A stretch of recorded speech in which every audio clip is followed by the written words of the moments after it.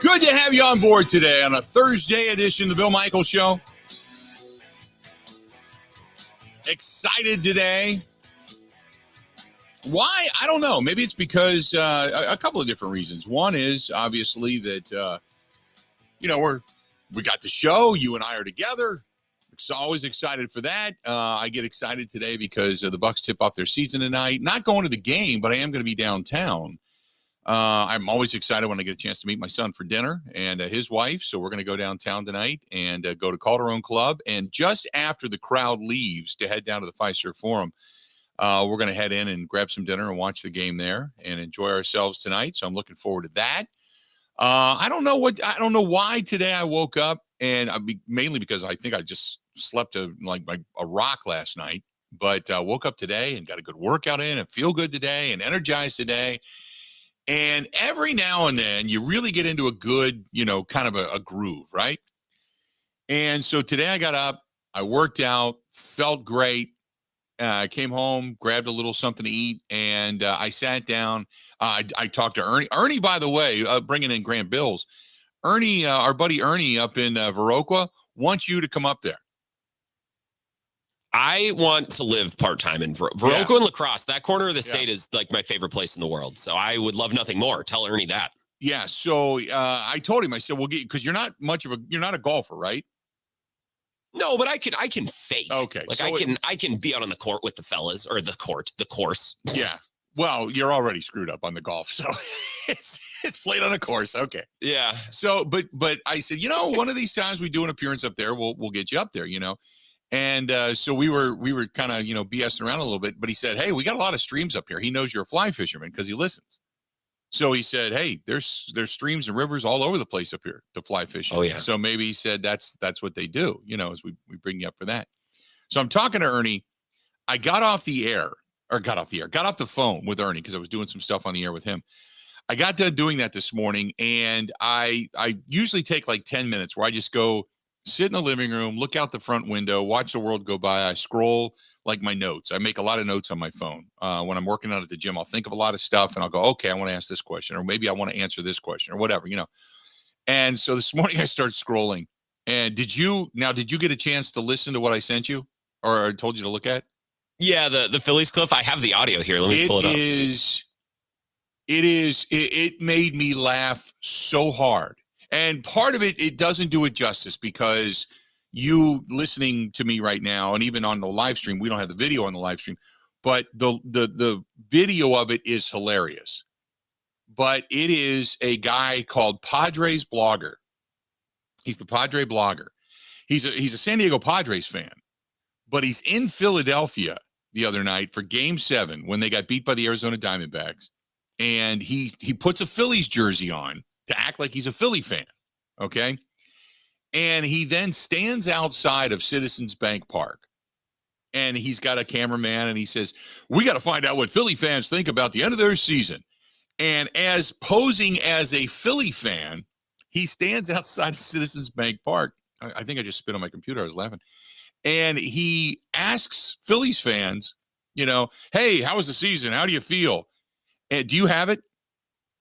Yeah, I got it ready to go. It's about a minute 25. Take a list. This is Phillies fans. Okay. We always know Philadelphia is a very hard place and their fans are tough, right? A lot of it you may not hear because it's bleeped out. Take a listen to this because this made me crack up. Here's Padre Blogger posing as a Philly fan saying, how do you feel right after Game 7? Let's see what people got to say.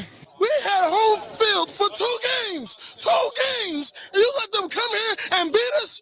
The Phillies need to sell Trey Turner. That guy's a fucking idiot. We went farther without that guy. Fuck the Phillies, honestly. Let's trade the whole fucking team. This team fucking blew today.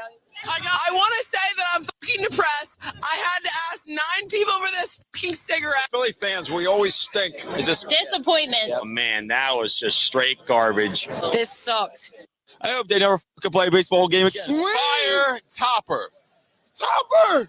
What's up, man? Feeling like I want to go lay in traffic. All them bitch-ass motherfuckers that couldn't get a hit when we motherfucking needed it. I love how we spent $700 million for guys to go 0 for 12 combined. Let's go Jets. It's a good point. I'm feeling good because, we still got the birds. Go Birds! Go Birds. Hit the fucking ball, man. Come on, really? Hit the fucking ball. Overpaid. Fuck that. Hey, wait, where'd you get this banana? From a homeless guy. Hey, how do we feel about Dancing on My Own as a song moving forward? You got to cut it. Time to retire. Find something new. Still fires up the crowd. Well, I'm pretty sure it didn't work this year, so it's got to go. Who fucking on? I'm crying instead of dancing. I get shitty ass fucking song. They need to ditch that shit. I don't want to hear that song ever again. How about you shut up? Oh my God. That is Philly fan leaving.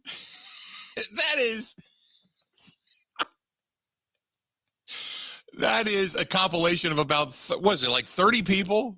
Something like that, 30, 40 people. I mean, it's just fan after fan after fan after fan after fan. And then the guy goes, where'd you get that banana? He says, I got it from a homeless guy. It's a community outside that ballpark. The homeless and the housed alike. What kind of answers would you get from Brewers fans after losing to the Diamondbacks? I'd be curious to compare the two videos. Oh my God. Oh, that was awesome. Oh my God. I had to ask 10 people for an effing cigarette. I mean, that's ridiculous. After a loss, you shouldn't have to work that hard to get a dart.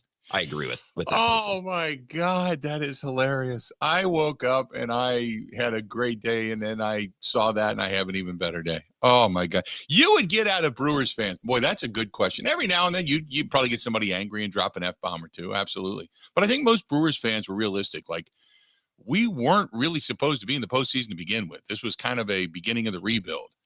And, with all this great pitching, we wasted it with terrible effing hitting. I could see, I could see a few F Jesse Winkers being dropped. But God almighty, I don't think it's anything like that. That is classic. That is classic Philadelphia fan right there. But it just kills me. The guy looks at me, he says, what's your reaction? The guy doesn't say anything. He looks down, he's like, where'd you get the banana? A homeless guy. Oh my God, that is just awesome.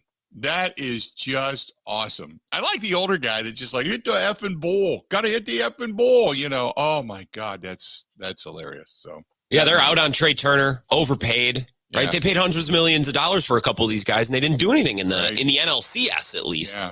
Well, the only guy that really kind of earned the money was Bryce Harper, who was tearing the cover off the ball. The problem was in the biggest moment of the game, in the biggest moment of Game 7, when they needed him the most, and they had runners in scoring position to be able to tie that thing up, he popped up. He kind of just missed it. But oh man, that's hilarious. Holy crap. Oh, that was awesome. So hopefully we at least brought a smile to your day.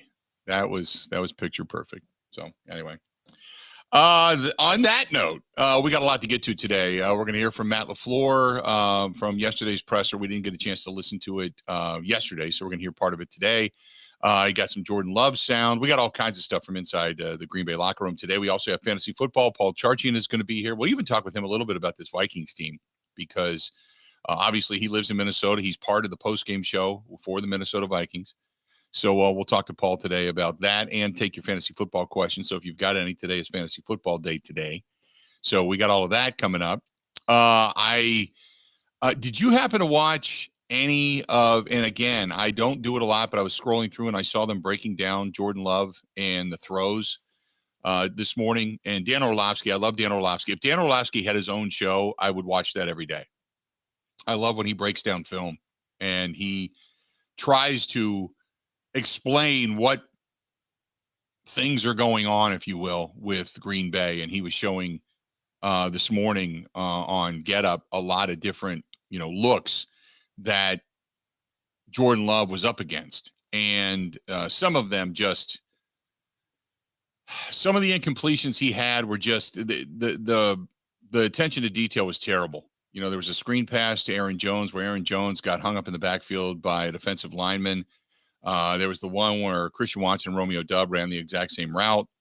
You've got another one where Christian Watson on a quick out, which was supposed to be kind of a almost like a wide receiver bubble screen, and instead nobody blocked anybody, and it went for a 3-yard loss. There was pressure. It was a myriad of problems that they highlighted this morning. So on one hand, we do watch Jordan Love and the inaccuracy. On the other hand, we do also understand the growing pains. But at what, and I want to ask this before I go to break. They talked about, attention to detail. Then they talked about, it feels like we haven't played in forever. Then they talked about, we can't get into a routine. Then they talked about, you've got injuries. At what point do the excuses stop?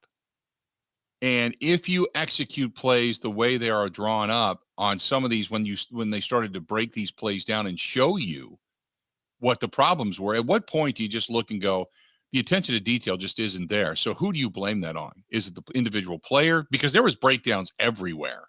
It wasn't like it was just one lineman who missed a block. I mean, it was numerous plays that were numerous people, missed their assignment.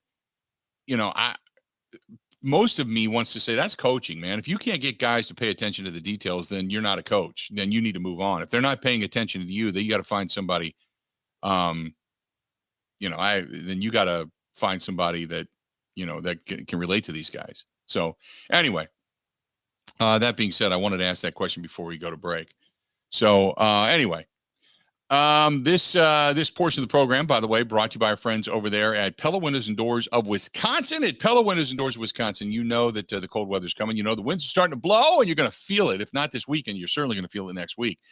And if you have not called them yet for that free in-home consultation, you should. That's Pella Windows and Doors of Wisconsin. They have a lot of great things going on right now, and they have something aligned for everybody, whether it's the vinyl windows, the Impervia windows, which is stronger than fiberglass, or it's the wood windows, and many different innovations like the slider window.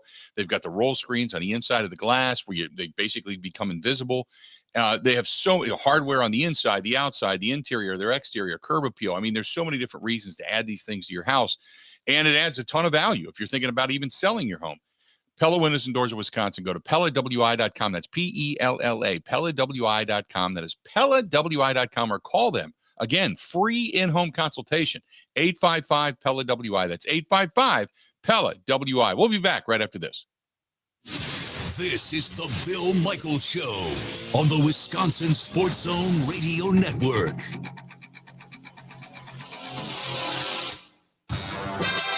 All right, Team Pella, listen up. Thanks, John Kuhn. Customers love our products with limited lifetime warranties. Check out these big plays. Incredible innovations like blinds and shades between the glass. No interference on that play, Coach. And stylish windows with hidden screens that make game days a breeze. Can it get any better? It can. With monthly payments as low as $19 per window, $75 per patio door, and a free quote at PellaWI.com. Let's go.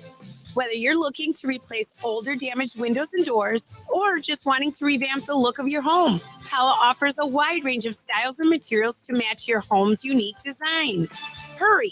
Take advantage of monthly payments as low as $19 per window and $75 per patio door at Pella Windows and Doors of Wisconsin. Get your free quote today at PellaWI.com. 6.99 APR for 120 months. Certain restrictions apply. See showroom for details. Offers on 10/31/2023.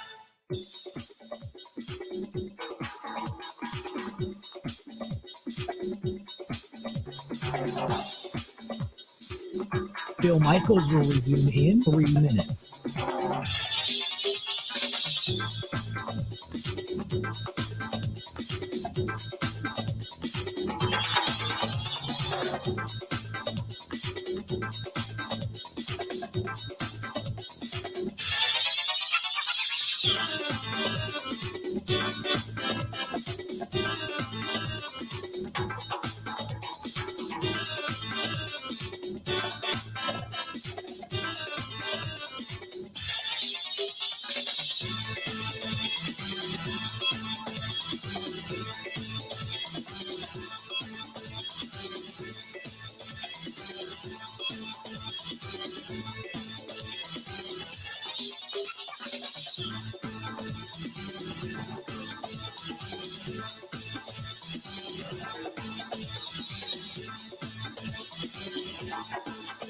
Bill Michaels will resume in 2 minutes.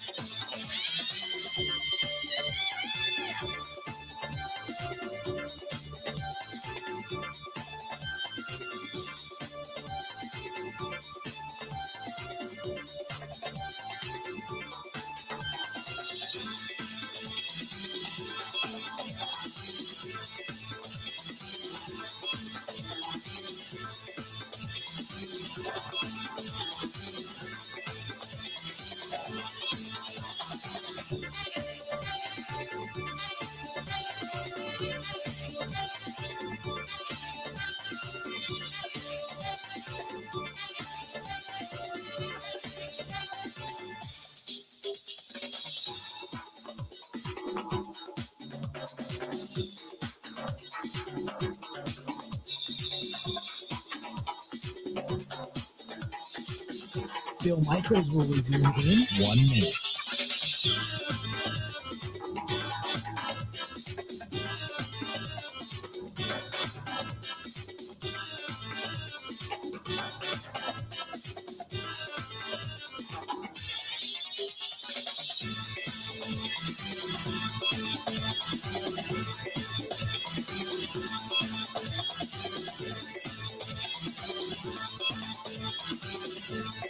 Bill Michaels will resume in 30 seconds.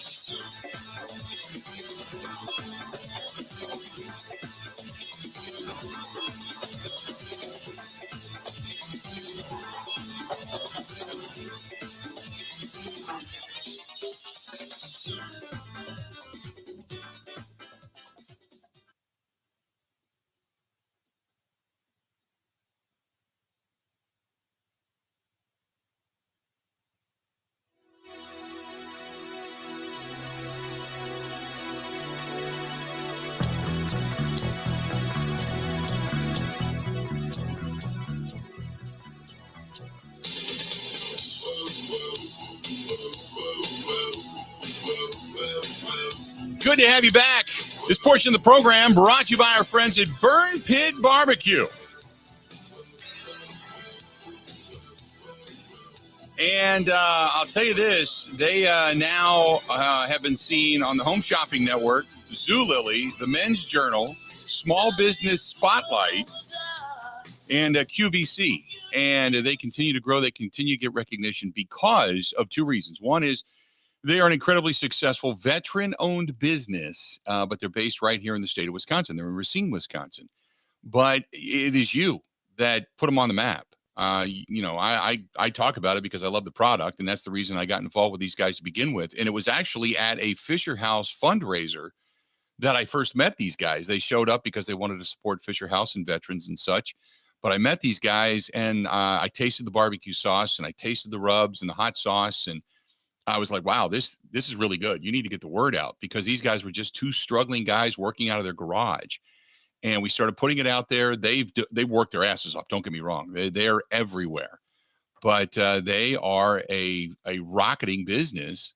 And it's all because of you, because many of you listen to the program and you say, you know what, I'll give it a shot. And if you got a barbecue lover in your life, if you've got somebody who loves to grill, everybody's into smoking meats and such now.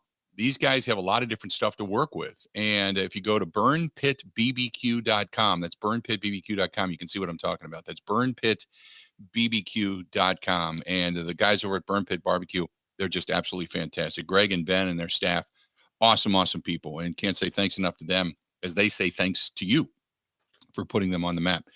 I got a text message that came in during the break.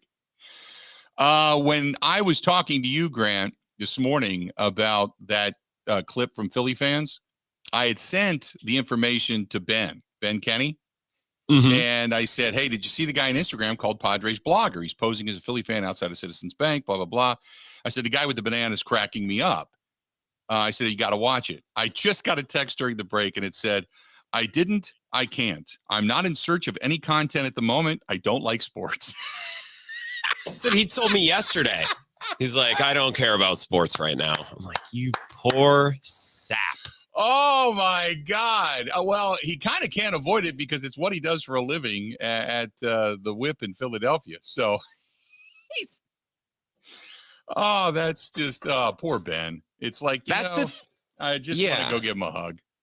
That's the thing about this job is when you watch the Packers lose an absolute just heartbreaker on Sunday, it's like, well, can't wait to wake up tomorrow morning and make this my entire day because that's what it will be because of my job. So you kind of have to, and you could probably talk about this, Bill, in this business, you kind of got to, you don't compartmentalize because you want to remain a fan, but you can't let these losses eat you alive. Otherwise, this job will just make you miserable. It's what you, here's the thing. And I did a class at a college recently, and I spoke via Zoom.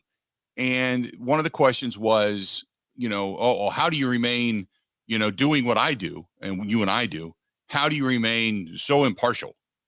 And my discussion was, I'm impartial in a press box. I'm not impartial when I'm on the air, because we get into this because we're fans to begin with. The road to this is different. My road started out doing, music radio and doing news. And this is what I always wanted to do. But going through the business, and I hate to say back in the day, but back in the day, going through the business, you kind of had to pay your dues. You had to go through certain things, certain towns and all that kind of stuff before you had this ability to do either your own show or be a part of one. But you get into this specific genre of business because you're a fan. That's what brings you here. It's not because, oh man, I'm going through the job board and, oh, by the way, sports broadcasting looks cool. You don't do that. You got to be a fan of sports to begin with. And even then, it's unbelievably difficult to crack into certain things and actually, get a decent job and make a little bit of money. And because the business is brutal. I would never tell anybody this is a great business because it's a very difficult business. But you get into this business as a fan. So the reason the show is what it is because we have fun in doing what we do and we're passionate about doing what we're doing. We're honest about doing what we do is because we're fans. So you don't hide your fandemonium. You try to be analytical and keep reality as a part of it, but the passion that you have on the show and on the air, that's because you're a fan. So you don't change that. You don't go impartial. The only time you're impartial and the only time you don't cheer or scream and yell is when you're in a press box, because that's like church. Other than that, no, I'm all over it. That's what we do. That's what you do. I listen to Ebo and Rowdy in the morning. They're as passionate and as, adjective driven as the rest of us the day after a loss or the day after a win. So, no, I'm good with that. I don't mind being passionate and having fun, but poor Ben, he takes it to a whole other level. How do can you imagine Ben being the host the day after, like if he's like the midday host in Philadelphia and the day after the Phillies lose, he's got to go on the air and put some kind of a discussion together about this. But yet he can't, I don't like sports. I can't talk about it. It's like, no, you can't do that. You can't do that. So I get it. I get it. Oh, my buddy Todd, he's still in therapy. He said, he's a Bears fan. So he said he's still in therapy, going back years and years. So anyway, but yeah, it's funny that Ben texted me, said, I don't like sports. So. I feel for Ben. I do, but I also watched my team lose 4 NFC championship games in 7 or 8 years. Right. We all go through it. Absolutely. Yeah. I'm not going to rub it in to bet. Like, I'm not going to be a jerk about it, but every fan base goes through it. In Philly, they've come really close the last couple of years lost. They also won a Super Bowl in 2018. Right. So yep. Things tend to balance out, except for the Brewers. And they never balance out. They won a World Series not that long ago. Correct me if I'm wrong. And they played in one last year. And look, a comment like this might age poorly, but I would be okay. Like if I got to see my Brewers in the World Series and they lose, I'd still want to see them there. Right. It would be incredible disappointment, but the joy of getting to a World Series is enormous. You can't, God knows we've been living off of 82 since 82, right? Brewers fans have been living off of that. How many times you got to celebrate the 82 team? That's because all you got to hang on to until we get another team. Until you get another one in the World Series. So, my God, just to get to a World Series, I posted that yesterday when I posted the picture from CBS Sports of all the teams that the Brewers have lost to in the postseason who have gone on to go to the World Series. And I said, in my lifetime, before I die, I want to see the Brewers get to a World Series. I want to see them win a World Series, but I want to see them get back to a World Series. And it's, but then again, there's been a lot of success in this state as far as hope and postseason aspirations that are legitimate in so many different facets. We think about how blessed we are on one hand, where we've seen the Packers going back to 2011 get to and win a championship. They won a Super Bowl. They've been to 4 other NFC championship games. The Bucs have won a championship. They've been in the postseason pretty consistently with Giannis ever since. The Brewers went to an NLCS, came up short, but if you go over the last, say, decade of Brewers baseball, it's actually been more success than failure, which is fantastic. We have seen the Marquette Golden Eagles went to a Final Four. We saw Bo Ryan got to a national championship game. We've seen success continuum there with the basketball program. And we've seen a lot of bowl games and pretty good football over the years through the Wisconsin Badgers. And we've seen a D3 championship numerous times with UW-Whitewater. I mean, all in all, I think we're pretty good as a state. We even saw a Sweet 16 run out of UW-Milwaukee. I'm flying high right now. You can't say that about a lot of areas. So I'm good with that. A buddy of mine who lives back in Cincinnati, we were talking about this the other day, and he said, because he was reminding me, because I was talking about how, it sucked that the Brewers got beat, no offense, and blah, blah, blah. And he's like, you know what? We'd kill just to be there. Now, then again, they've got the 1990 Reds team guided by Lou Piniella that won a championship. So they did win a World Series. That was their 5th. They've got 5 World Series under their belt. But, but they haven't really done anything since. So, man, I'm pretty happy with the way things are right now. And UW volleyball, thank you very much. We saw UW Stevens Point men's basketball. We've seen success with women's hockey. Hell, we're doing okay, in the grand scheme of things. I'll take it. Now, you'd like to see more hardware in the trophy case. Don't get me wrong, but in the vast area of sports, I consider us to be unbelievably blessed here in the state of Wisconsin for everything we got. That's pretty much on the positive. Let's do this after I just blew a whole bunch of sunshine right up your skirt. Let's do this. We'll step away. We'll take a quick break. We'll come back. We got a lot more to get to. This portion of the program brought to you by Potawatomi Hotel Casino. They have got the food. They have got table games. They have got slots. They have got Rock and Brews that opened up. They have also got the 360 bar. They've got sports gambling in the sports book down there. They got it all, and a great place to stay. That's Potawatomi Hotel and Casino. Go to paysbig.com. That is paysbig.com. Covering Wisconsin sports like a blanket. This is the Bill Michaels Show on the Wisconsin Sports Zone Radio Network.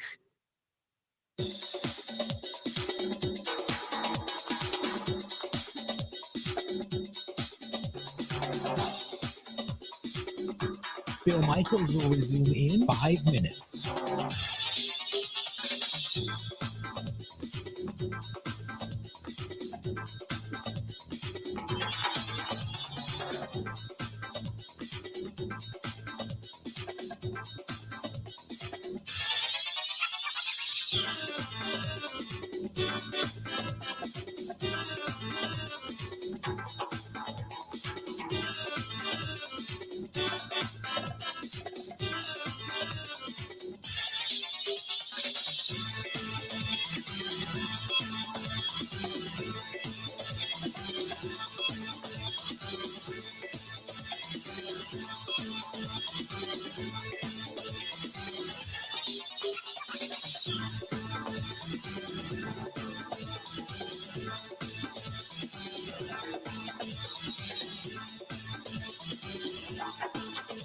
Bill Michaels will resume in 4 minutes.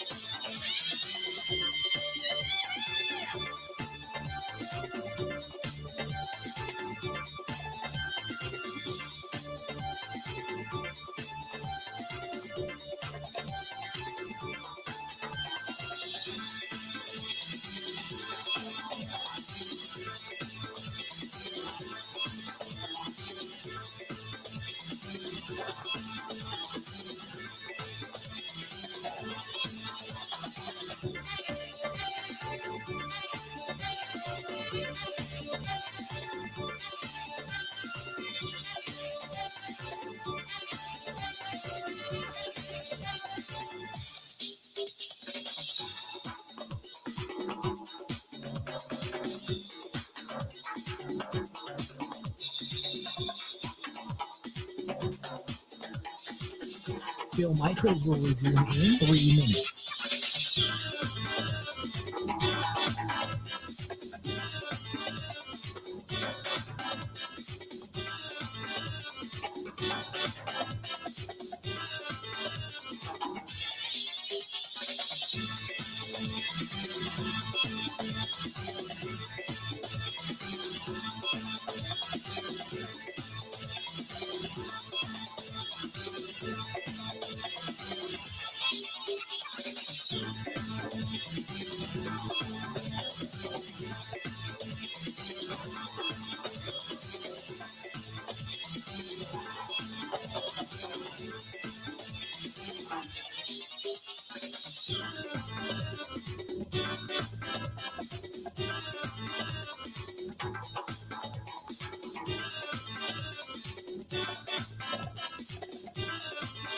Bill Michaels will resume in 2 minutes.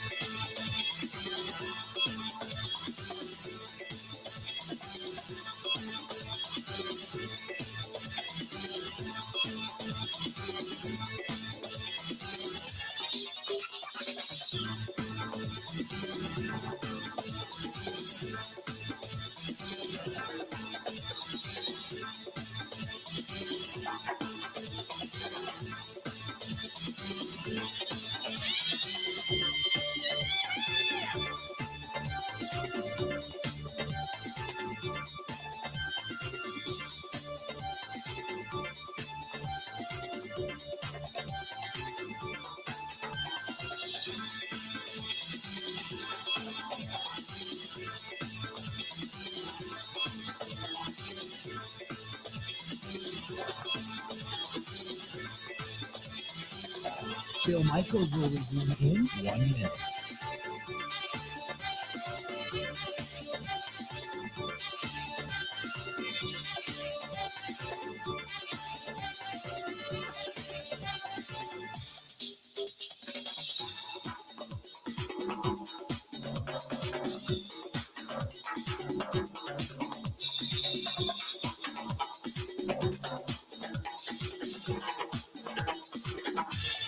Bill Michaels will resume in 30 seconds.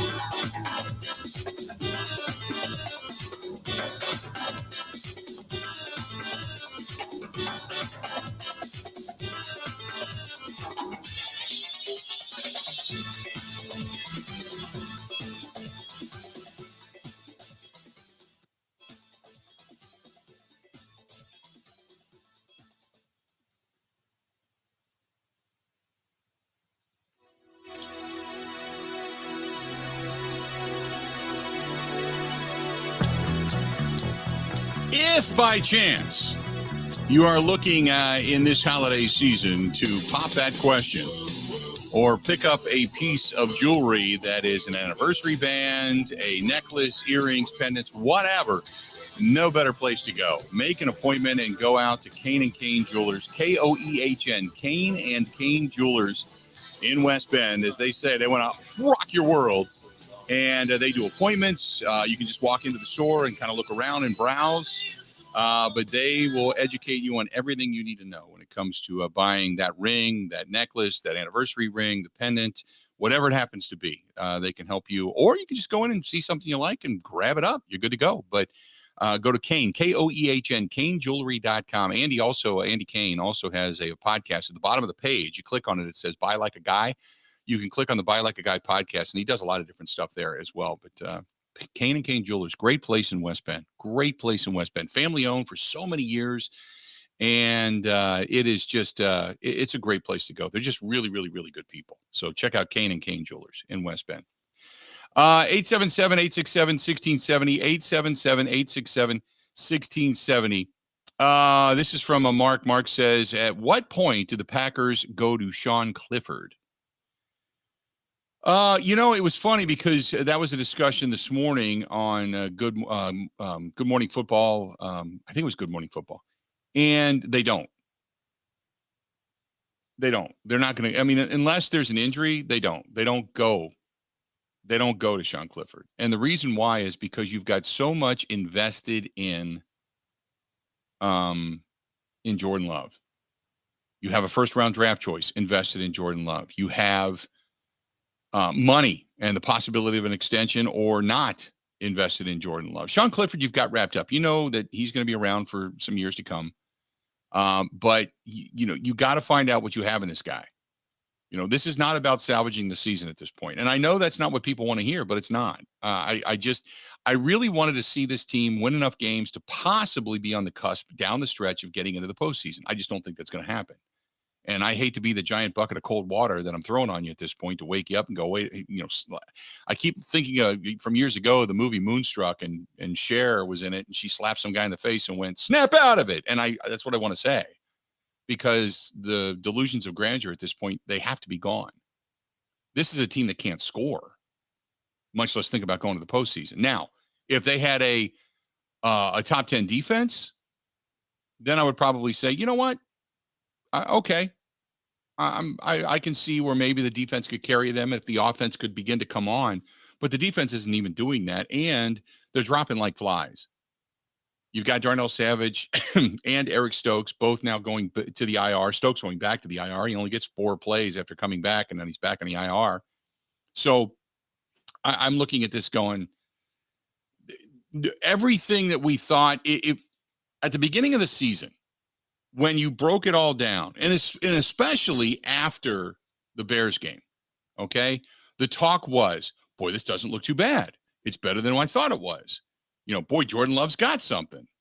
This Matt LaFleur did a pretty good job getting them ready for this team. We saw more movement. We saw wheel routes and screen plays and, on and on. And we said, if they can just get better throughout the season and defense stays around top 10, whoa, maybe this team can find its way to 9 or 10 wins and find its way into the postseason, especially in a very soft NFC, right? That was our discussion. And I think it was premature, but it was at least a look at the what if reality, right? Maybe some optimism thrown in there. Okay. But the what if reality now, defense, and we went through the numbers yesterday, yards per game, they're 16th, points per game, they're 21st, rush yards per game, they are ranked 30th out of 32 teams in the National Football League. This team is 30th. They still can't stop the run. Still can't stop it. But they're 8th against the pass, which puts them at 16th in the middle of the league. So they're in the middle. They're not top 10 on defense. Their offense is certainly nowhere near top 10. They don't have the ability to have a defense support the offense, even though the defense has played well enough to win games. The offense can't support itself. The execution is awful. And it's like watching play after play after play. Like everywhere you look, there's a breakdown. It only takes 1 or 2 guys not to do their job for a play to break down. And you're seeing it almost every play. It has become the norm and not the exception to the rule. So I believe that what you're hoping for now is just to see this team get better. That's why I talked about all of this in the beginning of the program. First, they talked about youth. Okay, they're young. And then it was, well, let's see if Jordan Love can win. And then it was, well, we've only played 1 game in so many days. We're out of rhythm. Okay. Then it was, well, all the penalties and stuff are killing us, on and on. Okay. Then it was, well, we've got injuries. Aaron Jones isn't there, so they can't win. Okay. Then it was getting Christian Watson back. Okay. But what excuse are they going to make it? Now the next 4 weeks are all noon games. Here comes your routine and your rhythm. Injuries aside, you got to figure it out. Right? Then it was the loss of Bakhtiari. Throw that in there. Oh, that was a jumble. They counted a lot on David Bakhtiari to be back and be healthy, and then that became a jumble. I get it, but in the National Football League, you can't count on anybody to be healthy. It's a game of physicality. At any moment, at any time, anywhere on the field, even on the practice field, a guy can get hurt and then suddenly not be available. So you always have to prep the backups as if they are going to be the starters. That's the old saying in football. You prepare like you're a starter, whether you are or not. Then it was, well, the kicker missed a field goal. Then it was, well, this guy fumbled. And there's always an excuse when you lose. And right now, the losers are full of excuses. Oh, we got to check the tape. I don't know. Yes, you do know. Yes, you do know. This guy, that guy, they all failed. Your quarterback didn't see this and this and this, and he failed. Then your defense didn't see this and this and this, and he failed. Joe Barry, he's playing soft coverage on a 3rd and 2 with 12 guys beyond the line of scrimmage. Yeah, he failed. I mean, you can just throw a dart at a dartboard and say, these are all the reasons we failed.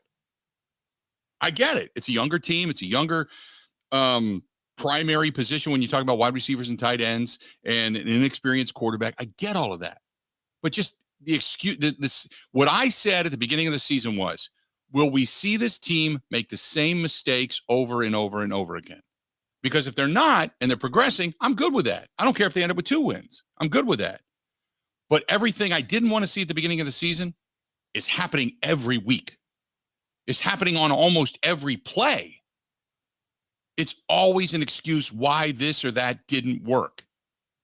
So as much as I want to blame the youth and inexperience and maybe the draft choices or the level of talent or whatever, but ultimately, as a coach, it's your job to fix the mistakes.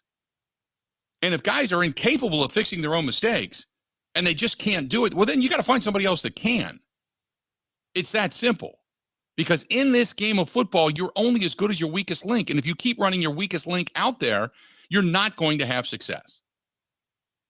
And you're never going to be able to really, truly evaluate what it is you're doing because your weakest link is screwing everything up.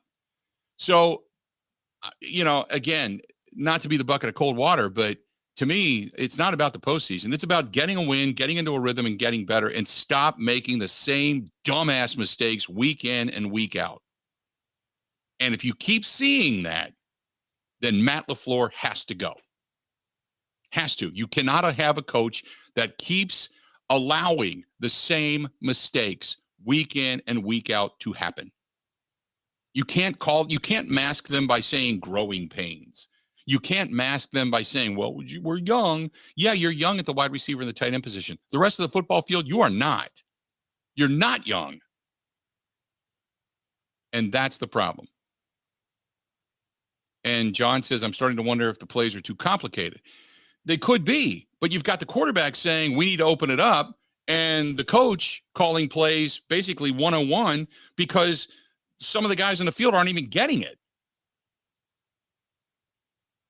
They're not even getting it. So what do? Do you open up the playbook even more and allow do you just look at guys and go, guys, you got to learn it and go? I mean, what do you do? And I understand that predicament. Matt LaFleur's in a hell of a spot right now because you've got the quarterback saying, we got to open it up. I want to open it up. We want to do things. We want to do this and this and this. Okay. But you've got 2 wide receivers running the exact same route and they don't even know where the hell they're supposed to be. You've got an offensive tackle who on a screenplay forgets to block the defensive end.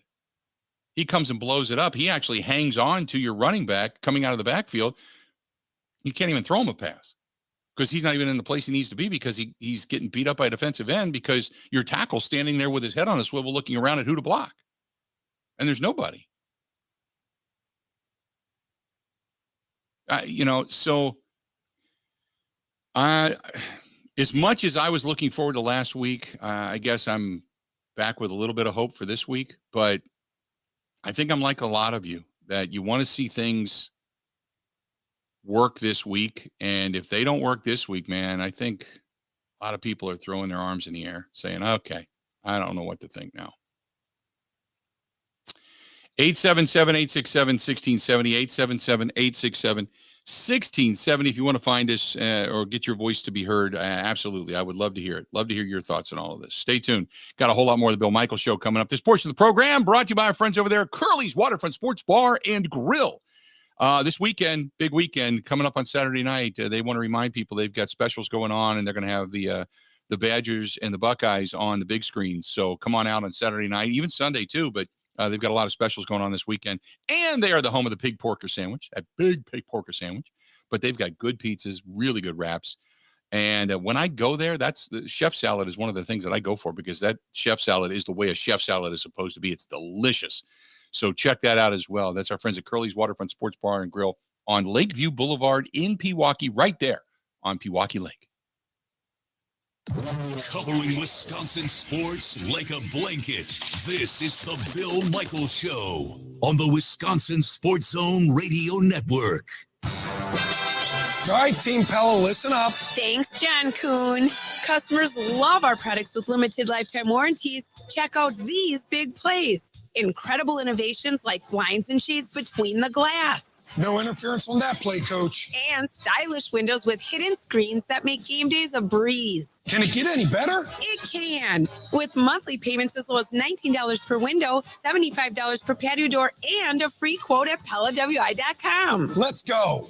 Whether you're looking to replace older damaged windows and doors or just wanting to revamp the look of your home, Pella offers a wide range of styles and materials to match your home's unique design.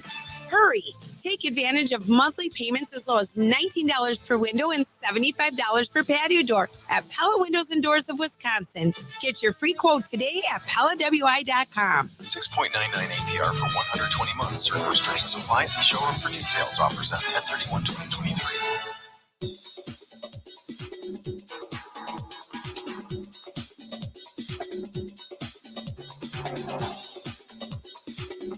Bill Michaels will resume in 3 minutes.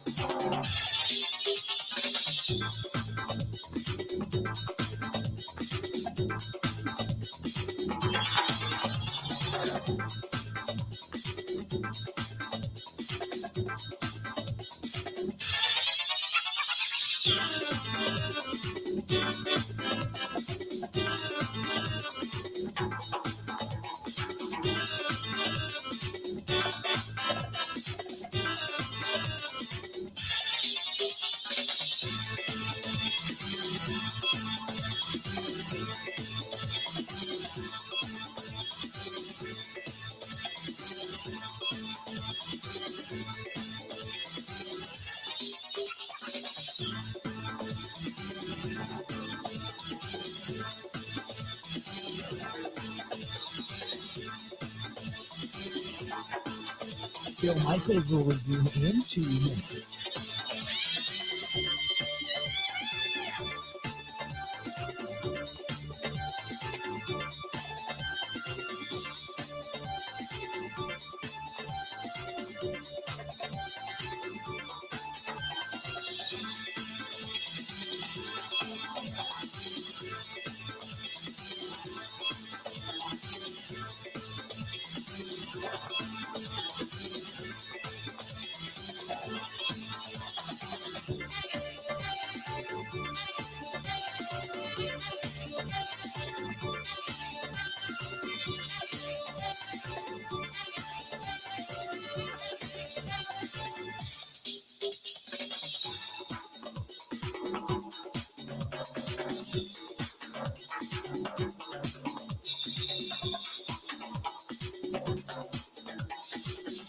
Bill Michaels will resume in 1 minute.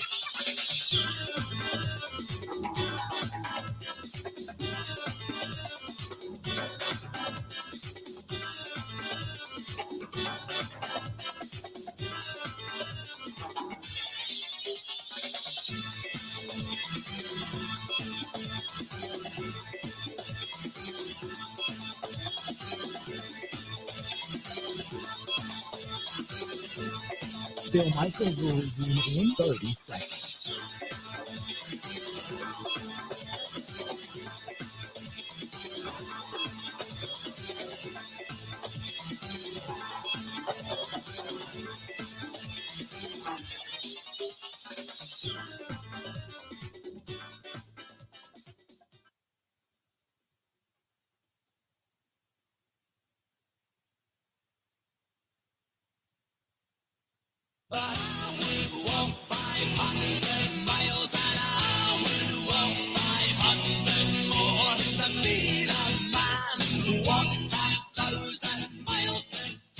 A reminder, coming up this Sunday, we're going to be at Burkles, 1 block over. We're going to be there after the game. The Green and Gold postgame show going to emanate live from there for every home game for that matter.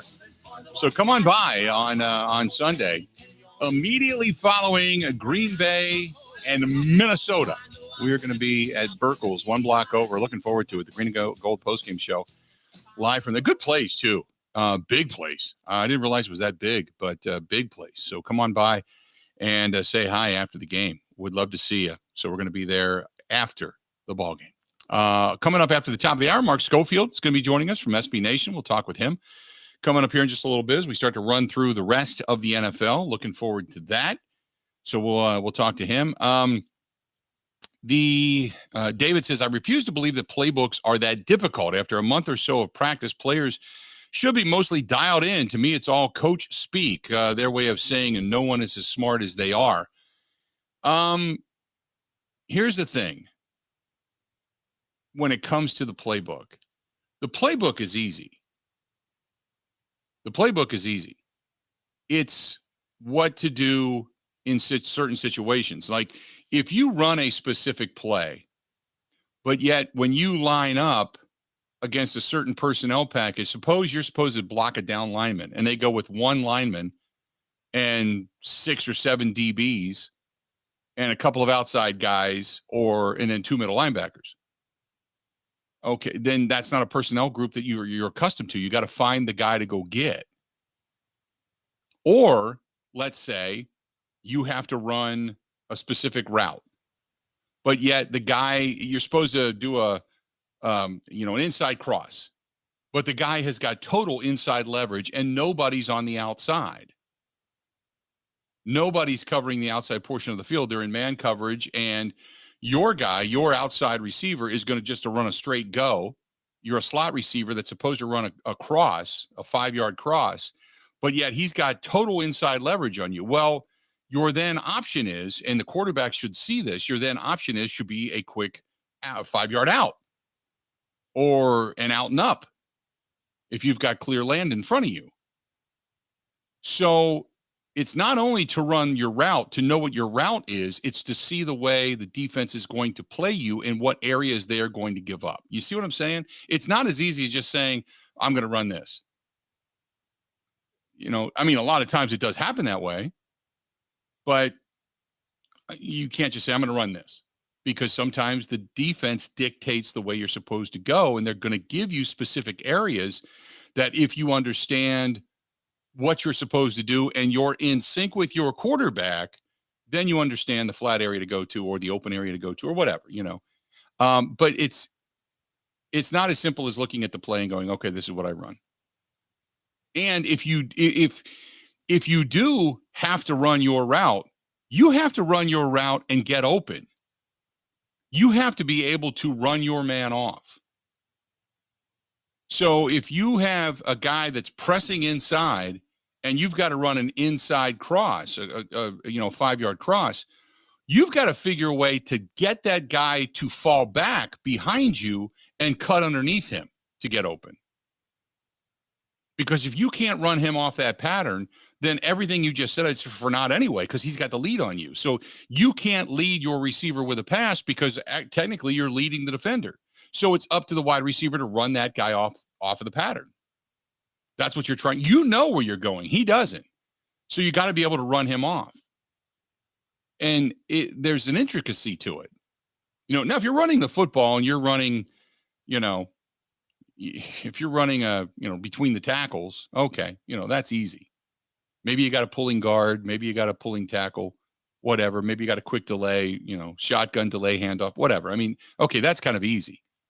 But when it comes to running routes and being on the same page, that gets a little more difficult. But at this point in time, you've seen enough erroneous play on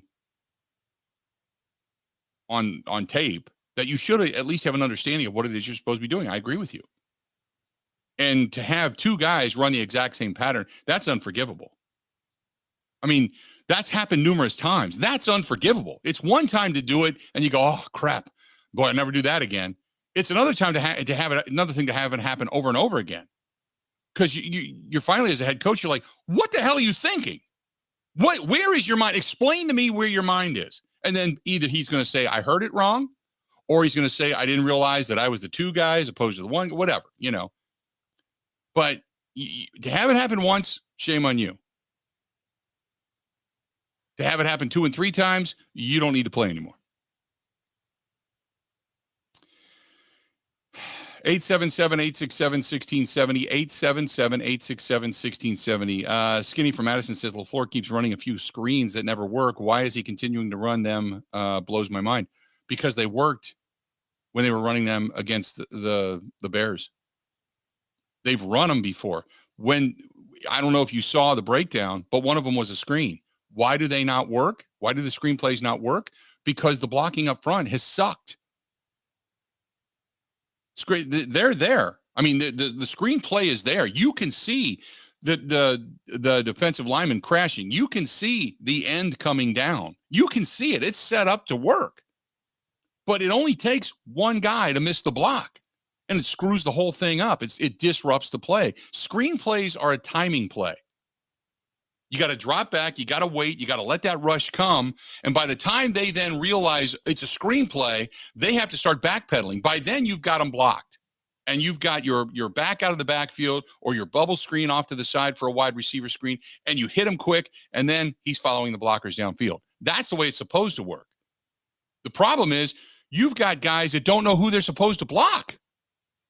It ran well in game one. And don't forget, you also had Bakhtiari in game one. It ran well in game one. Since then, it's been disrupted. So part of it is, I get it. Part of it is you can call the play because it's worked and guys know what they're supposed to do. The other part of it's execution. But if you're going to keep making the same mistakes, what do I do? Do I blame that on the coaching or do I blame that on the player? And it's not like you can just go around and start sitting everybody, you know?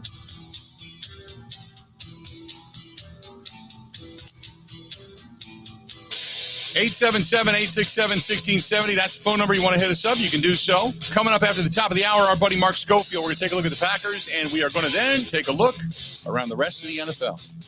Hang in there. A lot more of the Bill Michaels Show coming up right after this.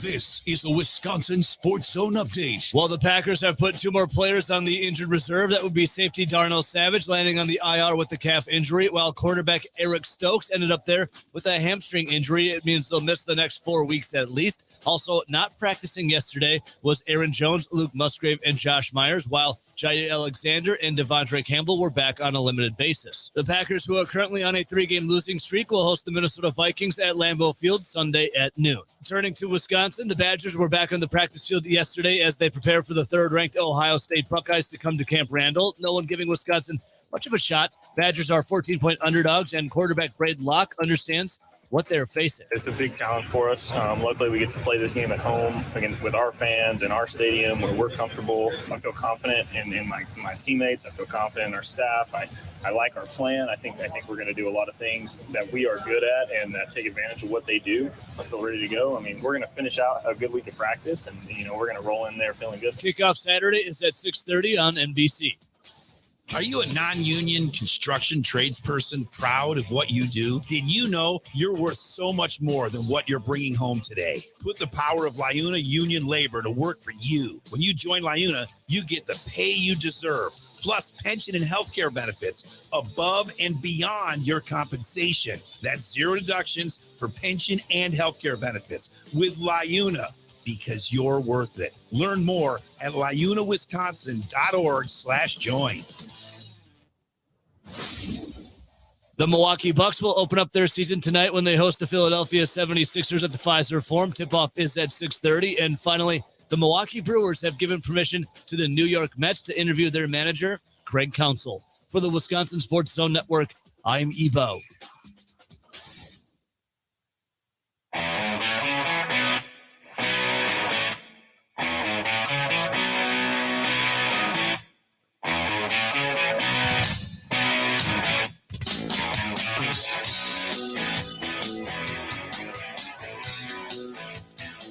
Good to have you. Thursday edition, Bill Michaels Show. Hopefully you're enjoying the day. Packers back in the practice field today, getting ready. I wonder if they're inside or outside today, getting ready for the weather that's about to happen. It looks like there could be some rain. It's a Lambeau coming up on Sunday, and it may be a rainy weekend in general. I know it's going to get cooler, that's for sure. And now joining us on the hotline, Mark Scofield, SB Nation, is here. So, Mark, how you doing this week? I am doing well, Bill. It is great to be here. Great to be back with you. Excited to dive into a little bit of what we saw last week, maybe a little bit of what we're going to see this week. Let's start out with the Packers and what we saw last week. They had one game in 21 days prior to, then they play the Denver Broncos, and that's what they had to offer. I mean, we're seeing a lot of the same mistakes, a lot of the same problems, the same excuses. Give me your thoughts as to where this team is at, where this offense is at right now. Yeah, it's frustrating. The offense looks disjointed. Obviously, there's been a lot of conversation this week on social media, on every show imaginable about where this offense is right now. You've got instances where quarterback receiver might not be on the same page, might not be seeing things the same way. So there's breakdowns in execution there. There's been some protection issues. And then even with all of that, you have a chance at the end of the game to still perhaps pull out a win. And what do you see at the end? They get behind the sticks, which is, if you remember, this is what we talked about in the past couple of weeks is, given where Jordan Love is right now, the aggression that he's shown at times, the inconsistencies, and the ball placement issues he's shown, particularly in second and long, third and long situations, pushing the ball downfield kind of moments, you've got to stay ahead of the sticks. You get yourself into a second and long, a third and long at the end of the game, and then you get the interception that, again, had an opportunity, Jordan Love did, to make a shorter throw to at least get yourself into a fourth and manageable, or if you even wanted to in the altitude, take the long field goal. They had an opportunity to make a throw to the out. Instead, he throws the deep route, breaking over the middle of the field, and it gets intercepted in double coverage. And so it's a disjointed offense that's struggling. There are woes on the defensive side of the ball too, but obviously in this league, with the way things go, it starts at the quarterback position, and some of the same issues that we've talked about cropped up again against the Broncos. Now, it wasn't all on Love. Kurt Warner, for example, talked about how some of the stuff he saw earlier in the game, and I'd agree with this assessment. It wasn't all the quarterback. Maybe there were throws that some people think he could have made, but really weren't in the progression or weren't available to him. But when it comes down to it, they had a chance to win the game. They had a 3rd and 20 situation. He had an option to throw a shorter route, take that layup, like we've talked about. Instead, tries to push it over the top when you get the interception. So a disjointed offense and a quarterback and an offensive staff that need to figure this out. I agree with you. It's not all on Jordan Love, and we were just talking about that there's a lot of mistakes that are happening over and over again. The one question that I have, and I get kind of torn between this. If you got a player that's making the same mistakes, and we've seen two guys run the same route a couple of times this season, we've seen screens get blown up because guys miss blocks, and the same thing with some of the wide receiver screens. At what point do you say it's just the player, or at what point do you say it's the coaching? I mean, because there's a fine line and eventually a gray area that you have to say, man, if this coach can't get through to this guy, then you got to find somebody who does, or you got to say, this guy's just not getting it. You know what I mean? There's a fine line there. And At what point do you go over one line or the other? It is a fine line. And I think we're still sort of in the, coaches are doing what they can and players aren't figuring it out. But when you start, and we've talked about this before, I like to sort of delineate things by the sort of holidays on the calendar. We're up on Halloween now. Okay. We get to Thanksgiving and these issues are still cropping up. I think that's the point where you say, all right, clearly the message is just not getting through. Right. At some point early in the season, it's okay. Well, there's a lot going on, a lot of moving parts. Players might be learning new things, learning new plays in the playbook. And so, okay, you get mistakes, you get miscues that way. That's fine to say the first half of the season. You get into the second half of the season, November, December. And if we continue to see these same issues cropping up, then it's the message is not getting through. And you have to wonder, okay, well, what can the coaching staff do differently to make sure that these players are figuring it out and getting their assignments right? Because at some point, either the message gets home or the messenger has to change, or the method of the message has to change. And so I think we're still early enough where you can say, okay, well, the players, they got to figure it out. They got to step up. They got to do better. But if this lingers in my mind, then you start looking at how that message is being delivered.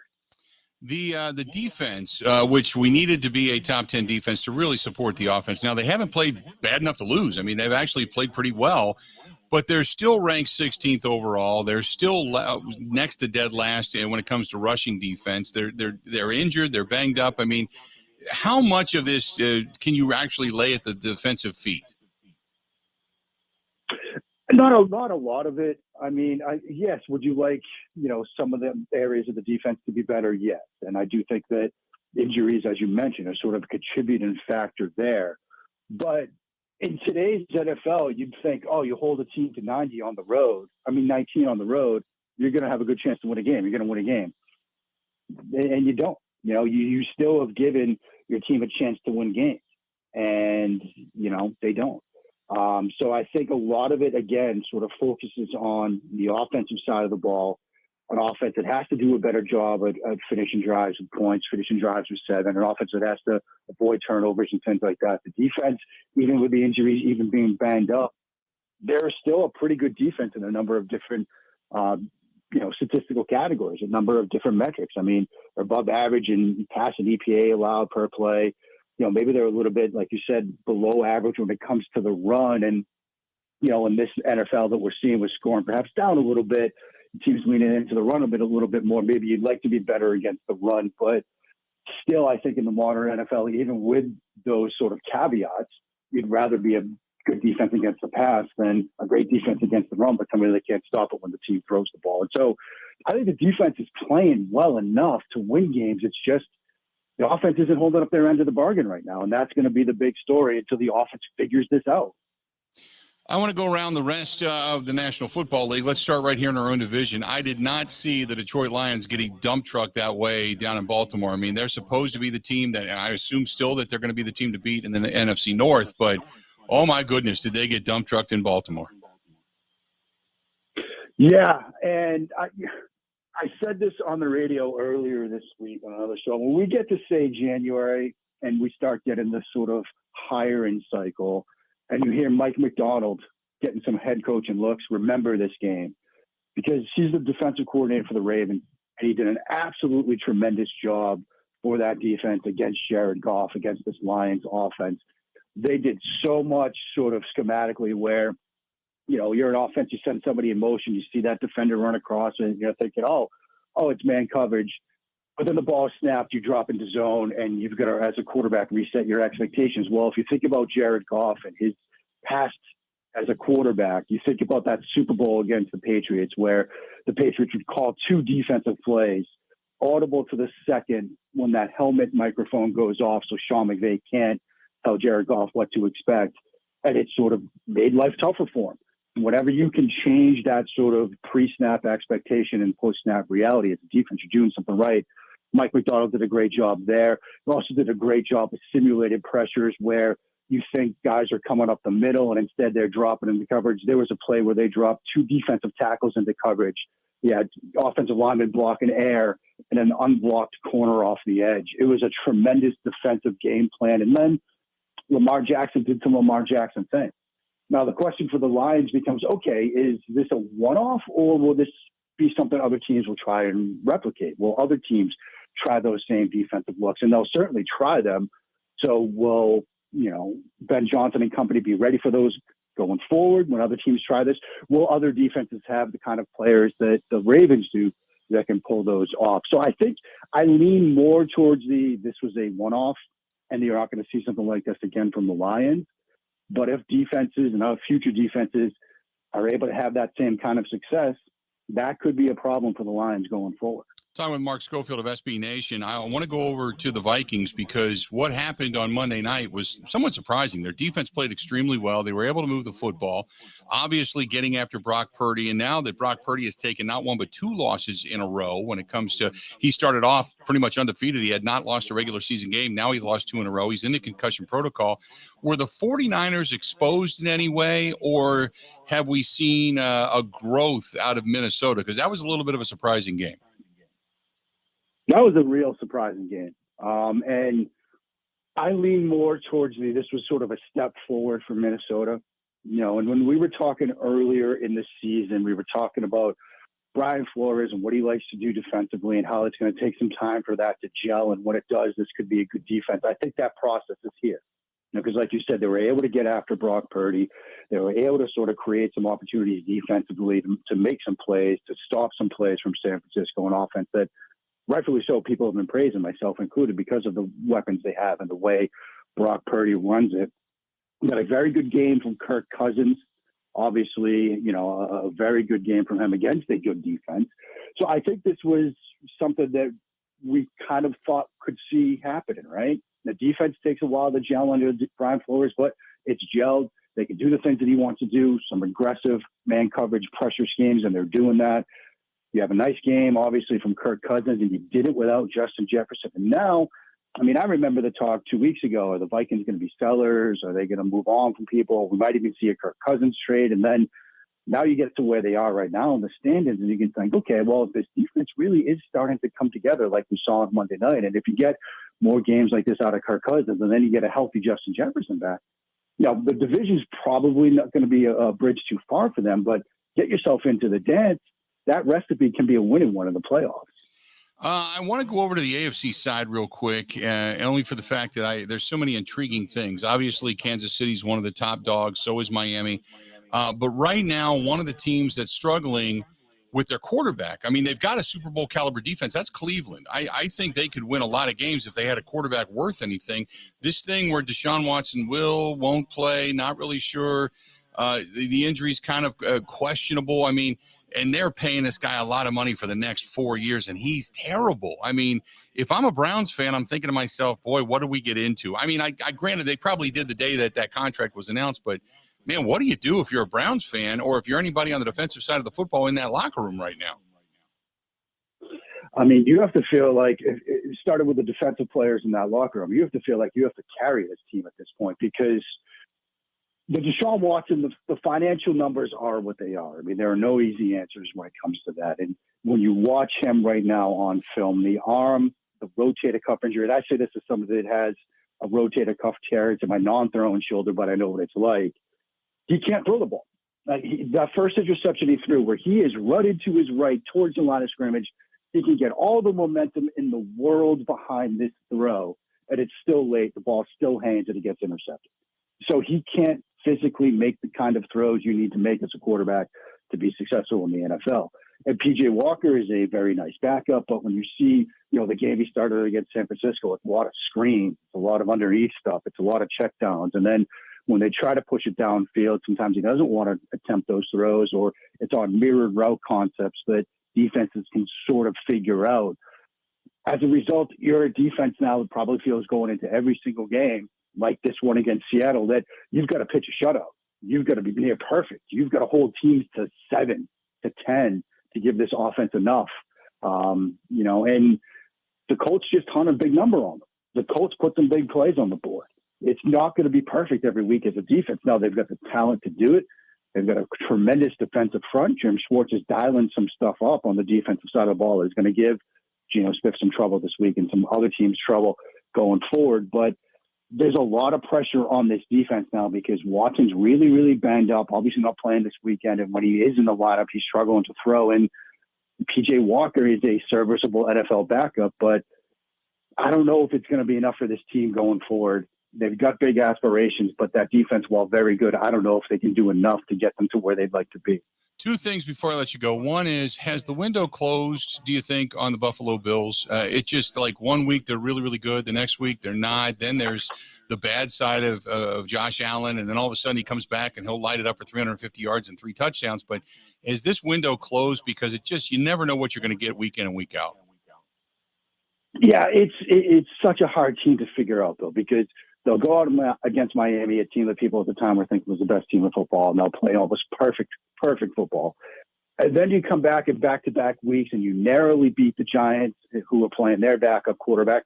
And then you lose to the New England Patriots, who are coming off perhaps the 3 worst losses of the Bill Belichick era. Like, they play to their level of competition, both good and bad, and that's usually not a good thing when it comes to the NFL. Now, I don't think the window has closed because, if this holds for them when they play some better teams down the stretch and get into a playoff position, they'll play some good football.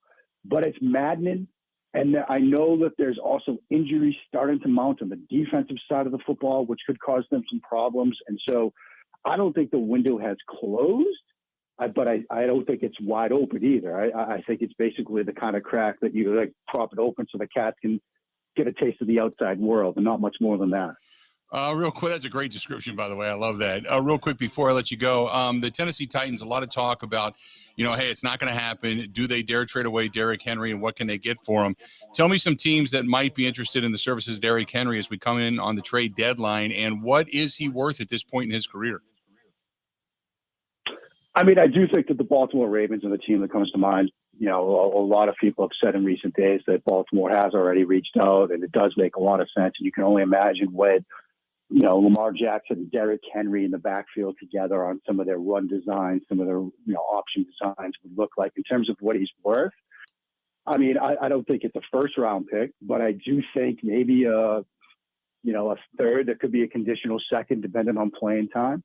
I think it's a day 2 pick, probably not more than that. But for a team like Baltimore that is obviously coming off of a huge win, and you look at them in the AFC and you add that kind of element to their offense, what it could mean for them, I think that's a price they'd be willing to pay. Great stuff as always, Mark. I certainly appreciate it. Can't wait to talk to you again next week after this week culminates, okay? Thanks so much, Bill. Always a blast. Enjoy the games this week. Thanks so much, man. Mark Scofield, SB Nation. Always great to just kind of talk NFL. Just kind of pick his brain on a lot of different stuff. Good stuff there. Good stuff there. Always enjoy talking to him. It is a Fantasy Football Thursday. Start getting your questions in. Paul Charchian coming up in about 40 minutes from now, so stay tuned for that. Don't forget our friends out there at Stoley's Hog Alley and Stoles Old 109. They've got some good stuff going on with holiday parties, Halloween parties this coming weekend. I think there's running like a pub crawl, so if I'm not mistaken, but a lot of good stuff going out at Stoley's Hog Alley, Lake Country, USA, and Stoles Old 109 up in Watertown. You've got televisions, you got great fish fries coming up on Friday night, atmosphere, inside, outside seating when that's available and the weather permitting. But they're both great places, and the renovated Stoley's Hog Alley is just fantastic. Just the attention to detail, it's more of a biker-esque type of place, but families go in there all the time. But you look at the chandeliers they have, and the chandeliers are all strung out by bike chains, motorcycle chains and such. It's just really cool, eclectic stuff that they have inside both places. So check them out. Stoley's Hog Alley, Lake Country, USA, Stoles Old 109 up in Watertown. You cannot go wrong. Ready? This is the Bill Michaels Show on the Wisconsin Sports Zone Radio Network. All right, Team Pella, listen up. Thanks, John Kuhn. Customers love our products with limited lifetime warranties. Check out these big plays. Incredible innovations like blinds and shades between the glass. No interference on that play, Coach. And stylish windows with hidden screens that make game days a breeze. Can it get any better? It can. With monthly payments as low as $19 per window, $75 per patio door, and a free quote at PellaWI.com. Let's go. Whether you're looking to replace older damaged windows and doors or just wanting to revamp the look of your home, Pella offers a wide range of styles and materials to match your home's unique design. Hurry! Take advantage of monthly payments as low as $19 per window and $75 per patio door at Pella Windows and Doors of Wisconsin. Get your free quote today at PellaWI.com. 6.99 APR for 120 months. Certain restrictions apply. See showroom for details. Offers end 10/31/2023. The all-new Potawatomi Casino Hotel has something you gotta see. Play more slots and games, and you could say, "Show me the money," to reveal up to 10 grand each Thursday. 800,000 in prizes is up for grabs. 40 winners each week. This October and November at Potawatomi, Milwaukee. When you're ready to win, just say, "Show me the money." More info at paysbig.com. Must be 21 years old and a club member to play.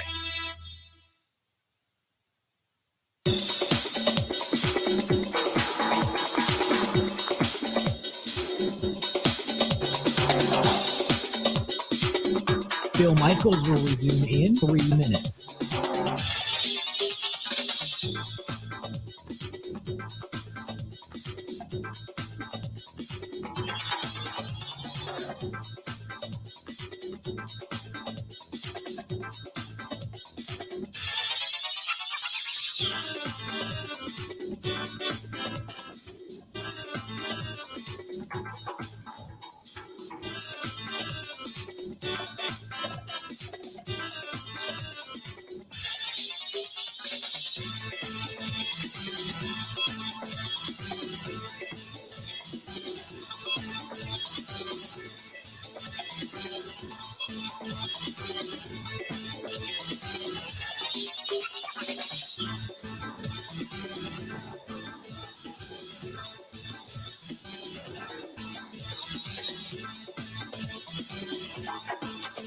Bill Michaels will resume in 2 minutes.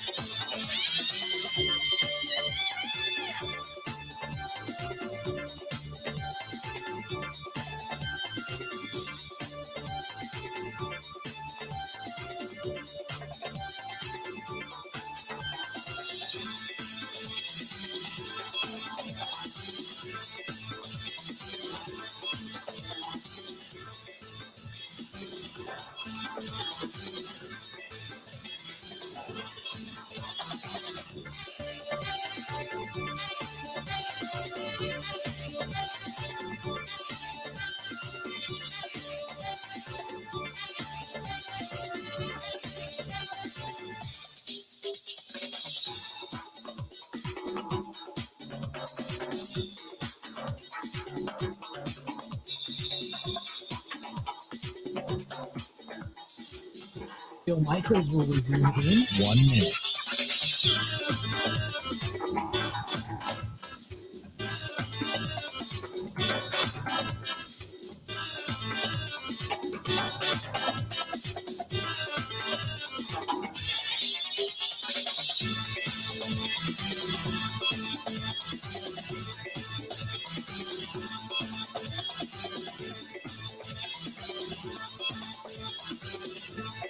Bill Michaels will resume in 30 seconds.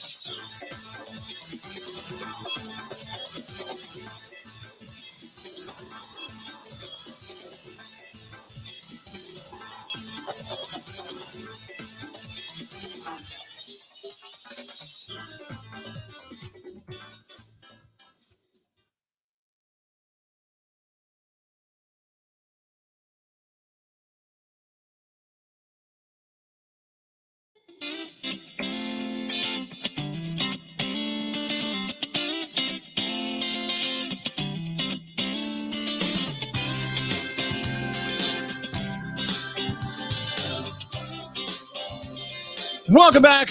Glad to have you. Kind of a gloomy day today, but that's okay. Kind of knew that was coming. Boy, the bottom's going to drop out this weekend. You got rain. You've got some cold weather.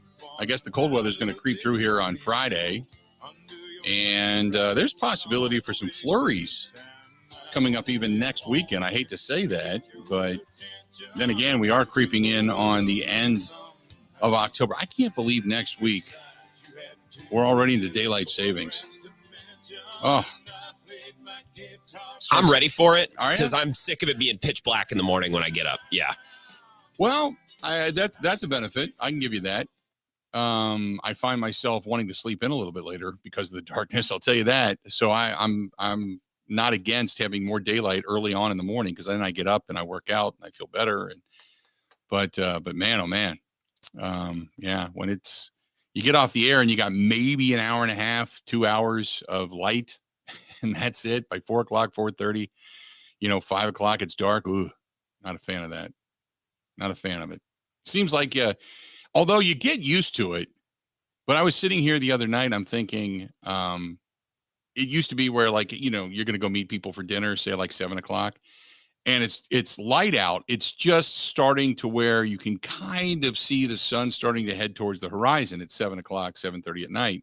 Later in the summertime, obviously it's later than that, but you're kind of like, okay, but now you're going to have 3 hours of darkness before you even leave the house. It's weird.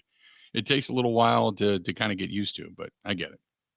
877-867-1670. Are you more of a winter or a summer guy, Grant? Well, I'm more of a summer guy, but I enjoy parts of the winter. It's just there's less time. Right. Like there's not enough time. Like I do my show until 6. Like my show ends at 6 p.m. So in the summer, I can leave work and go do things. In the winter, it's like, well, I'll drive home and watch basketball and go to bed. Right. Because the days feel so much shorter. So just for the daylight purpose, the cold isn't that bad. I can bundle up, put together a snazzy winter fit. It's more the lack of daylight that bothers me. Yeah, I would agree with that. There's good portions to winter that I like. I love being at home. I love fires in the fireplace, sitting down on the wagon wheel, where you really don't know, what it looks like outside because you're below ground, but all that different stuff. I like all of that, but man, I'll tell you what, summertime, for anybody that's ever listened to my program, they know it's all about summer. Sitting at the tiki bar and sitting out back, riding the motorcycle, taking the boat out, playing a little golf, whatever I can possibly do outside. And I'll take the heat every damn day of the week. So, but it's coming. It's coming. Marv says, I'm so ready to go ice fishing. Marv, I don't know how people do that. I really don't. Go ahead. Well, I was talking with buddies yesterday. We're planning an ice fishing weekend up in Hayward in January. Yeah, we're already planning it. I love ice fishing. I love fishing, and I can sit on the front end or the back end of a boat, trolling up and down a shoreline, constantly casting, hoping for a largemouth, a smallmouth, whatever. I can do that all day long. Sitting in a shanty, staring at a hole, I can't do. I can't do. How do you do that?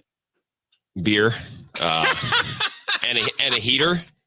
I like ice fishing, but ice fishing also sucks. Like I'd say 6 or 7 times out of 10, I go ice fishing and I'm like, why the hell did I do this? Right. This is so dumb. It's expensive. I'm not going to catch anything. But a couple of times you're out there and you get on a whole mess of fish and you're sitting in the shanty with the fellas, throwing back some beers and having a good time. It can be very, very fun, but most of the time it sucks. Yeah. It seems like it's a lot of work just to get out there.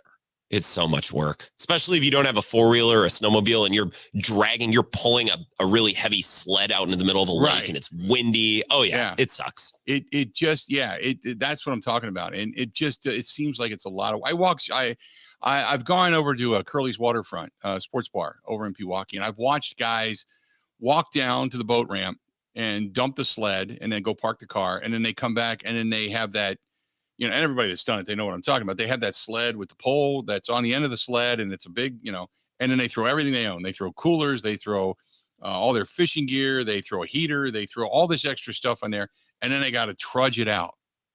And it's kind of like I'm watching a guy in a gym. If you've ever watched the weight sleds, when they put, 2 or 3 or 4 or 5 of those 45-pound, plate weights on the sled, and then they're dragging the sled across the room, or they're pushing the sled. That's what it looks like to me. So I'm thinking, on one hand, you're getting a workout. On the other hand, you're so bundled up. You're in that big ice suit, the big, snowmobile suit and all that with the heavy moon boots and everything. And I'm thinking, God, that can't be fun. That can't be fun. Until you get the heat going, you're still freezing, even if you're inside a shanty. I give all the credit in the world to people that love it. I just don't get it. So I'm kind of like, once it's frozen over, the fish can sleep. I'll leave them alone, and I'll see you in the spring. I'm not a big summertime fisherman. I like being outside in the summer, but fly fishing's my number one. Ice fishing is a distant 2, and then fishing out on the boat or off a dock in the summer. That's probably even behind ice fishing. Yeah. No, I will. There have been days where I've just grabbed the rod and the reel and the tackle box, and I've gone over to Pewaukee Lake and just sat on that dock and just thrown a line out. The one thing I can't find, and that's, I would fish a lot more, but I need to find some decent sized ponds that I can just, go throw a line in. And I say it all the time, and I really thought I'd find a bunch of people that would say, hey, we got one here. I know of one there. I know it. And I don't. There's not a lot of people that fish the big ponds. It's more the bigger lakes that people like to get on. And that's the one thing I can't find is a good, because like I said, I've told this story before. I grew up on a really good sized pond. Acreage of pond. And it was called a lake because it was deeper than 15 feet, but it was a pond. And I grew up on that thing, walking the banks and bass fishing and bluegill fishing and crappie fishing my entire life. Now, my mom and dad and their partners stocked it. So we kind of grew up and were lucky because we could usually catch something. But that's the way I grew up. That, or going up to Brookville Lake with my dad, fishing on the back end of our bass boat and, trolling up and down shorelines. So maybe I'm just different that way, but that's the way I did it. I was never an ice fisherman, never grew up that way. So anyway, I respect the people that do, because that's a whole different breed of person right there. You're an element person, and maybe I'm just a wuss. Maybe I'm just maybe I just, hey, it's cold. I'm not, I stick my finger outside. I'm like, nope, not today. So, but it's funny because I'll go to, if you say, hey, we're going to dinner, we're going to a game, I'll throw the coat on and everything. And out I go, man. I'm off to an event. I'm one of the first people there. But then again, I also know I'm going inside and not sitting on the ice for the rest of the night. So, Let's do this. We'll step away. We'll take a quick break. We got a lot more to get to. More of the Bill Michaels Show coming up right after this. This is the Bill Michaels Show on the Wisconsin Sports Zone Radio Network. What's better than a Packers win? Well, how about celebrating a Packers win behind the wheel of a brand new 2023 Chevy Colorado Trail Boss? Right now at Quick Trip, for every $1 you spend with Quick Rewards, you'll earn a Packers point with our Quick Rewards Packers points. Then, with your Quick Rewards app, spend points for your chance to win amazing prizes throughout the season, like a Chevy Colorado Trail Boss. Kick off your winning season with Quick Rewards Packers points, only from Quick Trip. See quicktrip.com/sweepstakes for details.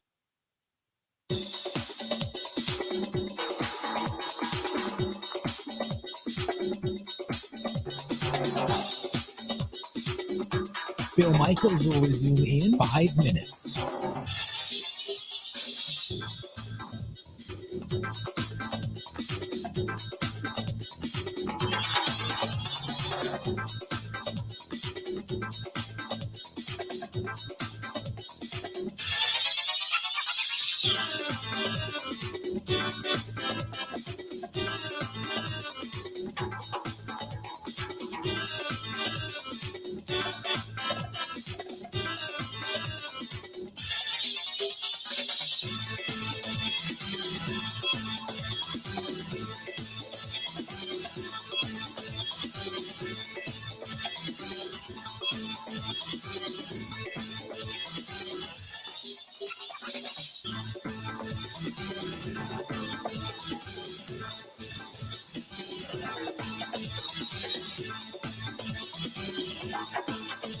Bill Michaels will resume in 4 minutes.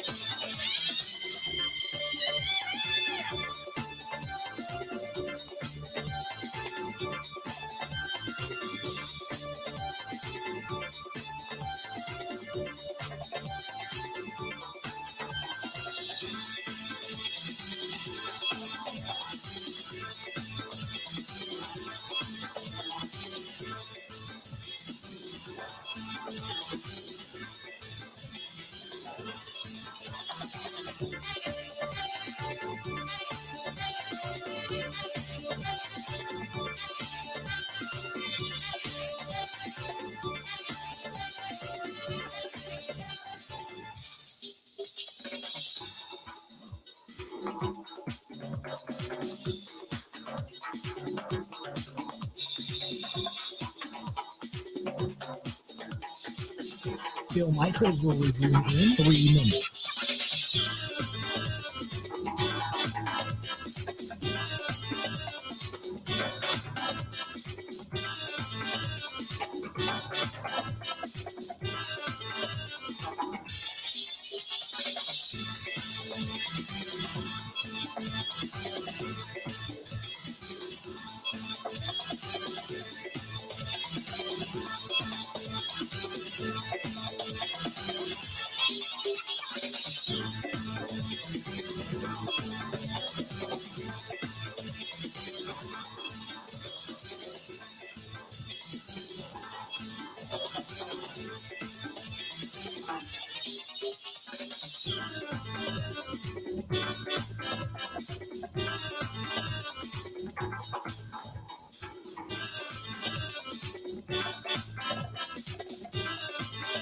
Bill Michaels will resume in 2 minutes.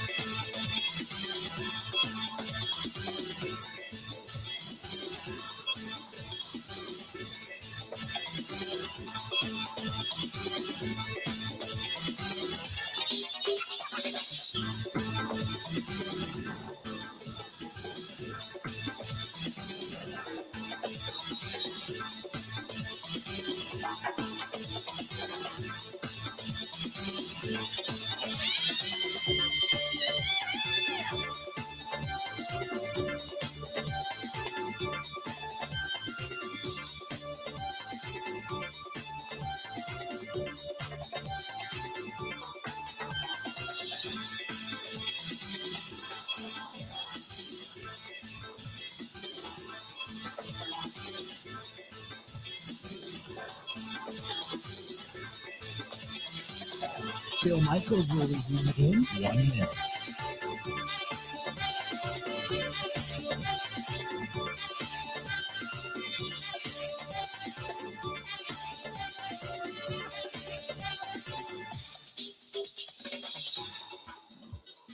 Bill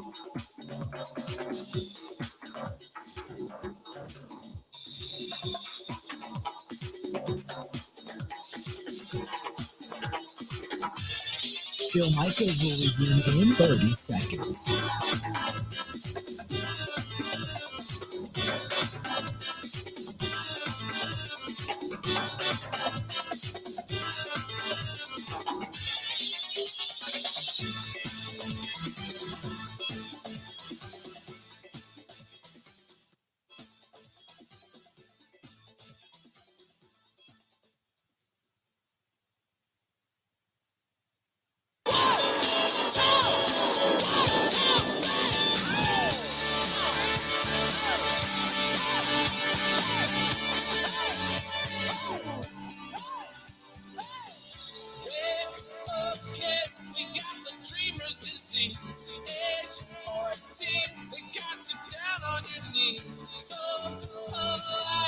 Good to have you back. I was just talking with Tom, the owner of Boondocks Barbecue Burgers and Brews this morning, and I said, hey, we still owe you a live appearance, a live broadcast. So we are going to put one together where I believe coming up in maybe a few weeks, 3 weeks, 4 weeks, we are going to be there on a Sunday.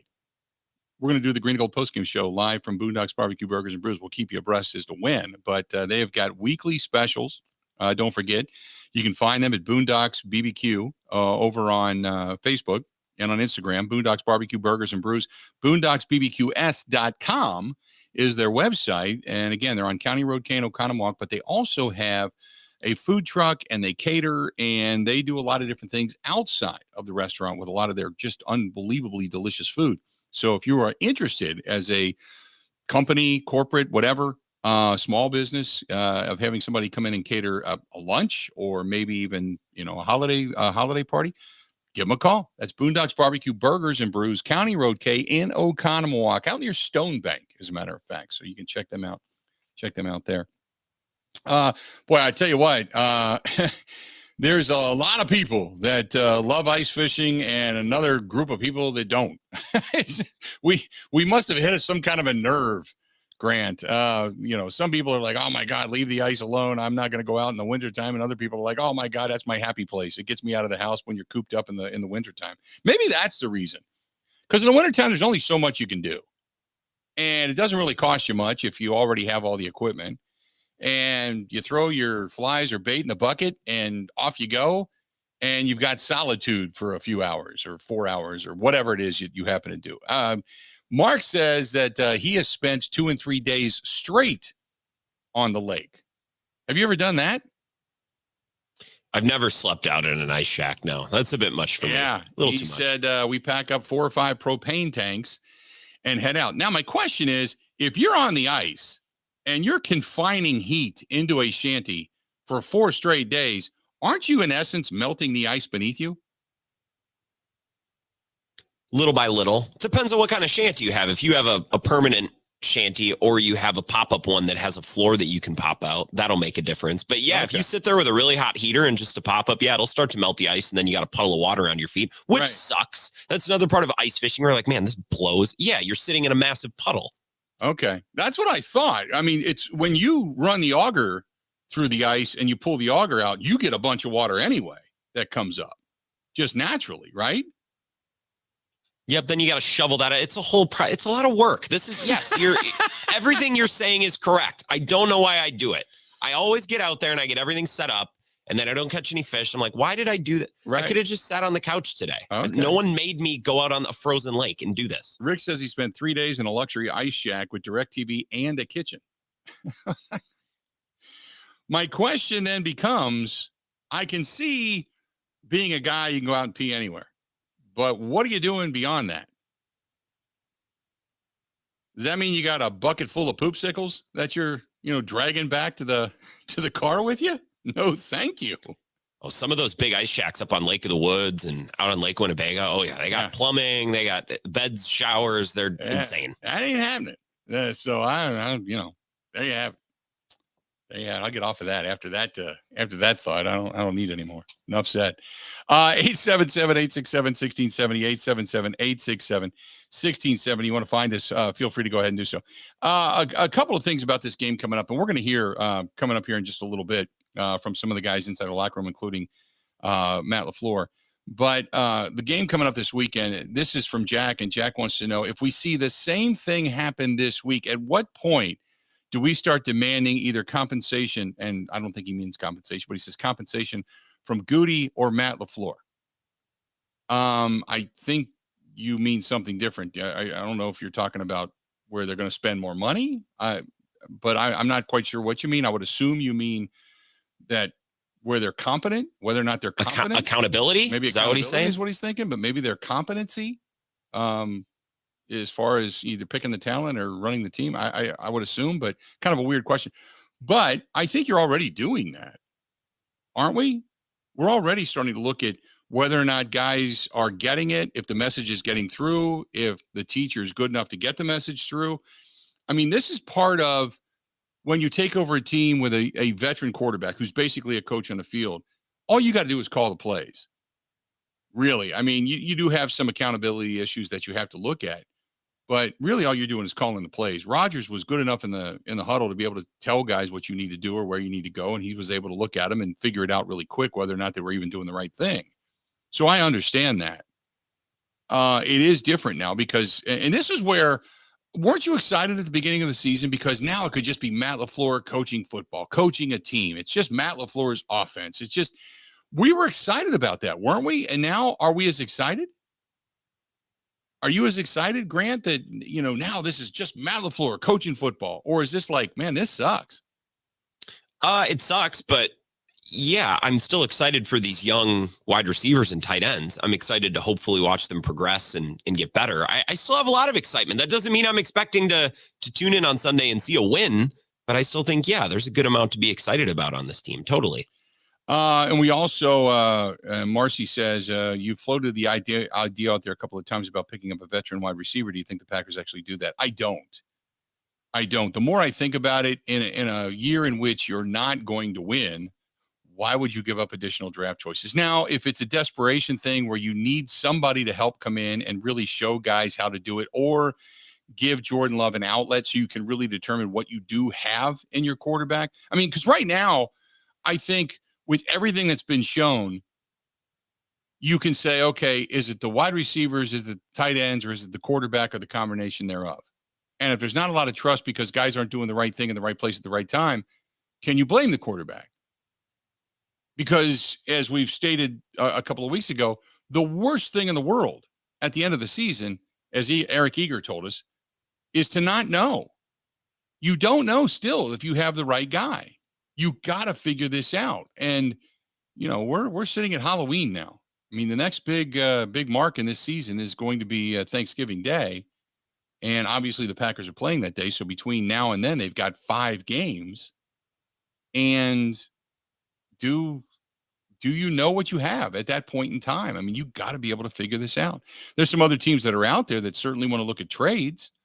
The 49ers, they're in the midst of their first, quote, losing streak as Brock Purdy's been under center. They've obviously had some issues. You've got, Kansas City, Philadelphia, Miami, Baltimore, all thinking that maybe if there's a place to upgrade in one position or another, they might be willing to make a trade. But you don't hear about a lot of teams. I mean, even the Jets, the Jets might be looking to make a deal or two if they believe that they can stay relevant until Aaron Rodgers, if Aaron Rodgers comes back. Then there's a team like the Tennessee Titans that they're looking to be more sellers than they are buyers at this point.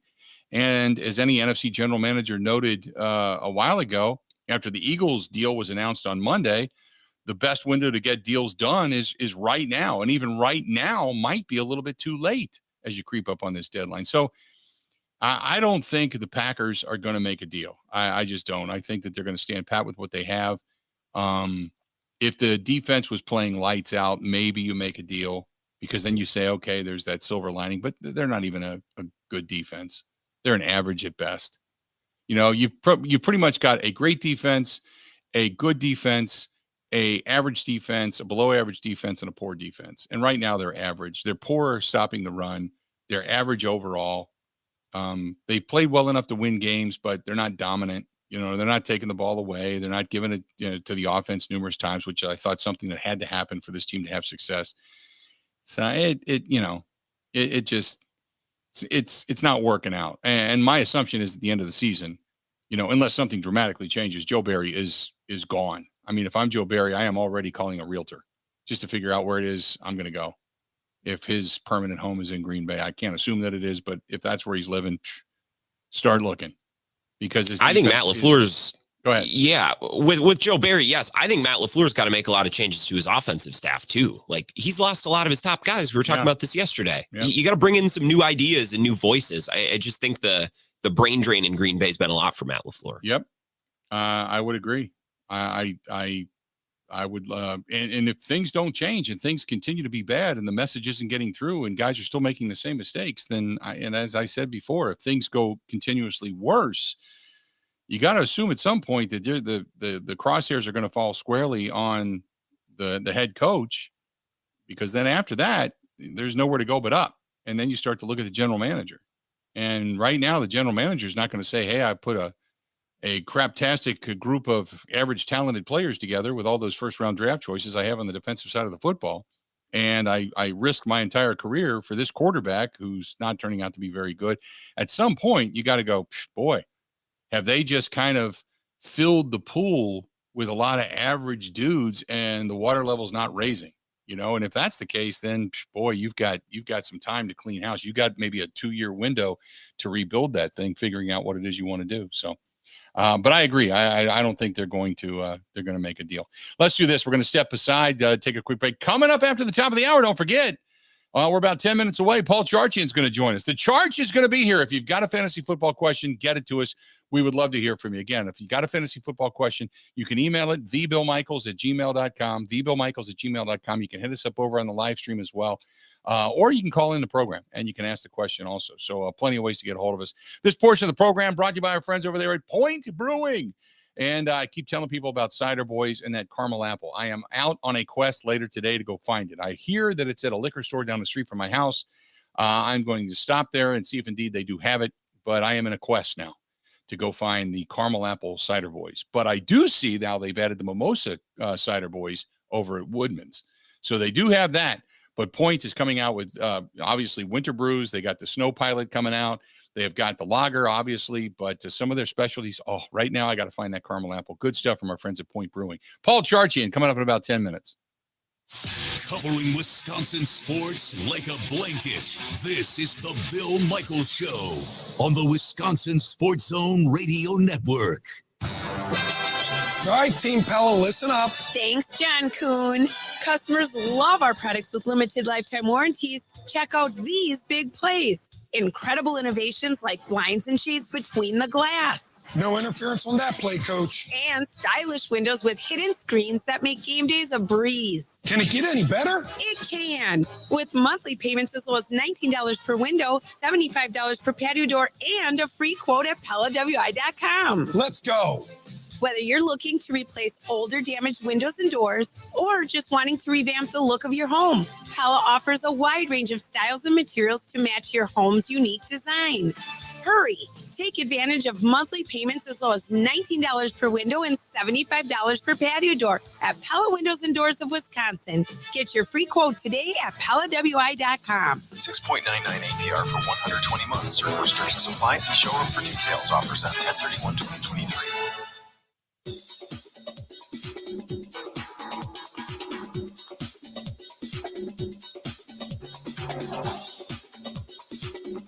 Bill Michaels will resume in 3 minutes.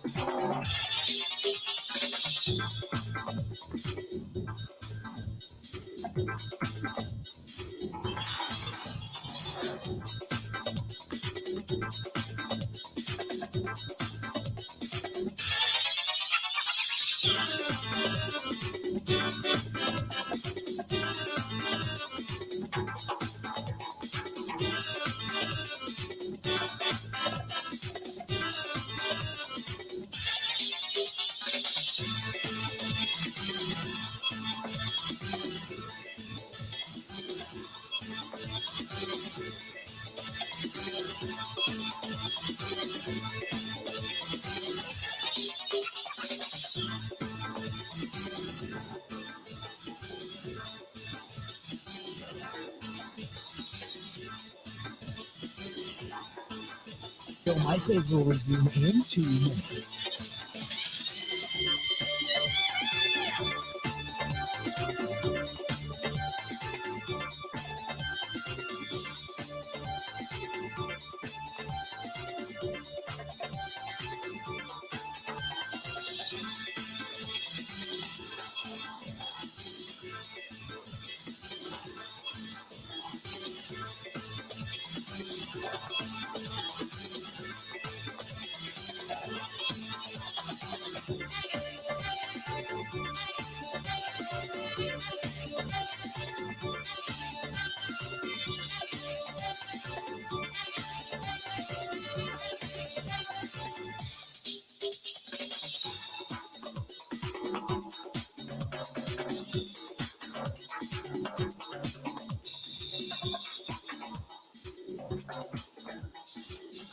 Bill Michaels will resume in 1 minute.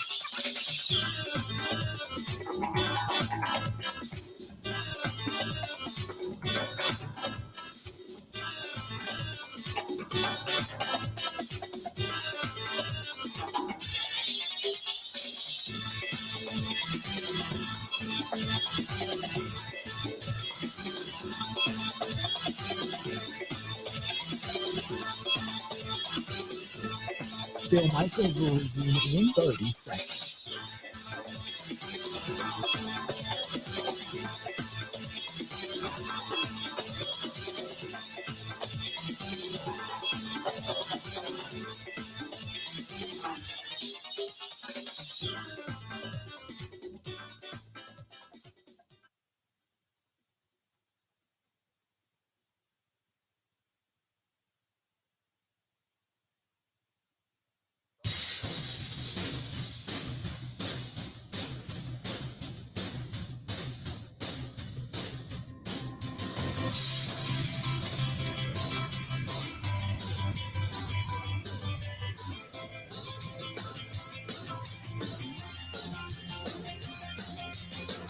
Hey, reminder coming up tomorrow night. Tomorrow night, we're going to be down at Stenny's, second to National Walker's Point. Grant and myself are going to be there, and about 7 o'clock, 7:30, something like that. And then a little bit later on in the evening, the Halloween costume contest gets underway.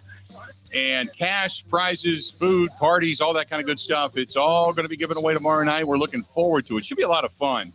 But the Stenny's annual Halloween costume contest is tomorrow night. Friday night, not Saturday. Saturday they moved it because the Badgers are taking on Ohio State, and that game has become a night game. So we will be there tomorrow night, Friday night, and that way we're kind of unfettered. We got some college football, got some basketball, and you've also got Game 1 of the World Series that are all going to be on the tubes. But we are going to be there with the Halloween costume contest tomorrow night, and not on Saturday night. So I want to reiterate that, but we'll be down there tomorrow night. Looking forward to it. Should be a lot of fun. Stenny, second to National Walker's Point, and we will see you there. And I saw some progress, as a matter of fact, on their Lake Country location. After they got a lot of the permits and some of the major engineering work done to the place, shall we say, it has really started to come along. A lot of the walls were ripped out. Now they're being rebuilt, and the floors are being put in, and so they are really kind of forging ahead with all that new property out on Watertown Road in Pewaukee. So looking forward to that when it opens. Hopefully, we were yesterday, I think it was, discussing a March Madness broadcast from there. So they're hoping to open by the time you've got March Madness and then ultimately into the baseball season. And the cool thing about it is, even out in Lake Country, out here in the Pewaukee area, they're going to run shuttles to a lot of the downtown locations. So that's something that there's nothing like that out here where I live, which is in Lake Country. So there's nothing like that. That is a gold mine waiting to happen for Stenny. So look for that coming up early in the summer, early spring, we'll say. But Stenny, second to National Walker's Point, we will see you there tomorrow night. Looking forward to it. Have you talked to Rachel and picked out the attire yet? I suppose it's Thursday. I'll get on that. So I have a black hoodie that just has like some pumpkins on it. Okay. And some skulls. You can do that. I might. Okay. Well, that's all I needed to hear. Yeah. Oh, thank God. Yeah. I'm going to wear that. She's got something festive. She's way more stylish than me. So we'll fit in. We're maybe not going to stand out with our attire, but we're going to fit in. And that's really what I aim to do, Bill. That's kind of my day to day. I'm just looking to blend in. I don't need to stand out. There you go. By the way, Forbes has come out and listed the most valuable NBA franchises. And the number one is the Golden State Warriors, $7.7 billion. 7.7 billion. 6.6 for the New York Knicks, the Lakers at 6.4, Boston at 4.7, and it goes down and down and down and down, and then you get to number 20, which is the Milwaukee Bucks. $3.2 billion is what the Bucks are worth. $3.2 billion. The Memphis Grizzlies, the least valuable franchise in the NBA, at $2.4 billion, and then you got the Minnesota Timberwolves and the Pelicans. But yeah, the Miami Heat, by the way, 3.9 at number 12. Some of the more popular ones, Philadelphia 4.3. I mean, you would kind of figure the bigger cities are what they are. I mean, the Clippers and the Lakers are only a couple of spaces beyond. Clippers are still top 5, but the Bucks come in at number 20 at $3.2 billion. There you go. All right, here we go. Fantasy football time. The Charge next on the Bill Michaels Show. Looking forward to it.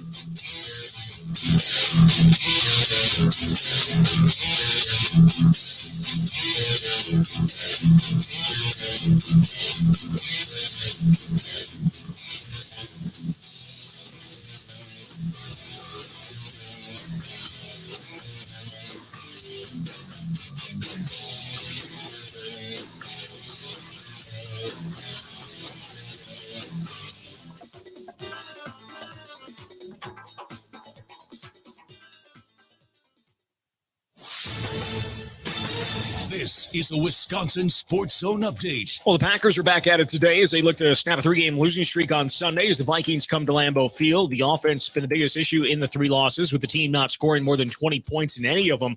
They have moved the ball at times, but they are lacking big plays. Wide receiver Christian Watson had a bunch of those as a rookie last year, said that might be the answer to get things going. I think one play could be the catalyst. I think it's just the consistency. I think if we can consistently make those plays, those 12, 14 play drives into, the 8-play drive with an explosive, because I mean, coach said it best. We're not going to be able to, continue to have 14 play drives and just think we're going to be able to do that all game. It's not that easy. So we just got to have some more explosives, be able to cut down the field a little bit more. Packers are dinged up. They put cornerback Eric Stokes and safety Darnell Savage on injury reserve yesterday. Means they're going to miss at least the next 4 games. Kick on Sunday is at noon. Turning to the Badgers, they're going to host unbeaten Ohio State on Saturday. Badgers come in 3-1 in Big Ten play, sitting in first place in the West with a half-game lead on Iowa. They have not beaten the Buckeyes since 2010. Kick on Saturday is at 6:30.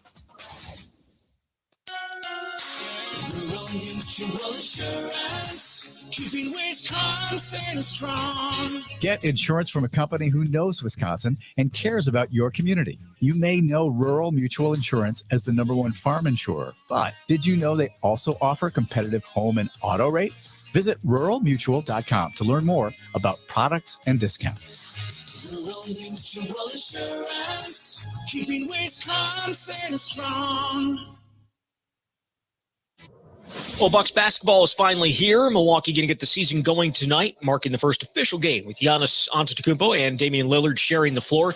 Tip is set for 6:30. And another team, Cleveland, has requested permission to interview Craig Counsell. That comes after the Mets were granted permission to speak with him for their job opening yesterday. With this Wisconsin Sports Zone Network update, I'm Zach Heilprin.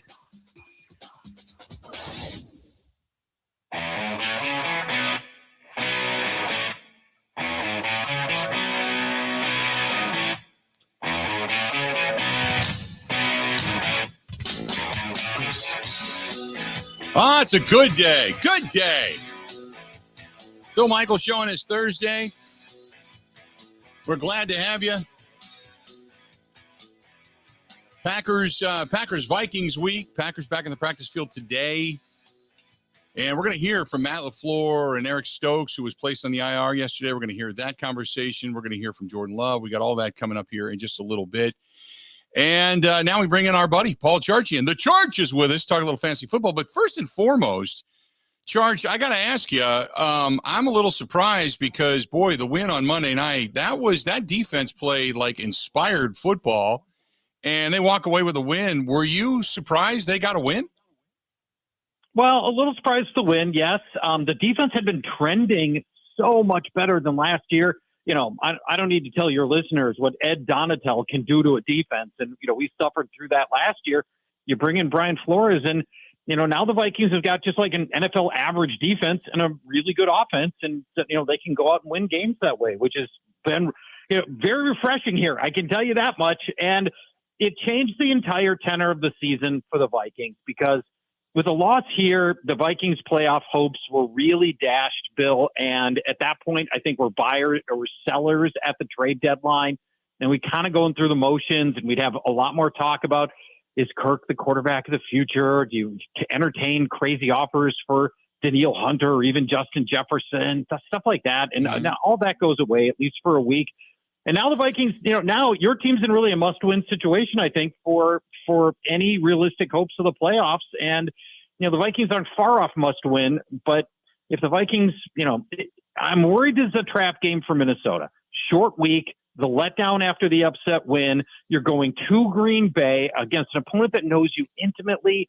I'm nervous about this game from a Viking standpoint. What are your thoughts? Well, it kind of leads me into one of my questions that a listener just sent me. But I am looking at this game as, if you don't look better offensively for the Packers, then I think there's a lot of fans ready to throw their hands in the air. I mean, we've heard all the excuses, the youth, you know, then the offensive line, then the injuries, and all the things that have happened, trying to get on the same page. And then it was, well, we haven't played a game in 21 days.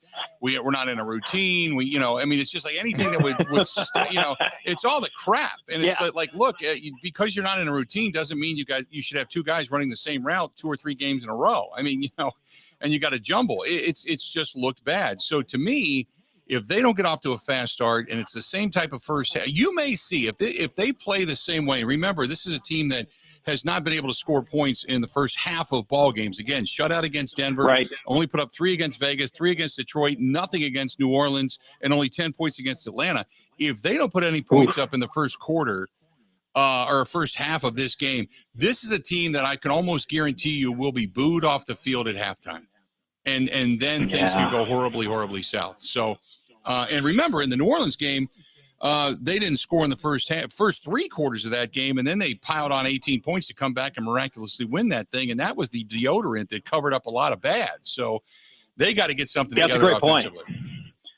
It's a great point. I mean, had that game not gone sideways, in part because Carr got knocked out of that game, right? If I'm remembering correctly. You know, if Carr stays healthy in that game, you probably lose, and there's probably a more realistic view of what your season's been, which at this point has not been great. And I think you hit on just a key thing. The excuses have got to start drying up if they are out there, because, you know, look at C.J. Stroud with an offensive line that's put 8 linemen on injured reserve. Right. You know, and C.J. Stroud's having a good season. He's 10th in passing, 10th. You know, and he's made 1 fewer NFL starts than Jordan Love has. You know, so, and look at what the Vikings have done. Jordan Addison, when he needed to go carry an offense as a young receiver, he's been able to do that. He's got 6 touchdowns already. So, you know, the youth thing does not work for me. The injury thing doesn't work for me. You know, to some, those are rationales. They're not meritless, but at some point, if you're a good team, you got to overcome that stuff. Right. And to this point, Jordan Love and the rest of that offense hasn't. Really, I think hamstrung, no pun intended, with the Aaron Jones injury, I think has really hurts the overall offense a lot.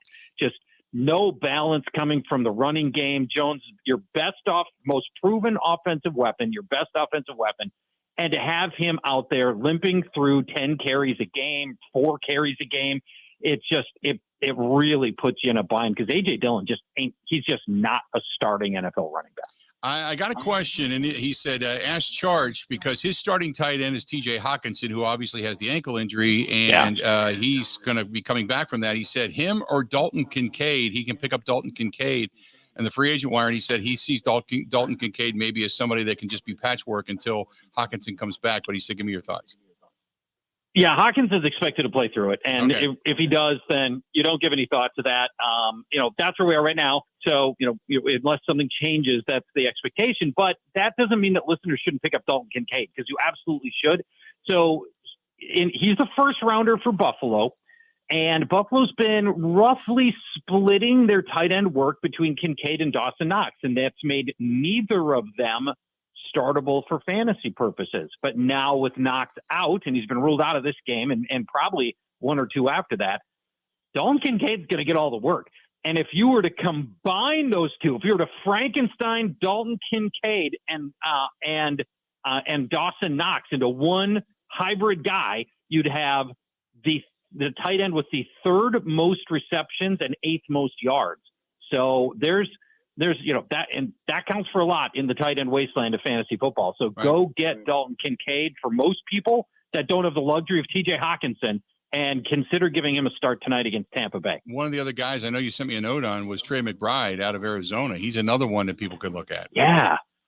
Yes, he is. McBride was a first rounder a couple of years ago. Most tight ends take 2-3 years to really get rolling. Even the Hall of Famers, 2-3 years to get rolling. The thing, and Zach Ertz was there, and they were using Zach Ertz a lot. But Zach Ertz just went on IR on Tuesday. So Trey McBride steps in, and he had already seen a big uptick in snaps and targets. And you might be thinking, Bill, yuck, a Cardinals tight end, I'll look elsewhere. But Josh Dobbs is throwing to his tight ends like crazy. 10 targets per game to the tight end position, fourth most in the league. And so there's a real opportunity here for Trey McBride as well.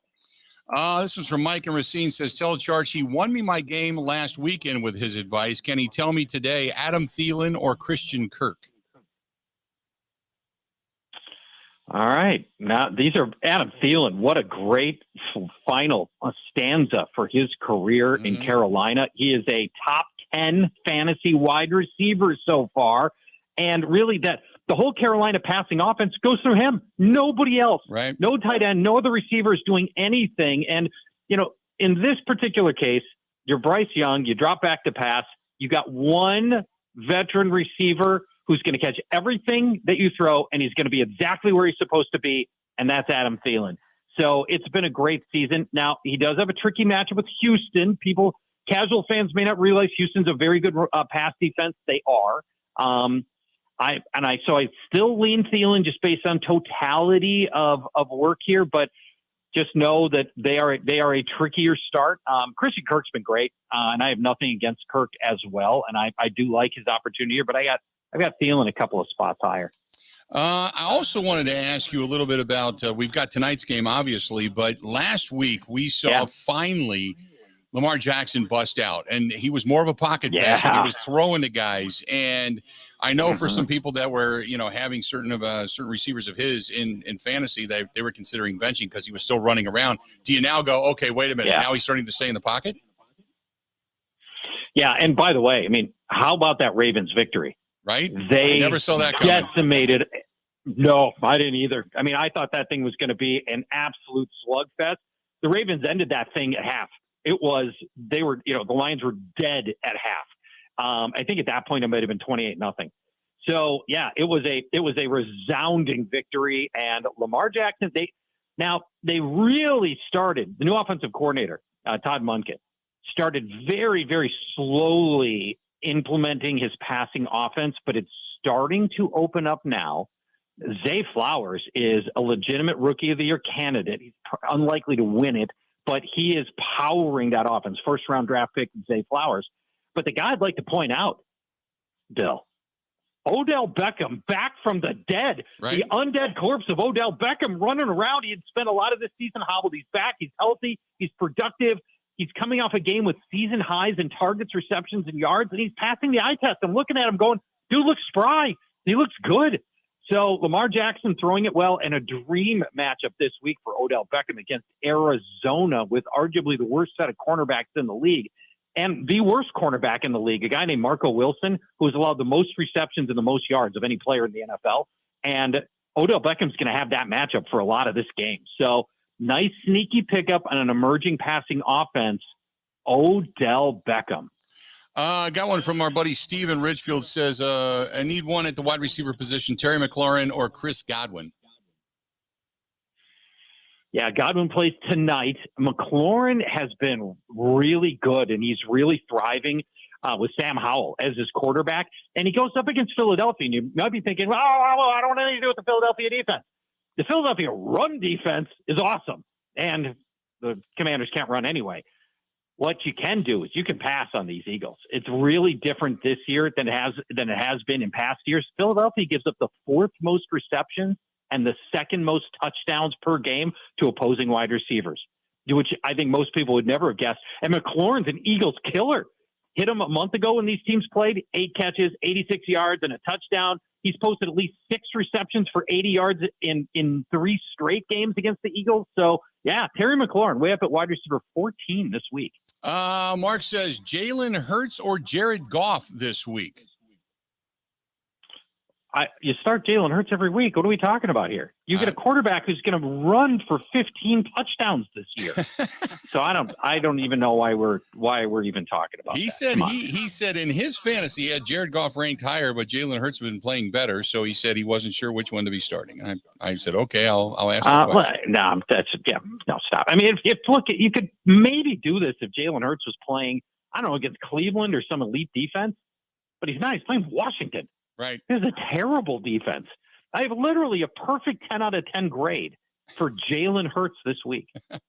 Then you've got down in Miami, because that's another thing we want to talk about when you say that, you look at Miami and the juggernaut that they have been and the speed that they have, but everybody's getting nicked up down there. Do you start to have concerns when it comes to playing those guys in fantasy? Well, I think there might be some opportunity here. So let's note Tyreek Hill's got a hip injury. He missed practice yesterday. And yesterday, Tua was asked about the injury, and he said something like, "We're hoping he comes back. We're hoping hoping he comes. The timetable's not too far out." It was really weird. Right. Like, man, this is worse than I know. Jalen Waddle's got a back injury, and then a running back, Devon Achane's on IR. Raheem Mostert always gets hurt, and now he is hurt. He's got an ankle injury. So what I want to urge fantasy players to do is consider picking up some of the deeper Dolphins who you might be able to just throw in your lineup this week against New England. Jeff Wilson is the running back who came off IR last week, got onto the field, didn't do much, but got onto the field. And then Braxton Berrios is the likely wide receiver who would pick up the routes that Tyreek or Waddle run if either one of those miss, because he's built just like him. He's fast, he's thin, he's slippery. I think he would be the guy who gets some extra work there. So there's a couple of angles to pick up if you want a piece of the Miami offense, perhaps for this week, if these injuries hold up. I know we only have a minute, but I want you to hit tonight's game as well. Yeah. So a couple of things. One is, Buffalo's offense has struggled 3 straight weeks. So just 2 touchdowns in their loss to New England last week. They did not score against the Giants in the first half the week before that, and they only went on to score 14 points. And then they lost to Jacksonville and only put up 20 points in that game. Tampa's a sneaky good defense. They're just giving up 17 points per game, Bill. Just 1.5 touchdowns per game, which puts them behind only San Francisco and Baltimore in touchdowns allowed. That's elite level stuff happening for that Tampa defense. So I don't know that Buffalo automatically is the bounce back offense that I think people think they are against Tampa. And I'll mention this as well. Baker Mayfield, shockingly effective so far. He's on pace for almost 4,000 receiving yards, which would be a career high, on pace for 26 touchdowns. Tampa's quietly sitting at 500. They're right in the middle of the playoff run in a weak division. So, this thing might be a little bit more of a battle, and a little bit closer than I think a lot of people think. And I wouldn't just discount this as a one-sided affair coming up tonight. Charge, who you got in the game on Sunday, real quick? Who you picking? Vikings are the better team, and they've played better. I really want to believe that they're going to win. So I'm going to take the Vikings, but I'm really worried about all the intangibles, the letdown, the short week, the travel, and the fact that the Packers have to have this win. Always good, buddy. We'll talk to you again next week, okay? Tell Paul Allen I said hi. I've texted him a couple of times. I guess I'm going to get him a Zantigos gift card and then give it to him on Sunday. That's a great idea. He will love that, actually. Right. He's a fast food hound. He will love that. Awesome stuff. That bud. is a great call. All right, talk to you later. next Bye-bye. week. Bye-bye. There you go. Paul Charchian joining us for a couple of minutes on the hotline, and great to get some of the questions from you in, and talk to him about some fantasy football stuff as well as get the lowdown on the Minnesota Vikings. Good stuff. Good to have him on board. This portion of the program brought to you by our friends over at the Social House, Haus. The Tiger Burger at the Social House. That's the real deal. Love that thing. And have been for a while. Been telling you about some of the new items on the menu. So head over to the Social House, whether it's for a Halloween costume contest, maybe to watch some of the games this weekend. Sunday, they have breakfast on Sunday mornings. Just awesome stuff. A lot of good stuff. West Lisbon Road in Menominee Falls. That is the Social, Haus Social House. Covering Wisconsin sports like a blanket. This is the Bill Michaels Show on the Wisconsin Sports Zone Radio Network. All right, Team Pella, listen up. Thanks, John Kuhn. Customers love our products with limited lifetime warranties. Check out these big plays. Incredible innovations like blinds and shades between the glass. No interference on that play, Coach. And stylish windows with hidden screens that make game days a breeze. Can it get any better? It can. With monthly payments as low as $19 per window, $75 per patio door, and a free quote at PellaWI.com. Let's go. Whether you're looking to replace older damaged windows and doors or just wanting to revamp the look of your home, Pella offers a wide range of styles and materials to match your home's unique design. Hurry! Take advantage of monthly payments as low as $19 per window and $75 per patio door at Pella Windows and Doors of Wisconsin. Get your free quote today at PellaWI.com. 6.99 APR for 120 months. Certain restrictions apply. See showroom for details. Offers end 10/31/2023.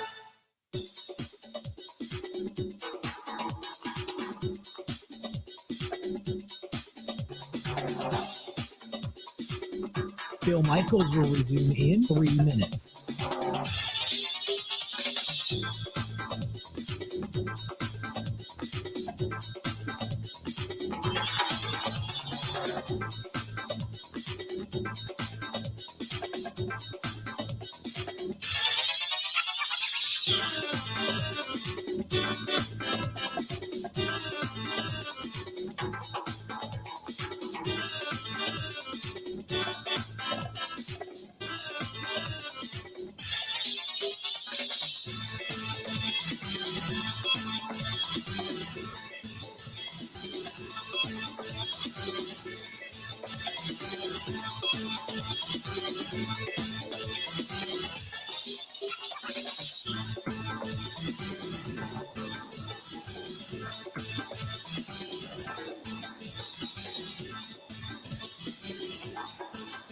Bill Michaels will resume in 2 minutes.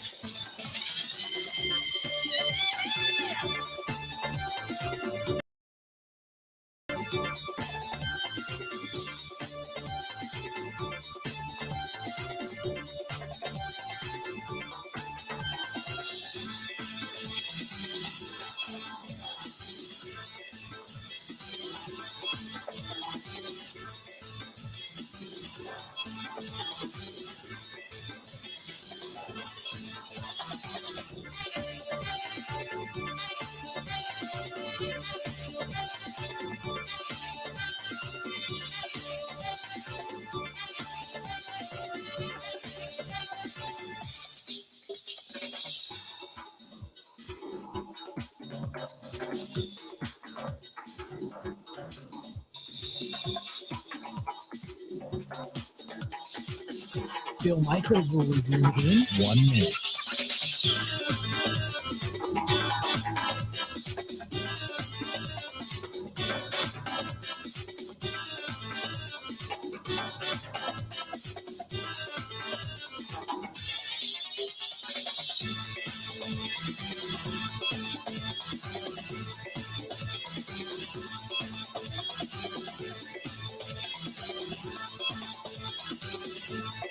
Bill Michaels will resume in 30 seconds.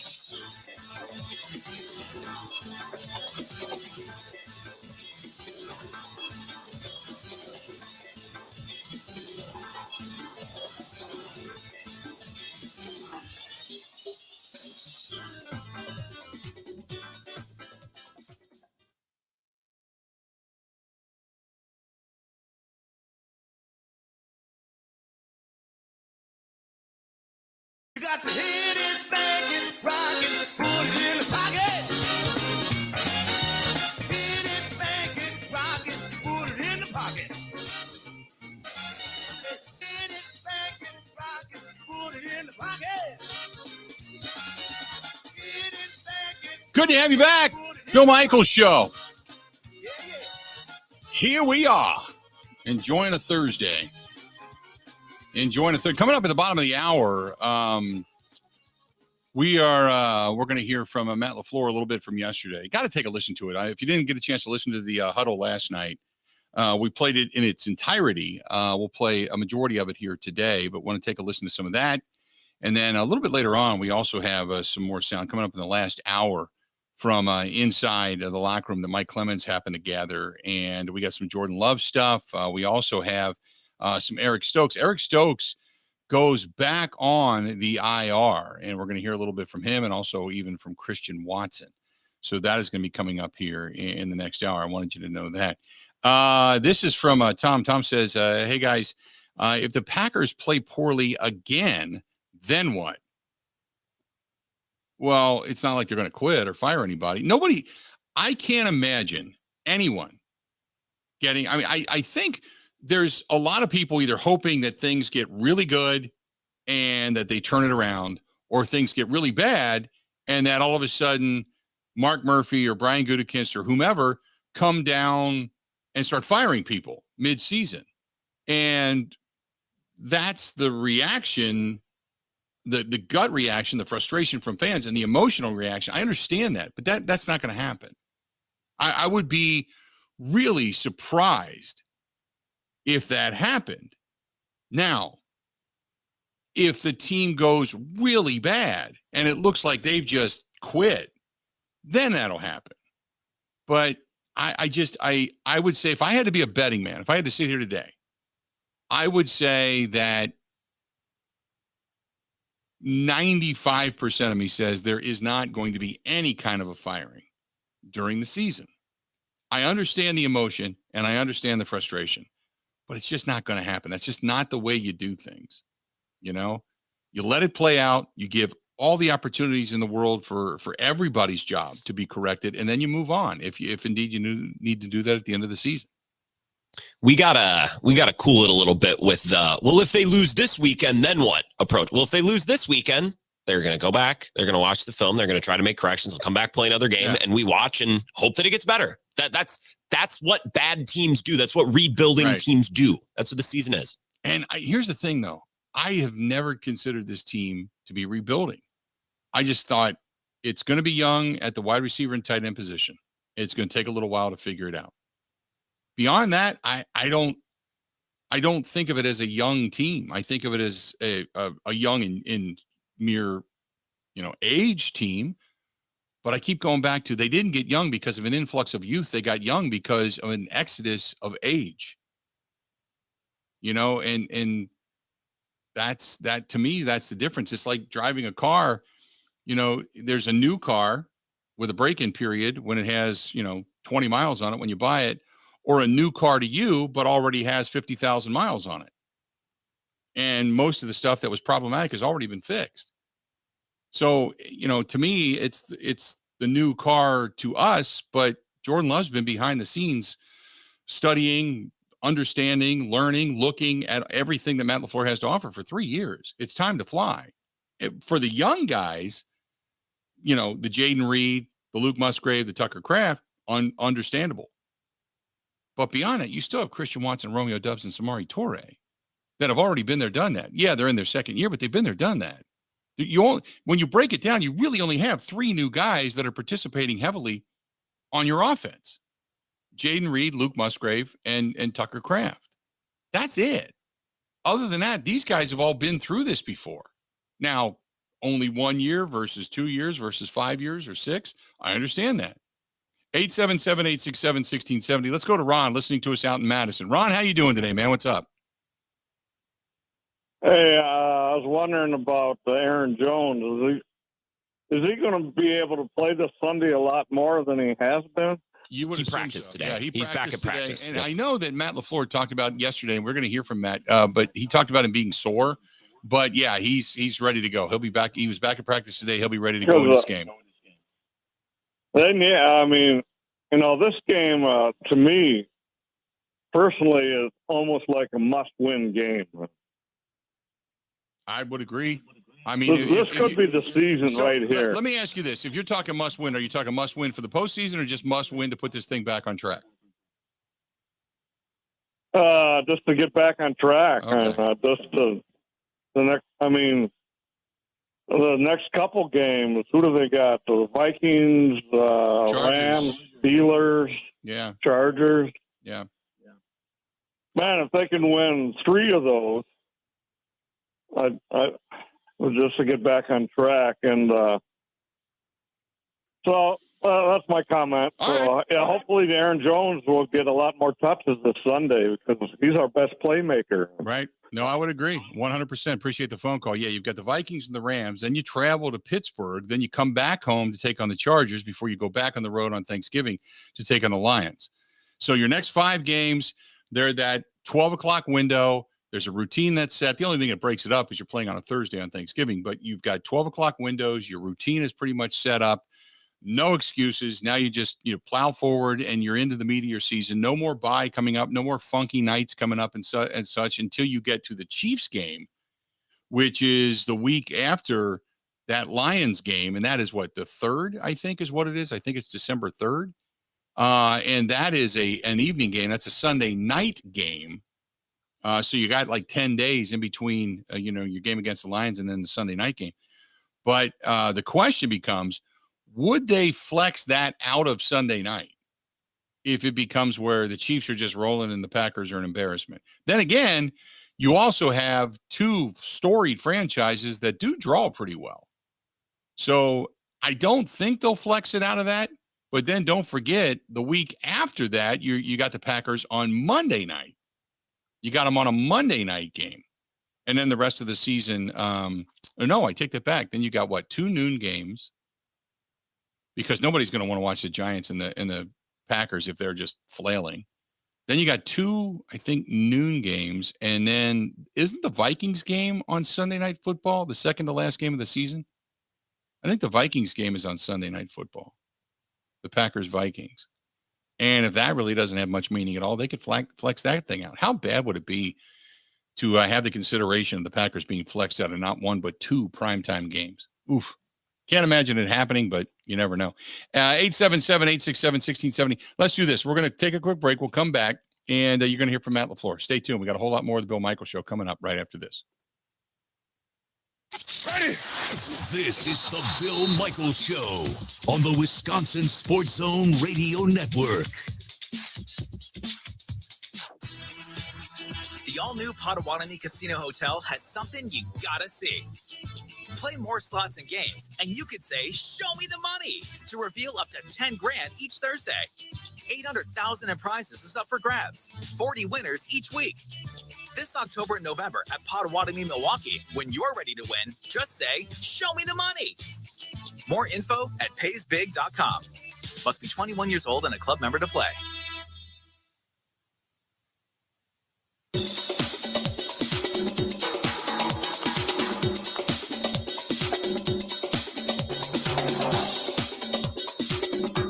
Bill Michaels will resume in 5 minutes.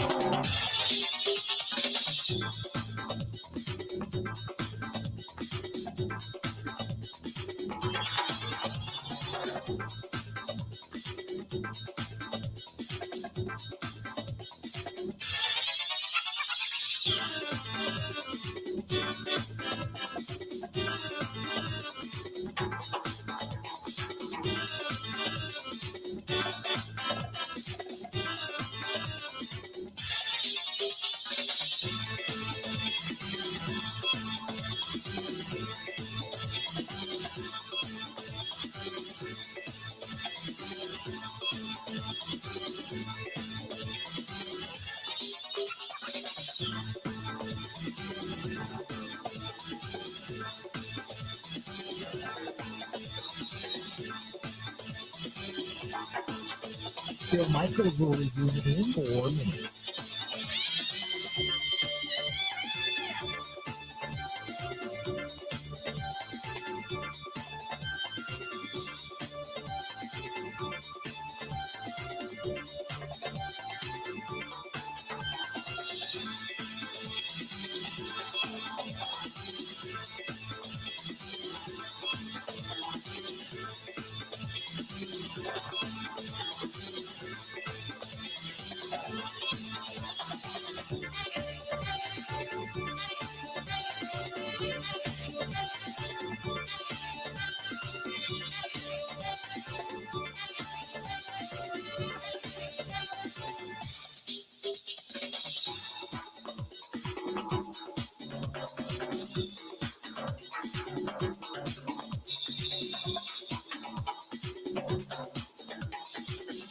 Bill Michaels will resume in 3 minutes.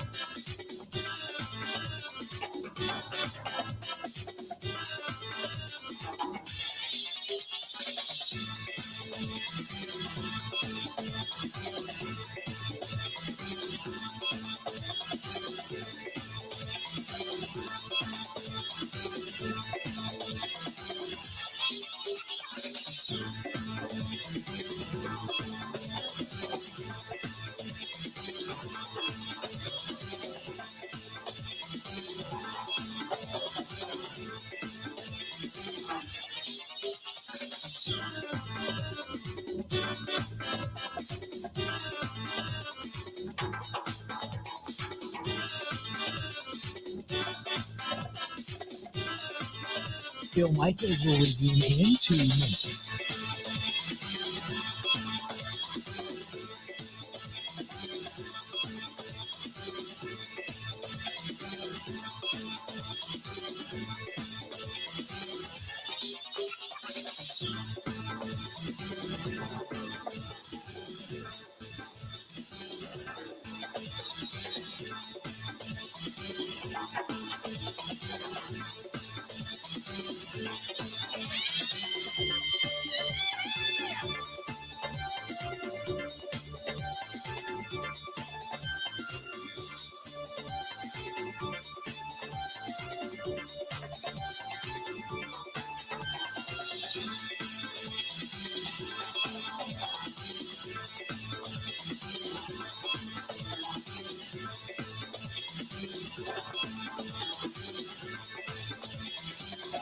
Bill Michaels will resume in 1 minute.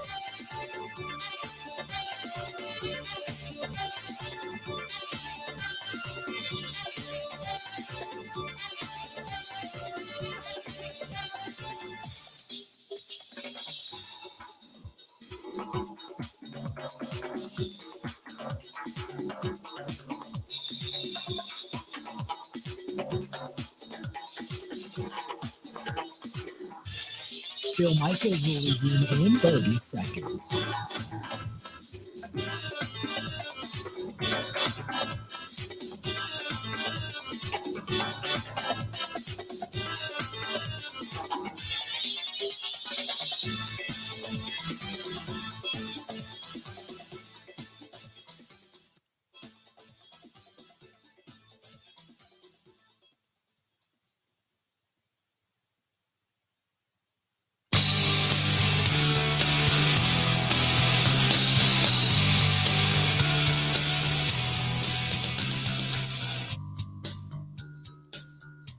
My guy, Scott Ellis, over at Homeside Financial. If you are looking for a mortgage, if you are looking for your first mortgage, refi, whatever it happens to be, especially right now, you need somebody to help you navigate through the financial side of things and how they can get different interest rates for you. Don't be afraid of the interest rates right now, and they'll explain why. But go ahead and get a hold of Scott. Team Ellis, Scott Ellis.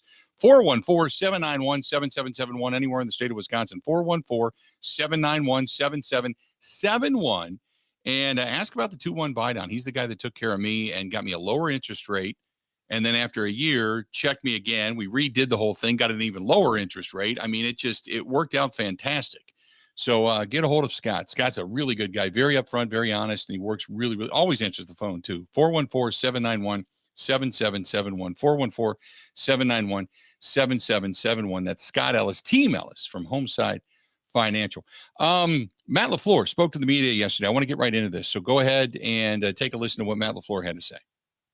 So Aaron Jones, Josh Myers, Luke Musgrave, Darnell Savage, and Eric Stokes did not practice. Then limited were Jair Alexander, Drake Campbell, Elton Jenkins, Yash, and Devontae Wyatt. Is Musgrave just an ankle, or is he in protocol or anything like that? No, it's just an ankle. Yeah.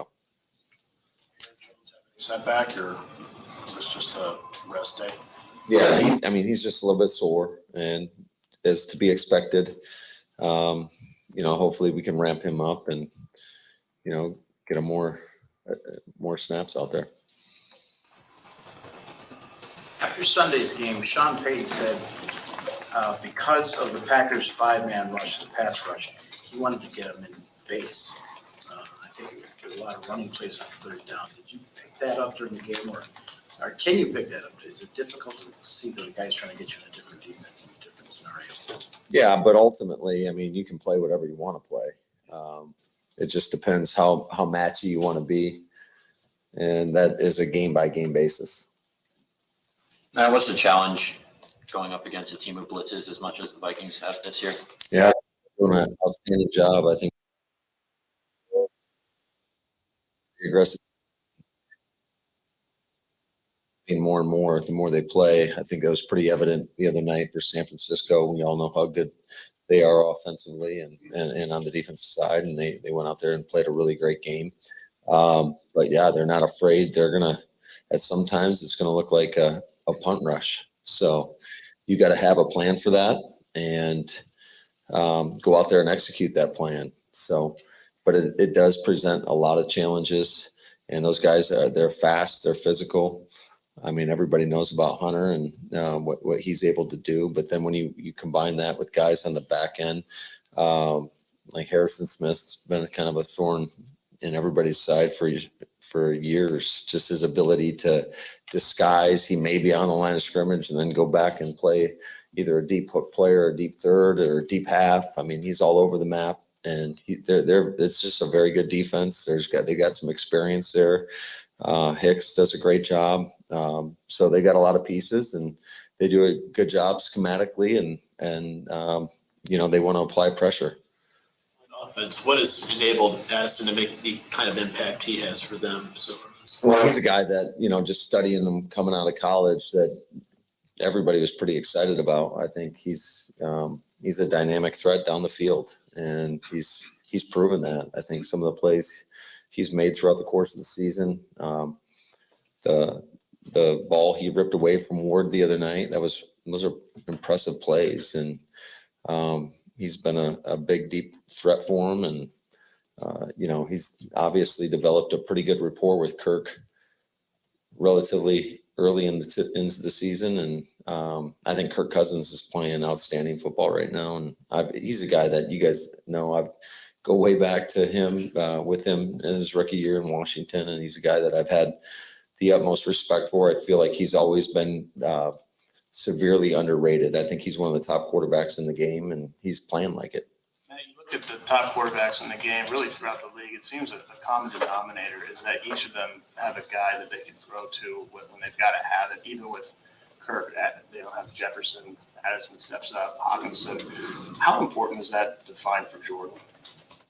I think it's important for all quarterbacks, and I think we're still developing that rapport with him and our receiving core. And the one thing I'll tell you is we got a lot of confidence in all those guys that when called upon, they're going to make the play. And we just got to. I think the more they play, the better that everybody's going to get, and they're going to gel together the further we get on into the season. Just talk about the decision with Savage and seeing Devondre back today. At least in some drills. Yeah, so Dre was out there. Great to have him back. Very, he's a leader on this football team. Has been playing at a high level, and then, unfortunately, Sav's going to go to IR, and hopefully we'll get him back here in a couple weeks. You said late Monday when we were talking to you that it's all right there for Jordan. When you're working on that rapport and you're trying to build that chemistry, what are you evaluating him on? What's the it that you're seeing to know that it's all there for him? Well, I think it's the same thing that we evaluate all these guys on. It's specifically with the quarterback position. It's the decision making, the timing, the accuracy, and how are his fundamentals? Is he pulling the trigger? Is he being decisive? We've used this old saying, indecisive equals ineffective. And so he's just got to continue to get those reps. I thought he had a great day of practice, and hopefully, you have a great week of practice that translates to Sundays. So, and we're going to need, it's not just about him though. I've said that so many times. We need everybody. We need all 10 men around him to do their job as well. Otherwise you don't have a chance. Man, you had 2 years with Kirk in Washington, right? I think he started 4 games over that span, so I know it's a small sample size, but Do you remember kind of him going through some of these similar indecisive equals ineffective, and how long do you think it takes before you, of playing, not 3 years of sitting and 6 games of playing? Yeah, I think every quarterback's a little bit different. The circumstances are a little bit different. You know, so I think everybody's going to learn that at their own pace. You know, there's so many variables that go into this in terms of just everybody around you, what defenses you're going against, the game plan. So everything can be a little bit, you know, different. Cousins made a couple of throws Monday night under extreme pressure and still got the ball out at the very last second. I mean, was he in the zone Monday night? How did you think that he looked in that game? Yeah, shoot, I always think he's in the zone. So it's important to try to apply pressure to him, make him move around in the pocket, and you got to have sticky coverage on the back end. It all works hand in hand. But Kirk is a guy that he can make any throw. And he's proven it. He's done a great job. I think he's playing as good as anybody right now. Now you talked about the need to create more turnovers defensively to maybe help the offense a little bit. Is there a common denominator, a couple of things that you see when you watch your defense, the film, that they're not doing that they need to do a better job? Well, I think the emphasis, especially when you watch across the league and how people generate turnovers, is just it's all the football. When you get there, how are you attacking the ball carrier? Are you punching at the ball? Are you raking at the ball? All those little things add up. Are you able in the pass game to get your hand on a ball to maybe tip it up in the air to generate turnovers that way? Are you able to get to the quarterback? So there's so many things that I know we can do at a higher level. With us, some of us old timers, we know how X can be. Is there some concern there with Ja? I think missing another game and kind of the trickiness of how that can be sometimes. You're an old timer? Okay. Sorry to say. Yeah. No, I think, you know, just with any injury, let alone a back, there's always concern with it. But hopefully that he's getting better, and, you know, we're hopeful that he'd be available this Sunday. What did you see from Owens after Savage got hurt Sunday? I know he had the third down penalty, but aside from that, looking back on film, how did you feel about the way Owens played? Yeah, I thought he did. He stepped in and did a nice job, and we're going to need that moving forward. And certainly, I think that just the timing of some of those third down penalties they're critical penalties to extend drives, and especially, you know, if you got a guy and you got a post safety, like they may call it, they may not call it. He got called, so it's just trying to play with great fundamentals, great technique, and trust in your help when you have it. Everything that road for more than a month now. What's the excitement level to just finally get back in front of the home fans, especially for a big NFC North rivalry? Yeah, I think it's going to be great. I think, you know, how our fans are super supportive, and we need them to show up and turn out and be loud for us and make a difference in the game. What can you say to Stokes? I mean, he spent a year trying to get back, and then 4 plays, and this happens. Yeah, I talked to him today, and I said, you know, as tough as it may be, he is a great man, first and foremost. And he's got a great personality. He's a happy guy. And I know he's extremely disappointed, and we're disappointed for him. That's a long road to recovery. And then to get out there and play, what was it, 4 snaps or whatever it was. And then he goes out. It is disappointing, but he's got to do whatever he can and focus on the things he can control. And that's your attitude and how you approach each and every day and being there for your teammates. Because he can still have an impact on this football team, whether he's on the field or not. And it's just by being the person that he is. Is there a hope he can be back on the field this year? I would say absolutely. With your IR for now for him, though? Yes. With your, I think you guys had a lot of expectations and hopes for the offensive line, considering how veteran that group is. Other than injuries, is there something that's been missing from that group that's led to some of the issues you've had both run and pass? You know, I just think that these guys are battling. They're battling. You know, we've had a few setbacks here and there, just shuffling a few guys in and out. bottom line is we got to coach them better and we got to go out there and execute better. And that's about all I can say about that. It's not for a lack of effort. I got a lot of love and respect for those guys and just the work that they put in on a daily basis. But, we're in a performance-based league and we got to go out there and play better. And hopefully we as coaches can do a better job of putting those guys in better positions for them to go out there and execute. Romeo's had some really good plays for you, obviously, this season. Do you need to try and figure out ways to get him more involved, or what's going on with him that kind of his contributions are maybe a little inconsistent? Is that? Yeah, I mean, he's a guy we're trying to get all these guys involved, obviously, in the pass game, and sometimes based on coverages, it can be a little bit more difficult than in other games. It just depends on what teams are playing. We've gotten a ton of zone coverage, I would say, especially the last few weeks. Not a lot of man, and those limit some of those opportunities if people are going to play soft and off on you. And, how do you get them the ball? And you can always, I guess, flick it out there on a screen like we did in the game. But, yeah, certainly we want to get him more involved. I think he's shown the capability to make some big-time plays for us. And so we've just got to go back to the drawing board and try to scheme some stuff up and just have answers for whatever it is that somebody's presenting to us. What kind of a weapon has TJ Hawkinson turned into for the Vikings? I think anytime you have a tight end, that's always a really good security blanket for a quarterback. And I think TJ's, he's one of Kirk's main targets. So I think he's gone in there and he consistently produces.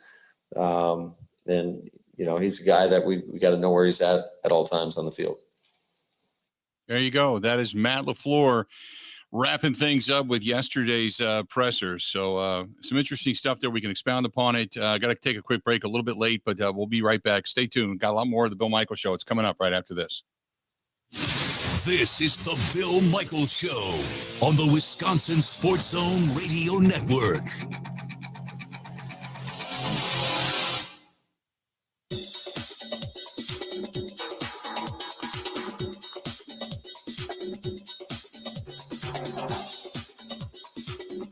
Bill Michaels will resume in 3 minutes.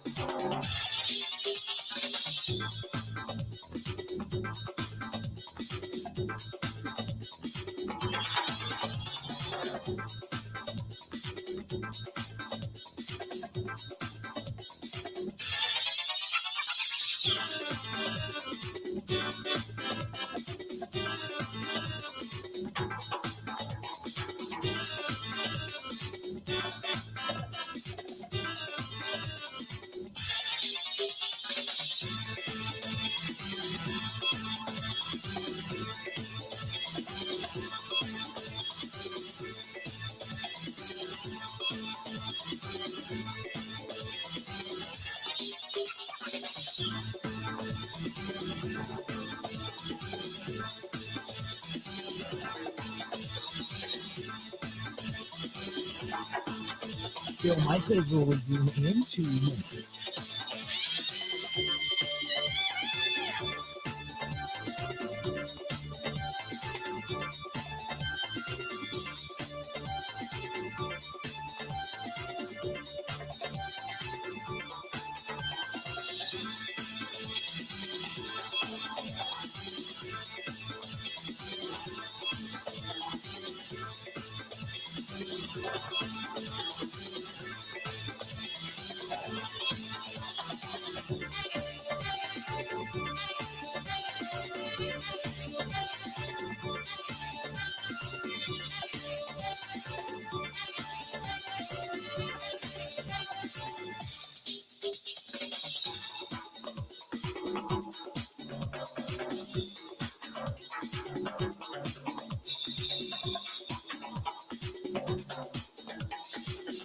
Bill Michaels will resume in 1 minute.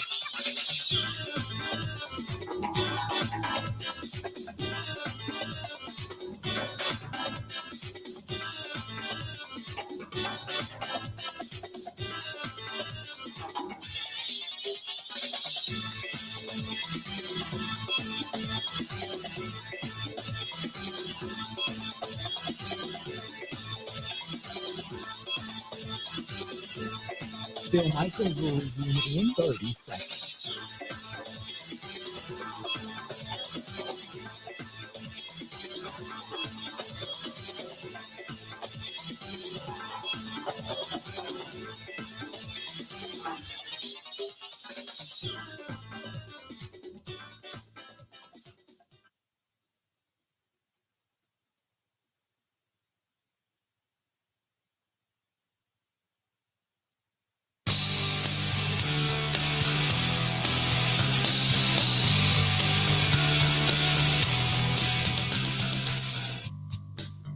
Thanks for coming back. We appreciate it.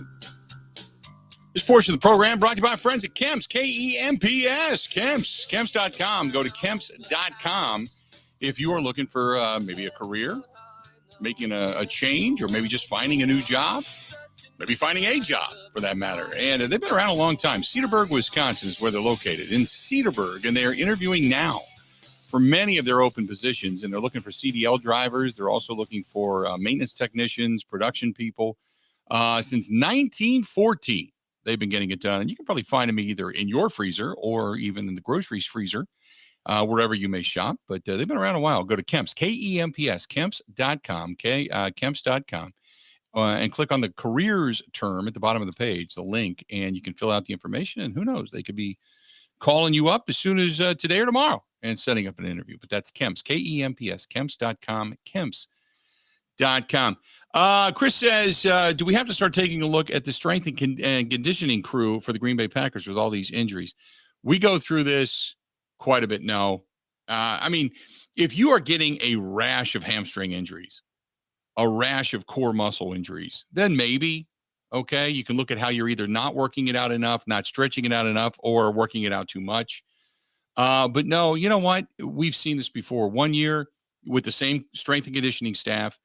1 year, you are one of the least injured teams in football. And then the next year, you have a rash of injuries. It's just the nature of the beast, unfortunately. Sometimes, this is what I say, especially when it comes to football, you got to be good. You got to have luck, and luck and health kind of sometimes go hand in hand, and then you got to get hot at the right time. But with the injuries that they've had, the hamstring injury to Christian Watson, well, we know he's prone to it. The hamstring injury to Aaron Jones, it just happened first game of the season, and it's kind of stuck with him. You've got a calf injury to Darnell Savage, an ankle injury to Eric Stokes, but Stokes was coming back off a major surgery to that ankle from last year. So, and in Bakhtiari's knee issues, that's been something for 3 years now. So I no, I'm not going to go as far as to say that there's a problem with the strength and conditioning group. I mean, I don't know. I don't think you can just go there. I think you got to look at each play. You look at the way guys twist and turn, and do they get rolled up on from behind? Does a guy drag them down by their ankles as opposed to, say, their waist? Do they jam their knee into the turf or don't they? Sometimes it's just, falling awkward. When you can't protect yourself from injury, when you have other guys running as hard as fast and either as heavy as or heavier than you are, there was guys. I mean, you're right. Clay Matthews always had a hamstring injury. Always. It was problematic throughout his career. There's just some guys that are prone to it. And then sometimes you've seen guys that they get fall in on, and the ankle gets banged up or the knee goes sideways or whatever. They don't see it coming. A lot of the times it's not necessarily even anything you do. It's kind of how awkwardly people will either fall on you or the way they pull you down. So I don't know. I don't go there.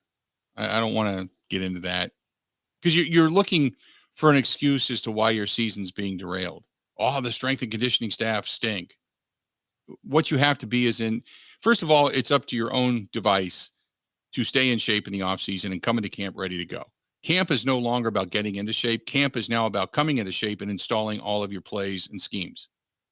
That's what camp is, and about honing your skill. It's not about the old days when you went out and sold cars and drank and smoked cigarettes and everything else, and then you came into camp and you ran gassers to be able to build up your stamina. You're already expected to come into camp with a good amount of physical stamina. So it's a different day and age. I think we're looking for reasons that really aren't there. We're grasping at straws, So 877-867-1670. After the top of the hour, going to hear from Jordan Love, going to hear from Eric Stokes, going to hear from Christian Watson, all of them. We've got some more coming up at the bottom of the hour. We'll get into some things that we missed today as well. So a lot still on the docket on this Thursday edition of the Bill Michaels Show. A reminder, don't forget, coming up tomorrow night, we're going to be down at Stenny's, 2nd and National, Walker's Point, the Halloween costume contest. I'm going to be there. Grant Bills is going to be there. Looking forward to it. So come down and join us on Friday. However, if you can't, and you're in the Marshfield area, coming up next Wednesday, we're going to be there for the huddle. We're going to be at Nuts Deep 2 in Marshfield next week. So if you're in the Marshfield area, come on out. 6 to 8, Nuts Deep 2 in Marshfield. We'll see you there. Another hour of the Bill Michaels Show. All coming up next.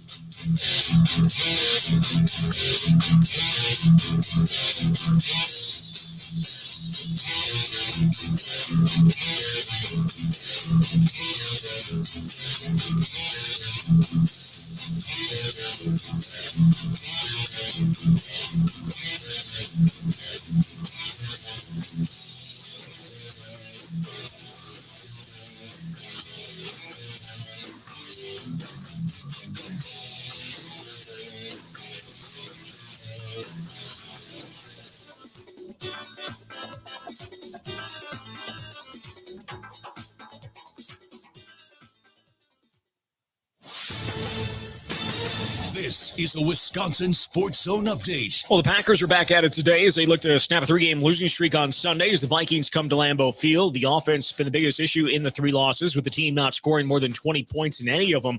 They have moved the ball at times, but they are lacking big plays. Wide receiver Christian Watson had a bunch of those as a rookie last year, said that might be the answer to get things going. I think one play could be the catalyst. I think it's just the consistency. I think if we can consistently make those plays, those 12, 14 play drives into, the 8-play drive with an explosive, because Coach said it best, we're not going to be able to, continue to have 14 play drives and just think we're going to be able to do that all game. It's not that easy. So we just got to have some more explosives, be able to cut down the field a little bit more. Packers are dinged up. They put cornerback Eric Stokes and safety Darnell Savage on injury reserve yesterday. Means they're going to miss at least the next 4 games. Kick on Sunday is at noon. Turning to the Badgers, they're going to host unbeaten Ohio State on Saturday. Badgers come in 3-1 in Big Ten play, sitting in first place in the West with a half-game lead on Iowa. They have not beaten the Buckeyes since 2010. Kick on Saturday is at 6:30. Mutual Insurance, keeping Wisconsin strong. Rural Mutual is the #1 farm insurer in Wisconsin for a good reason. As a company founded by farmers, they understand the ag industry and its challenges. Local agents offer farm families the best advice and personalized coverage. Visit ruralmutual.com to find an agent near you. Rural Mutual Insurance, keeping Wisconsin strong. Well, Bucks basketball is finally here. Milwaukee going to get the season going tonight, marking the first official game with Giannis Antetokounmpo and Damian Lillard sharing the floor. Tip is set for 6:30. And another team, Cleveland, has requested permission to interview Craig Counsell. That comes after the Mets were granted permission to speak with him for their job opening yesterday. With this Wisconsin Sports Zone Network update, I'm Zach Heil. Print.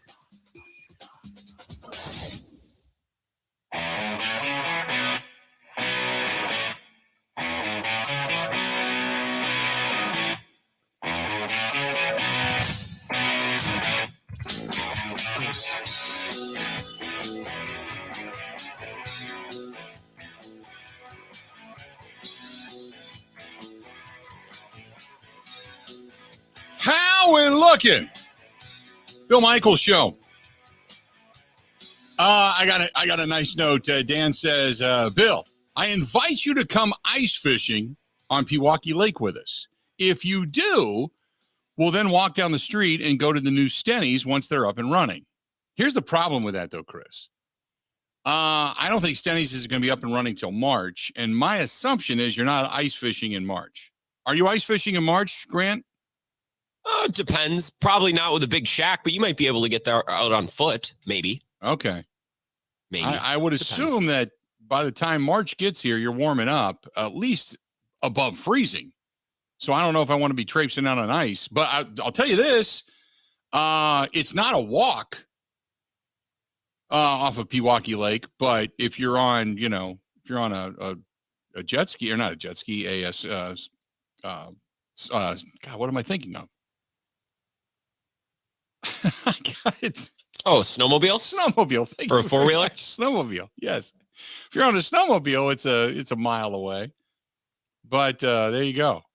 I couldn't think of it.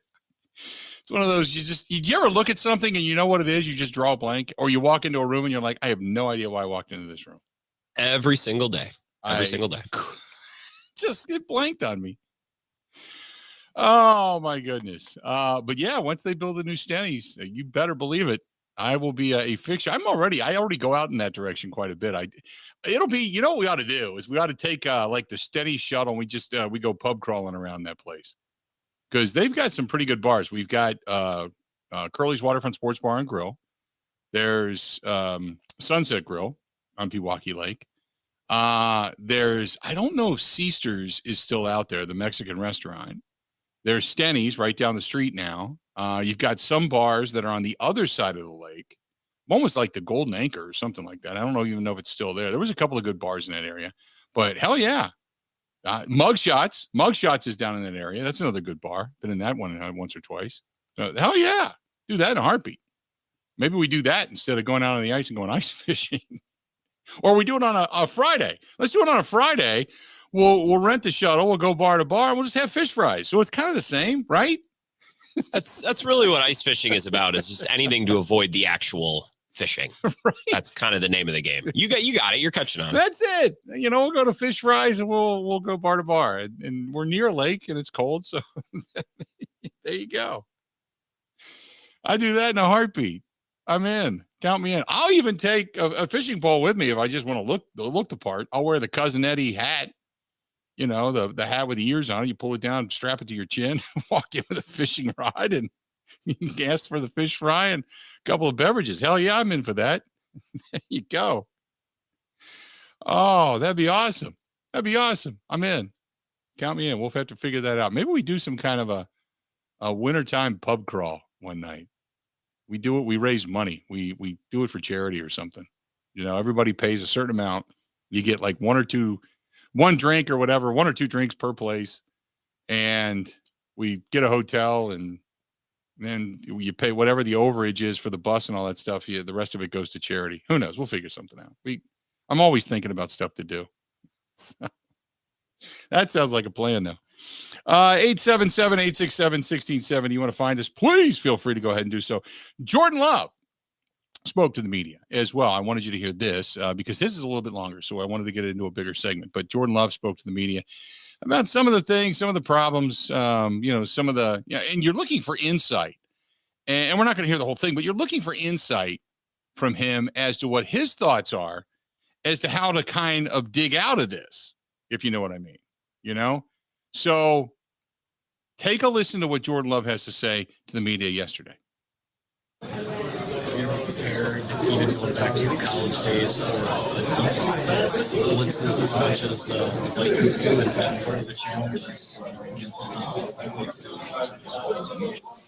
Yeah, no. I haven't really faced a defense like Minnesota, the way they run it. But yeah, I mean, it's something that, you got to have a good plan for going into it. You got to have a good week of practice, understanding the plan, understand where you want to go when they do bring those blitzes at certain looks, and just go out there on game day and execute. But really, I mean, it's about getting the ball to our playmakers and, letting them, make plays, make people miss, things like that. Get out quick. Just getting out quick. Really Yeah, important. yeah, it is very important. You mentioned getting the ball to your playmakers. Obviously, each play has got the way it's ran schematically on the page. Mhm. But is there a guy in this offense that when you got to have it, you want to go to that guy? Yeah, I mean, I think our main guy in our offense is 3-3. We want to get him the ball as much as we can because, good things happen when he has the ball. In the receiver room, I mean, Christian, Wicks, I mean, those are both guys that, can make people miss, and they got that playmaker ability. Samari, Rome, I mean, everybody. But, I think I'm confident in our receivers and, when we get the ball in the perimeter, get the ball in their hands, that they're going to, go out there, make those guys miss and make plays. Matt was just saying that, there's a lot of work that goes into building that rapport.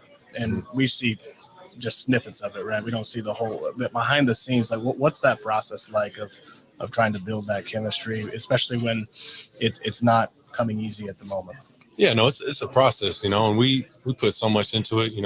Guys are doing extra things, during the week just to get us ready, so we're all on the same page. We meet as a group, and just talk through, looks, things we might see in the game, how we want things ran, what guys need to be looking for. And it's a process, you can meet so much and talk so much and be on the same page. And then you got to make it happen when you get out there on the field, when, bullets are flying and it's live. So it takes time in this process. When you talk about a process, where's the process with Romeo? Because during camp, it looked like you guys were really vibing really well, and it's been there sometimes, and then maybe other times it hasn't been. So how do you kind of view that process? Yeah, I mean, me and Romeo, I think, have a great connection. I think what it comes down to, and that's offensively as a whole, is consistency. We just got to be able to find, we make some really good plays, and there's other times where we don't make great plays. And for me and Rome, I mean, we've had a great connection. Score some points off our connection. But like you said, it just comes down to consistency and make it happen all the time. Well, Harrison Smith was saying this week that Flores is having them do stuff he hasn't seen in his 12 years in the league. Are the pressures they kind of bring different than traditional pressures that other teams bring? Yeah, their system is a lot different than, your normal defense. And it's pretty much a unique system that they have. So, yeah. How tricky is it to figure out what Harrison is doing as a kind of does a little bit of everything for them? How tricky is it to figure out what he's up to on a given play? Yeah, I don't think there's any, figuring it out. I think, he's gonna mess around and disguise looks and different things, and it's one of those things that you don't really know what he's doing until the snap the ball. So you just gotta be prepared that he's gonna drop, he's gonna blitz, and we gotta be ready for it for whatever he does. But most of the stuff, he's a vet. He knows what he's doing. He waits till the ball snapped to kind of tip his hat. You just kind of gotta play off what he does. Do you notice the practice plan? You said you had never gone against a blitz like that. The practice plan this week against the scout, is it way different than you've seen in that regard? They're trying to show it to you already, like as much as you possibly can in these couple days? It's different, but it's all things we do. But like I said, when you're playing the defense that does a lot of different things, you kind of have to change a little bit what you do. You want to stay in your system, but I mean, there's just non-normal looks that we haven't seen that we're seeing this week that we just got to have a plan for, and I think we do have a good plan. You mentioned how 33 is the main guy in your offense. You've had him one game healthy. You came in thinking you were going to have an all-pro at left tackle. You got a 7th-round second-year player instead. Christian misses 3 games, get injured at the end. Has there been a point for you where you've kind of looked around at the way that things were supposed to go, the way things have actually gone for you, and just kind of been like, damn, like it's not the same? Mm-hmm. I mean, you can never predict what's going to happen during the season. You have your guys, and you go through this whole process of practicing every day and putting in the work, and then like I said, injuries happen, uncontrollables that there's nothing you can do about happen. And it's all about how you respond, how you bounce back, how you grow, how other guys I talk about all the time, how guys step up. But it's football. It's never perfect. It's never, like you say, you can't really go into it with expectations that everybody's going to stay healthy. You want everybody to, but things happen. It's a very physical game. But I think guys, just have to continue to step up when opportunities present themselves. I think guys have done a good job of that. How do you deal with that? And you know that not everything's going to be perfect, but it's hard to predict that it's going to be this kind of shaky. Mm-hmm. How do you deal with that internally? I mean, you just got to keep going. Adversity hits all the time, and and every year I've played football, there's some type of adversity. It's always different. You can never know what it's going to be, when it's going to hit, but it's all about just keep going, keep your head down, keep working, and just. I mean, as a team, it's all about staying together. Obviously, it's not what we've expected so far, not what we kind of had a plan for. But it is what it is. We're here now. What are we going to do from it going forward? How much work did you guys put in, additional work on just the opening script, trying to get that better?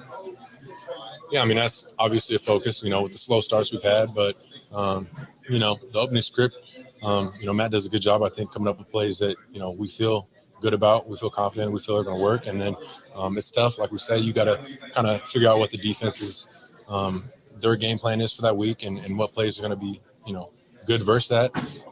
But, for us, just starting fast, I think, like I said, that consistency and the execution, we just have to do a better job of starting fast. And then obviously just making plays early on, get guys going, kind of get that juice flowing. It's just by make plays.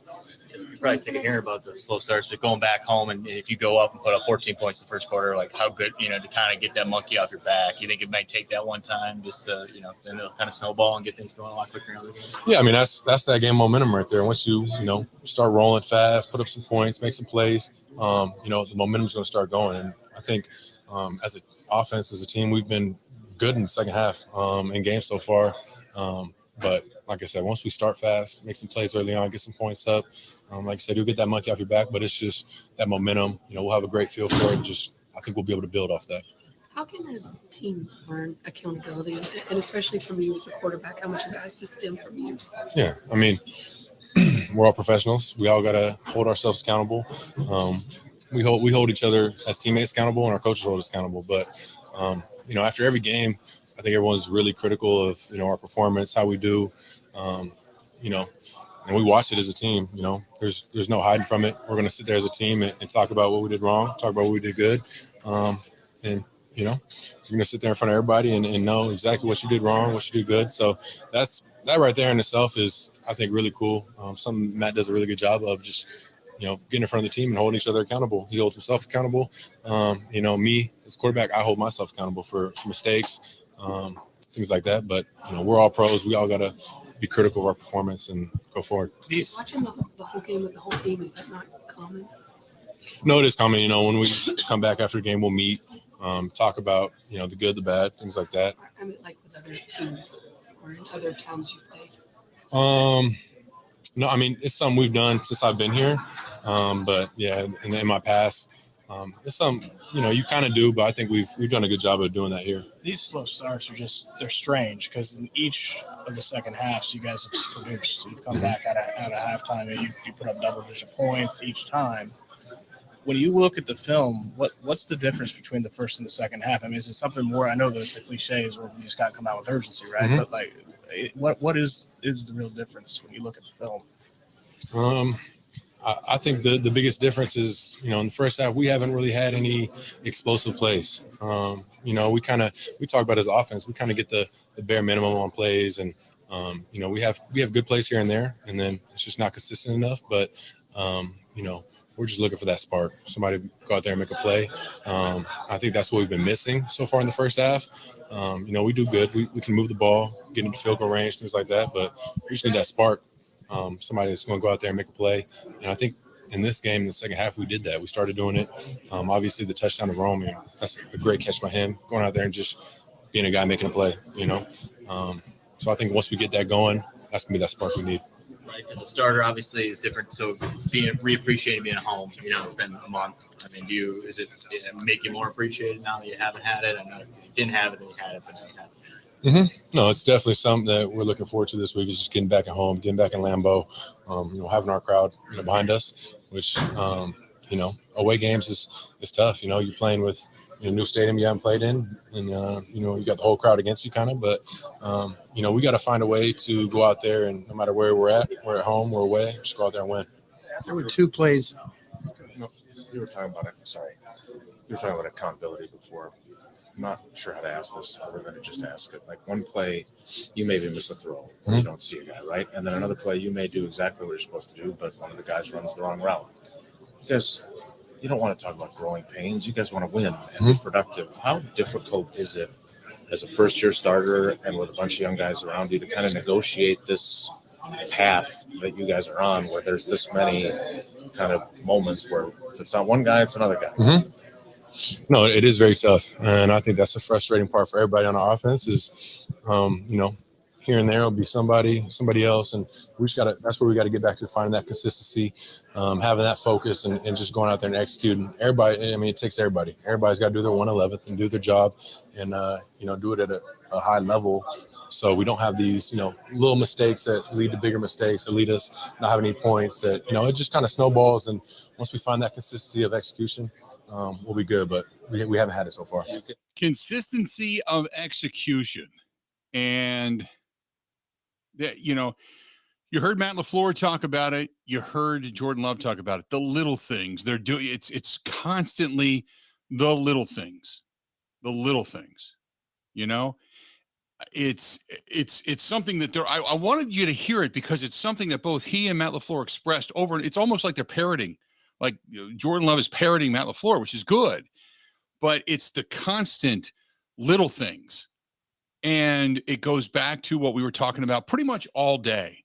It's the little things, offensively speaking, that are costing this team continuously. So if you hear it, I know it's at times it's like white noise. It gets mind numbing, but it's the little things. I think that's rather interesting. When we come back, tonight's a big night. Bucks basketball's back. Dame time's back. It's in Milwaukee. You've got Giannis back, happy, paid, and big night starting. Who's the team to beat in the East? I think it's the Bucks. Some say maybe it's Boston, but a game tonight. No James Harden. The 76ers going to try to make some kind of a statement this year. Not a lot of belief there. Joel Embiid pretty much has to do it kind of by himself. So big game tonight, right out of the chute, coming up tonight for the Milwaukee Bucks. Looking forward to being a part of that too tonight. Not that I'm going to the game, but I'm going to be downtown and kind of, feeding off some of the energy and the atmosphere down there. Looking forward to that this evening. Hey, I've been telling you about our friends over at One Collision. One Collision, they're the ones that put my car back together, basically. And they were fantastic. They were when I went to One Collision, I went there because a friend of mine suggested it and said, hey, they're because when I had the car accident, we'll say, I was looking for a place to go. And a friend of ours said, hey, our son's had some familiarity with them. We'd love for you to go there. And I'm kind of particular. I mean, I kind of was in for a brief period of time. I was in that business. So I really kind of know what I'm talking about when it comes to that end of things. And when they started talking to me, it was like, okay, a lot of new advancements in technology, but okay, we'll give you a shot. It is perfect. My car was perfect. It was returned perfectly. One Collision and right there on County Line, on County Road. Excellent stuff in Menominee Falls. One Collision in Menominee Falls. Great people, great place. And they are right on County Line Road, right there on I think it is actually County Line Road, Menominee Falls. County Line Road, Menominee Falls. Go to it, check it out. If you are in need of an auto repair, if say you've had just some scratches and damages you want touched up, or maybe you just need a whole redo of your car, inside complete detailing as well. It's One Collision County Line. Call them 262-251-1700. They're serving the 6, 7, 8 county area nearby. One Collision County Line, 262-251-1700. Again, 262-251-1700, right there in Menominee Falls, Germantown, Mequon, the entire greater Milwaukee area. That's One Collision Repair and Services. They've got it all going on right there. Covering Wisconsin sports like a blanket, this is the Bill Michaels Show on the Wisconsin Sports Zone Radio Network. All right, Team Pella, listen up. Thanks, John Kuhn. Customers love our products with limited lifetime warranties. Check out these big plays. Incredible innovations like blinds and shades between the glass. No interference on that play, Coach. And stylish windows with hidden screens that make game days a breeze. Can it get any better? It can. With monthly payments as low as $19 per window, $75 per patio door, and a free quote at PellaWI.com. Let's go.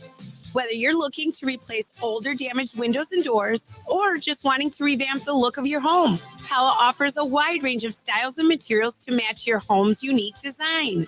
Hurry!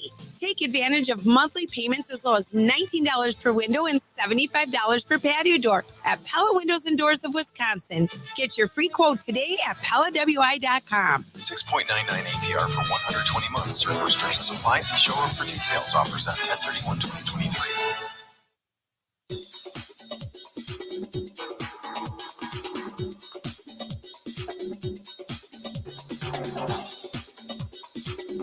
Bill Michaels will resume in 3 minutes.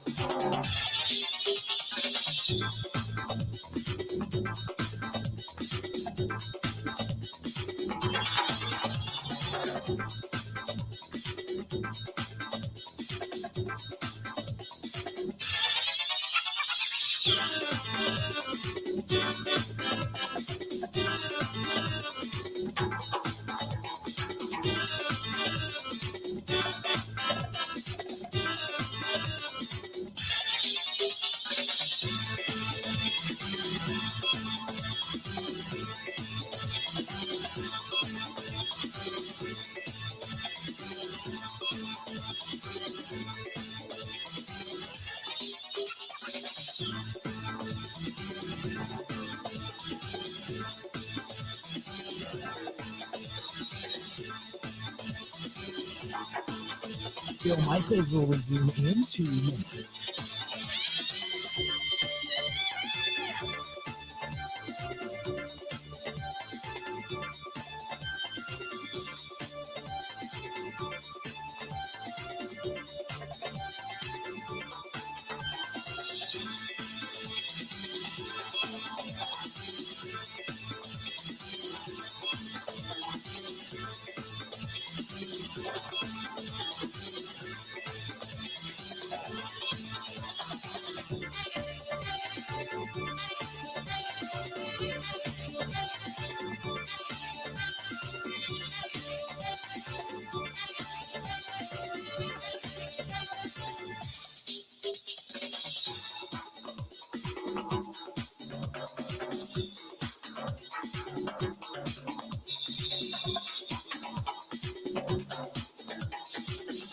Bill Michaels will resume in 1 minute.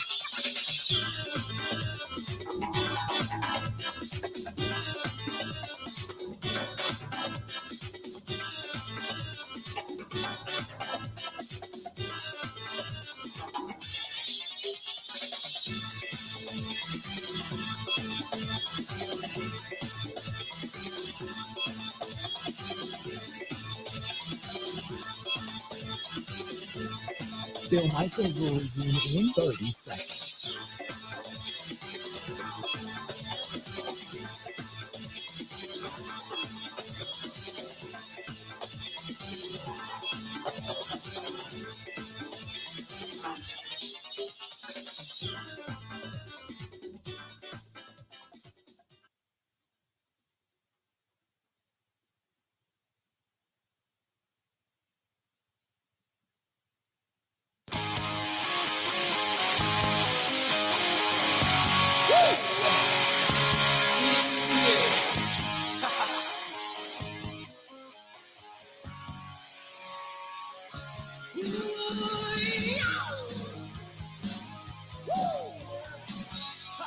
Welcome back. Bill Michaels Show. We continue on. Going to head downtown tonight. Going to be heading over to Calderon Club. And I'm meeting, Kristen and I are meeting my son and his wife for dinner. And going to have a great time. We're not going to the game, but we're going to be kind of down there in the atmosphere. Sold out standing room only tonight for the debut of the new dynamic duo that is Giannis Antetokounmpo and then Damian Lillard. And then you throw in Chris Middleton as, quote, the big three.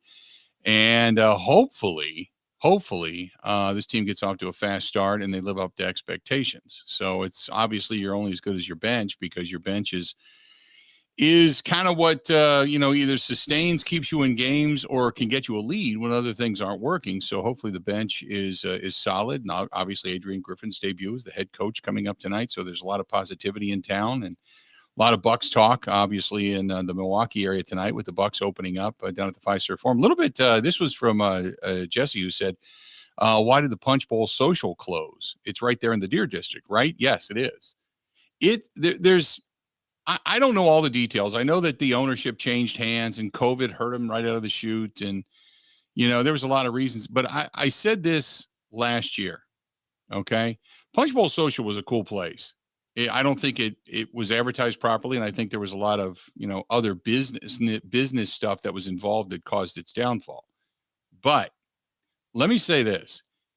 In working last year downtown quite a bit, doing the huddles and such, I don't know what's happened to the workforce, but I remember going to the Mecca during the Bucks playoff series, and half of the Mecca was closed.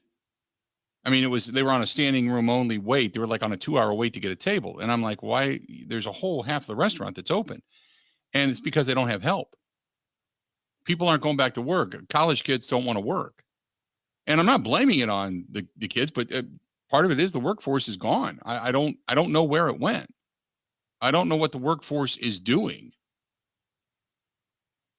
I don't, whoever's making money, I don't know where they're making money, but it's not in the service industry anymore, which is a shame because, I've told the story time and again that there is a friend of mine who very lucrative, runs a great business, and he had a girl that was bartending for him, and she was making on average between $400 and $500 a night, working 5 nights a week.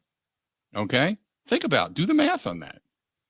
And there were certain hours she didn't want to work, and he said, "Look, we got a big party. I need you. You'll be the first cut, I promise, but I need you to come in."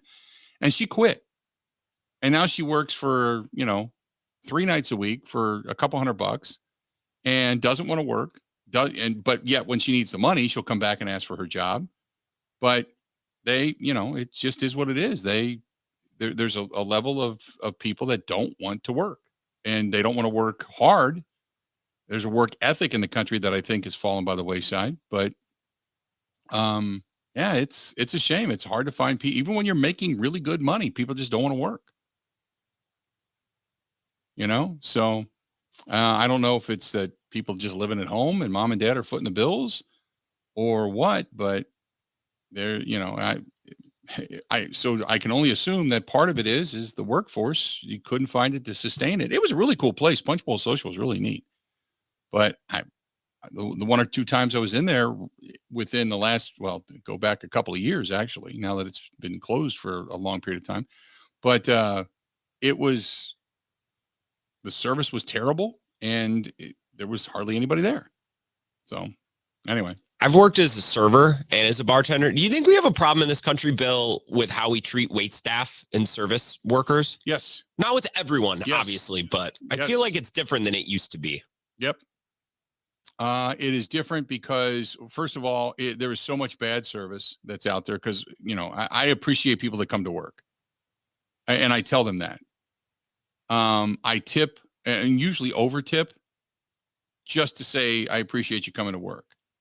Bad service, attitude, I don't tolerate. I've actually told people, am I bothering you by being here? And they don't have an answer for that. That's the most uncomfortable question you can ask a server. Am I bothering you by being here? And they just look at you. They don't know how to react because you're making me feel as if I'm bothering you by taking a table or sitting at the bar or ordering a drink. So when you do run into good servers, take care of them, man. Good servers, good bartenders, people that are bus people, they're good people, man. They're out working when a lot of other people don't even want to get off their couch to go to work. So I try to always but we live in a world of which we see on YouTube, we can treat you however we want to treat you and you have to accept it. And that's not it. That's not it.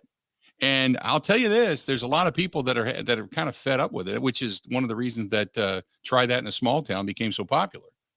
And what is the other guy that had the song it was a YouTube song and it went to #1. Now he's out on tour, and he turned down all the corporate jobs because he didn't want to be fake and take the money.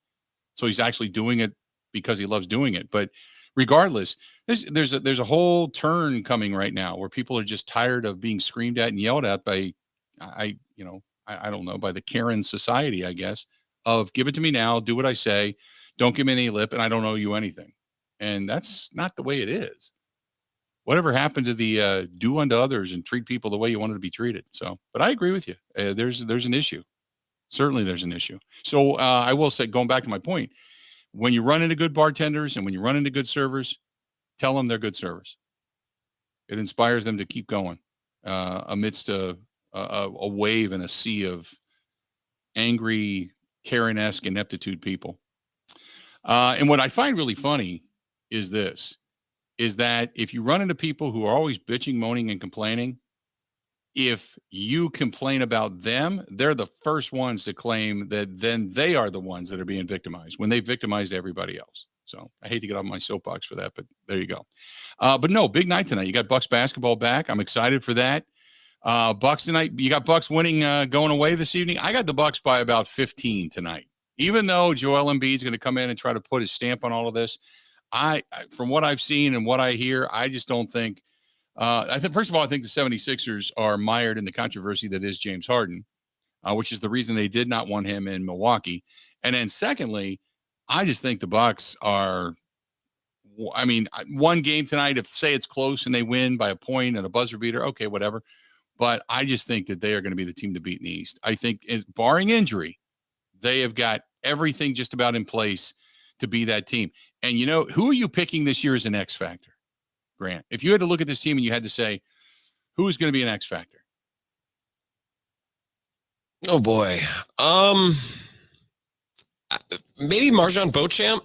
And it's not like he's going to push to be an all-star or score a bunch of points, but they drafted him because they thought he could defend certain positions. Yeah. And then they factored that into kind of how they built up the team last year. Right. And then he couldn't defend those positions. So if he takes a little bit of a step as a defender this year and fulfills some of those expectations, it makes a massive difference, because now without Drew and Grayson Allen, they don't really have a lot of bodies to defend the wing. They have guards and they have bigs. They don't really have any defensive wings. So if Beauchamp can take a step and be at least solid as a wing defender, that'd be a massive difference. And it's not going to show up in scoring or in flashy highlight plays, but for the functionality and the bones of this team, Beauchamp could be really important. My X factor, as much as I like Beauchamp, Pat Connaughton, Bobby Portis, they picked up Jay Crowder for a reason last year.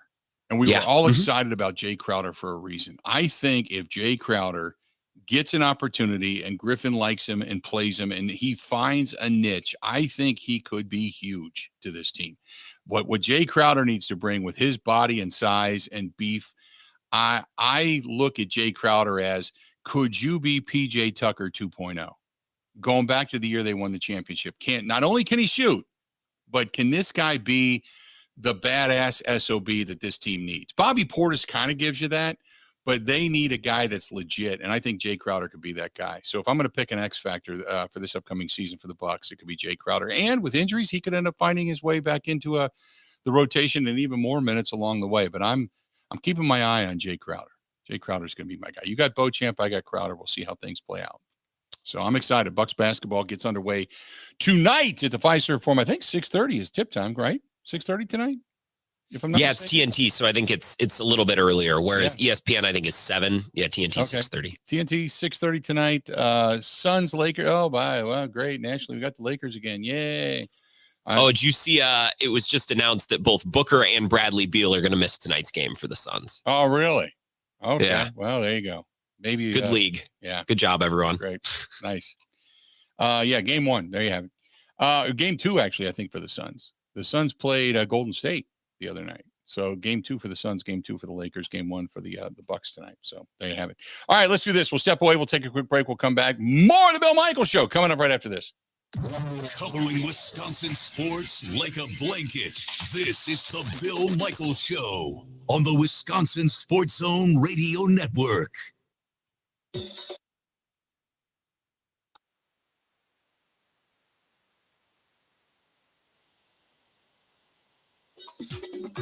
Bill Michaels will resume in 5 minutes.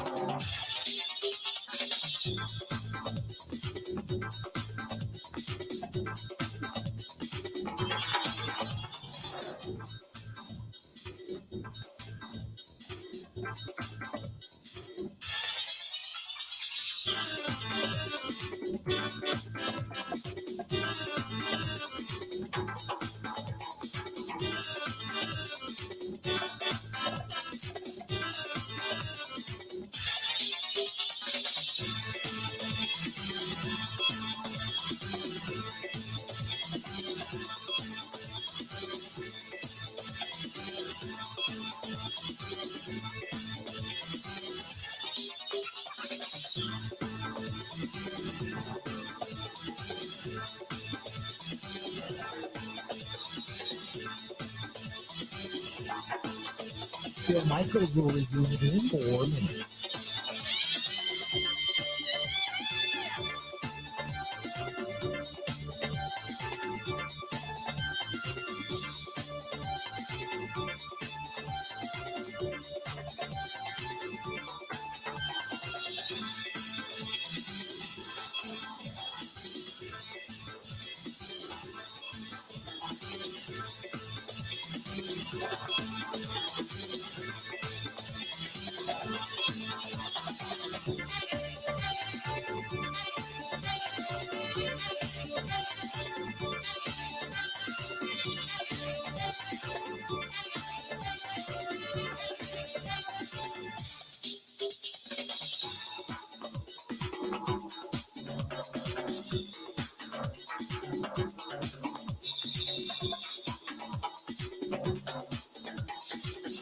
Bill Michaels will resume in 3 minutes.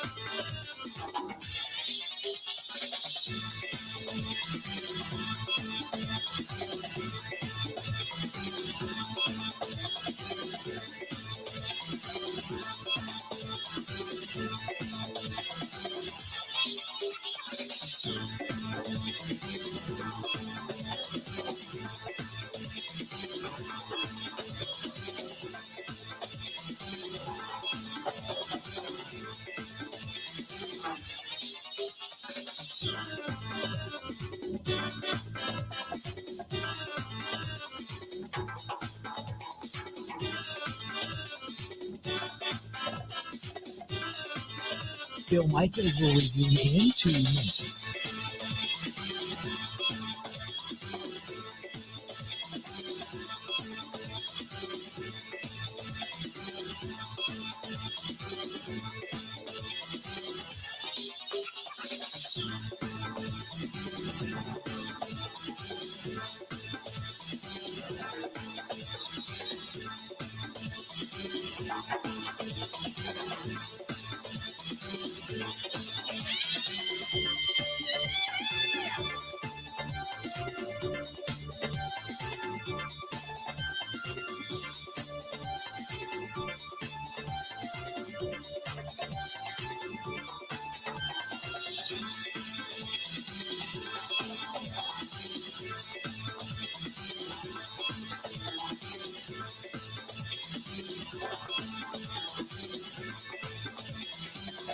Bill Michaels will resume in 1 minute.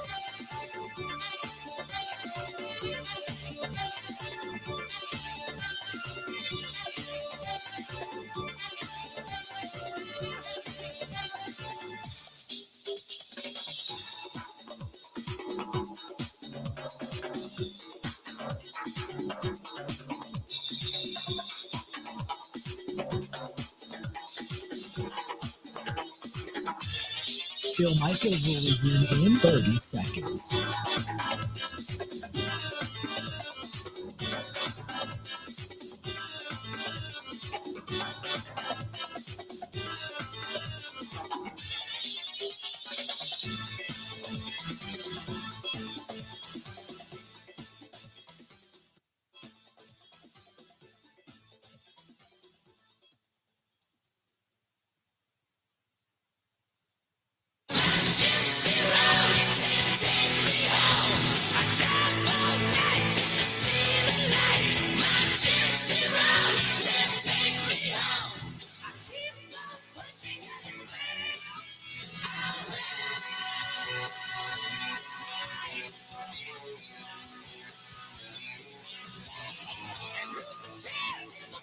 Welcome back to the program. Good to have you. By the way, Camp says, Mike Campbell says, and make sure to let everybody know that if they don't have cable, they can watch the Bucks on the BNR app on Max. Said I used it to watch the Diamondbacks and Phillies the other night. Mike said, watch it there. So there you go. If you don't have cable, watch it on BNR app on Max. What is the BNR app? Do you know what that is? It's the Bleacher Report plugin for what used to be HBO. Now it's just Warner Brothers Discovery's streaming. I talked to Mike. He called my show the other night. We were talking about this. Watching sports used to be so simple, right? But it is a good way if you pay for HBO Max, but you don't pay for cable, you can still watch. Yeah. Nope. There's plenty of people that want to watch the game whatever happened to the day that you got out and you went to your local watering hole? Because they usually had it, right? Oh, I miss going to the watering hole every other night. I used to work live within 3 blocks of my favorite watering hole in La Crosse. It was actually a bad thing, but I did love going to watch Brewer games on summer nights. Oh, yeah. That was always the thing. I mean, Sundays, when I owned my bar, you geared up for that. That was where you went and watched the game. It was always you went to the sports bar. The concept of sports bars really kind of came into their own in the late 70s, early 80s. But in the, late 80s, early 90s, when I had mine, my God, it was a whole process. But when you've got, local sports bars, when we would always get, Reds games were on, when we would have college hoops on, we had so many colleges in the area that people rooted for, whether it was Kentucky, Louisville, University of Cincinnati, Xavier, Miami of Ohio, Ohio State. Those were all in the area. So we had those games on constantly. It was always a thing to do. But now you're sitting at home, you're frustrated. You've got 12 different remote controls. You're screaming into your Alexa, you're screaming into your Fire Stick. You're swearing and cursing and trying to talk to your TV, and you can't find it. And it's a whole thing, man. I don't know. We'll let people know you can get it on the BNR app. So there you go. When you owned your bar, would people bring in the crock pots and the Nescos, and would you set up a table and everyone would bring something in? Because I always love when bars do that. That's a very Wisconsin thing to We do. actually serve food. So we capitalized on it. But what I did was, and the closest thing I've ever found to it is Stoley's Hog Alley. They make their own chips. And what we used to do is there's a place in Cincinnati called Montgomery Inn. And it is a rib place. It's called it's like fine dining for ribs. It really is. And they had incredible meals and steaks and chicken, but they were known for their ribs.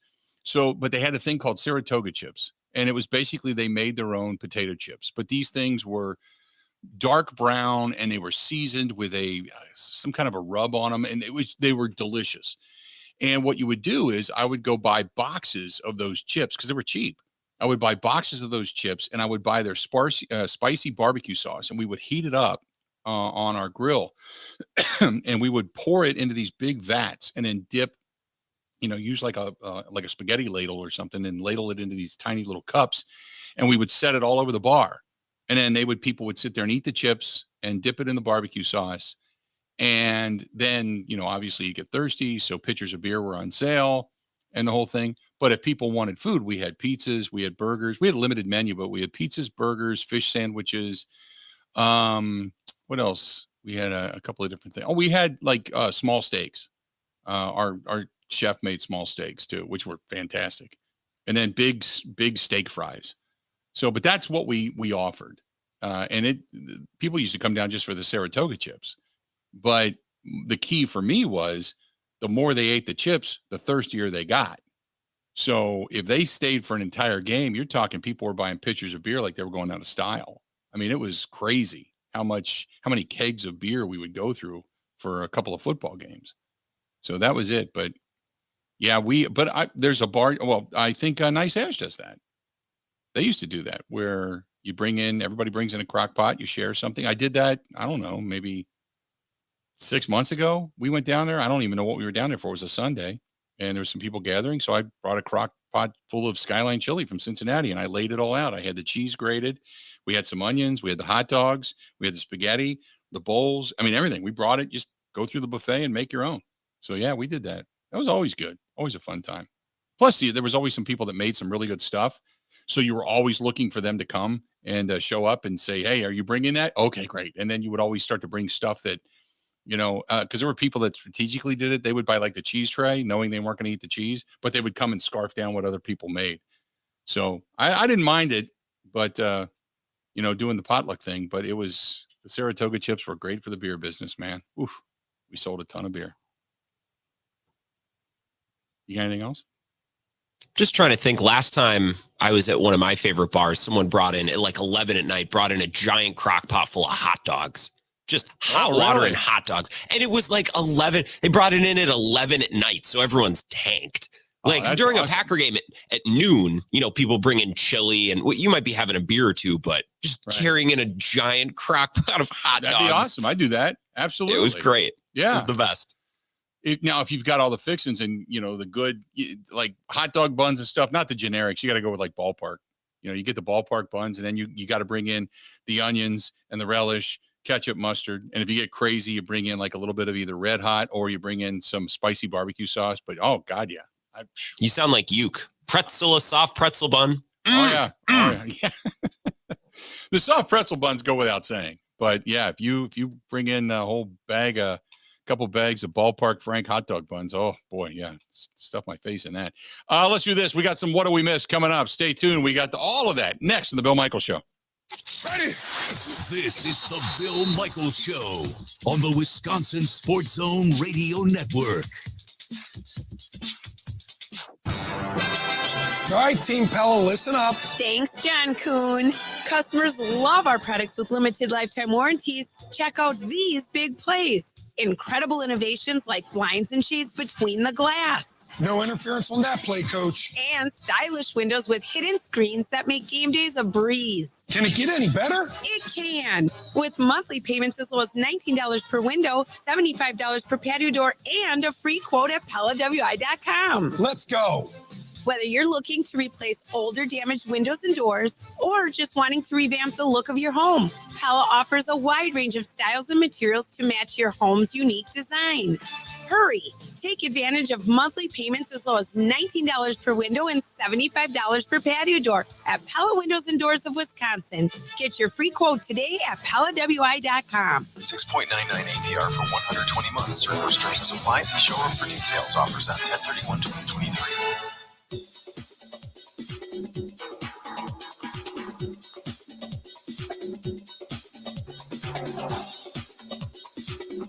Bill Michaels will resume in 3 minutes.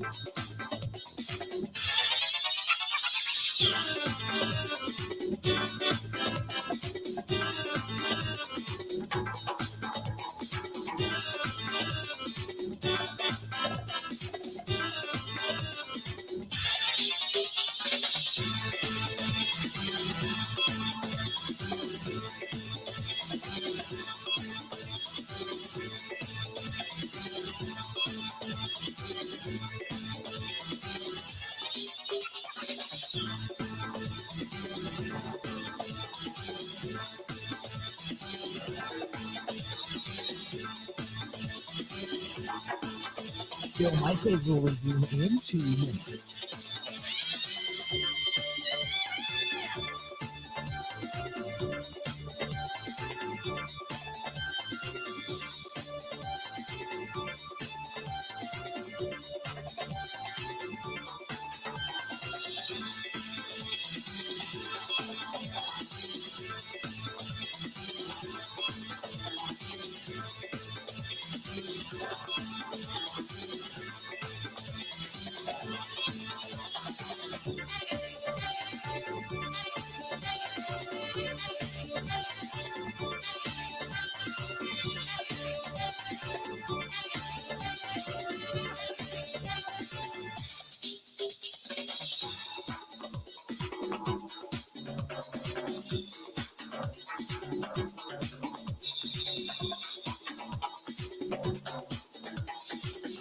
Bill Michaels will resume in 1 minute.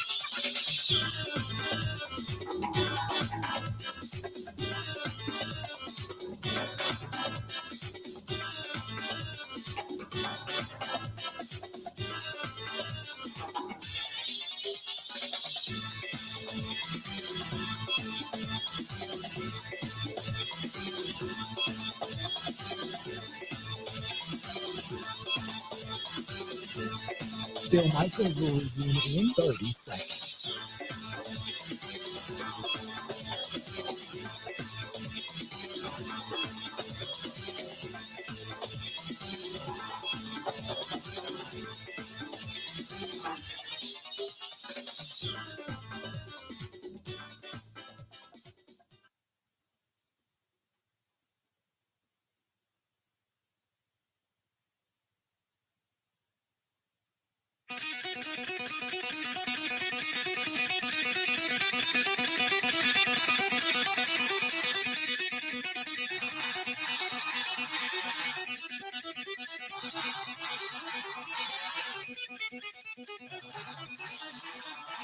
Good to have you back. Bill Michaels Show. We continue on. And don't forget about our friends at Quick Trip. And if you're going to be doing some tailgating this weekend, You can always stop into Quick Trip talking about hot dogs, buns, and all the fixings. They have it all. If you're going to do some tailgating, say out at Camp Randall this weekend, Green Bay this weekend, heading into the beer cave, or if you're just going out there for staples, bread, buns, butter, milk, eggs, bananas, whatever. That's our friends at Quick Trip. And they want to remind everybody, hey, everything's back up and running. Thanks for your patience.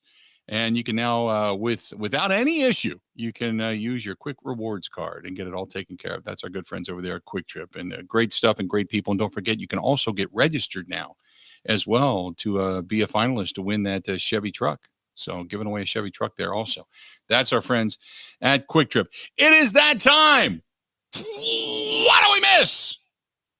A couple NBA things. Just a brief update on the James Harden situation.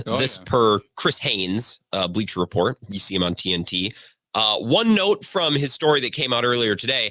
After practice the other day, James Harden arrived at the fixed base operator airport to board the team flight, but he was stopped by a security official who notified him that he was not permitted to accompany the team. Sources say they met him at the gate.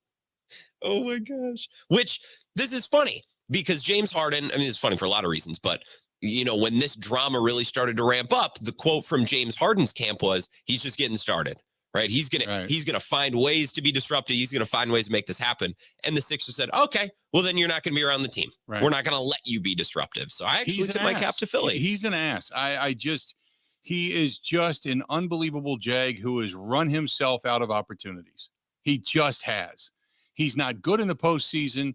He is aging. He has become a mental liability to a team. He just wears on you, and he's forced his way out in the most petulant way anywhere, every place he's been. He forced himself out of Houston. He forced himself out of Brooklyn. He's trying to force himself out of Philadelphia, and he's just not worth it. And I hope they just sit on him the rest of the season. His trade value is going just through the toilet. And now the Clippers have cut off. They've decided, maybe they revisit it, but they've said, we're not going to give up too much for that guy. So they've even backed off because he's just such a jerk. And so, I'm glad that they're saying, go away. I love it. So Philly is probably trying to resolve this situation in a way that is less or least harmful to their relationship with Joel Embiid. Because this has happened a couple of times. But selfishly, as just a fan of the league, I just kind of want him to say, screw you, James Harden. And I do too.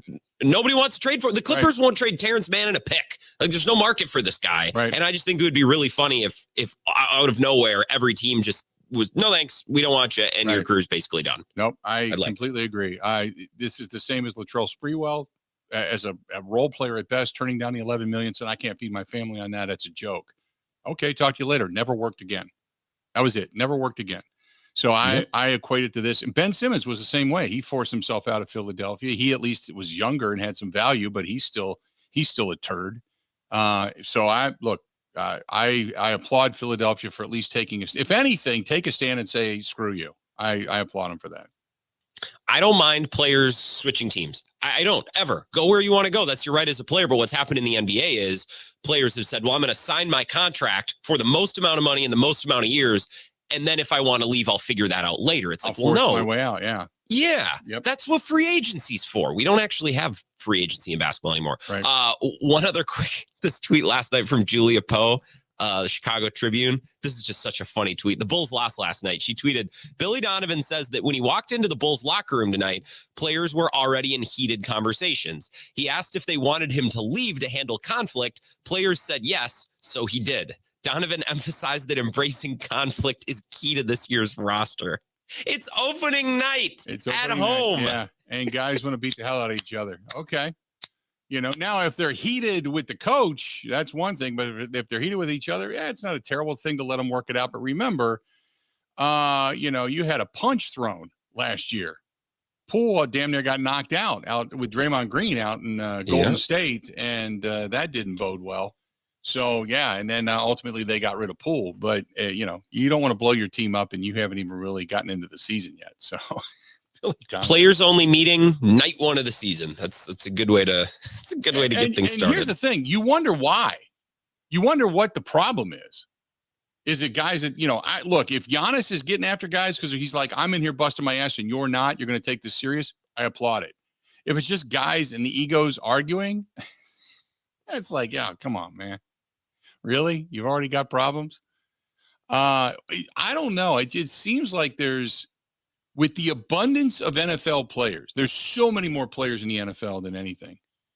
It would seem like there's a lot more of this, especially in a machismo sport. But they pound each other on the practice field for a minute or two, and then it's over. You never hear about it again. This is like NBA guys are fighting all the time. All the time. All right, that'll do it. Bucks tonight taking on the Philadelphia 76ers without James Harden. 6:30 tonight down at the Fiserv Forum. Looking forward to that. We'll be back at it again tomorrow to wrap things up for the week and get you into the weekend for Bucks and Buckeye, or for Badgers and Buckeyes. And then we'll wrap up the Bucks game tomorrow. And then also you got the Packers and the Vikings coming up on Sunday. So big day coming up tomorrow on the program. Good stuff. Thanks for hanging out with us today. Certainly appreciate it. Time for us to get out of here until we talk again in 20 hours.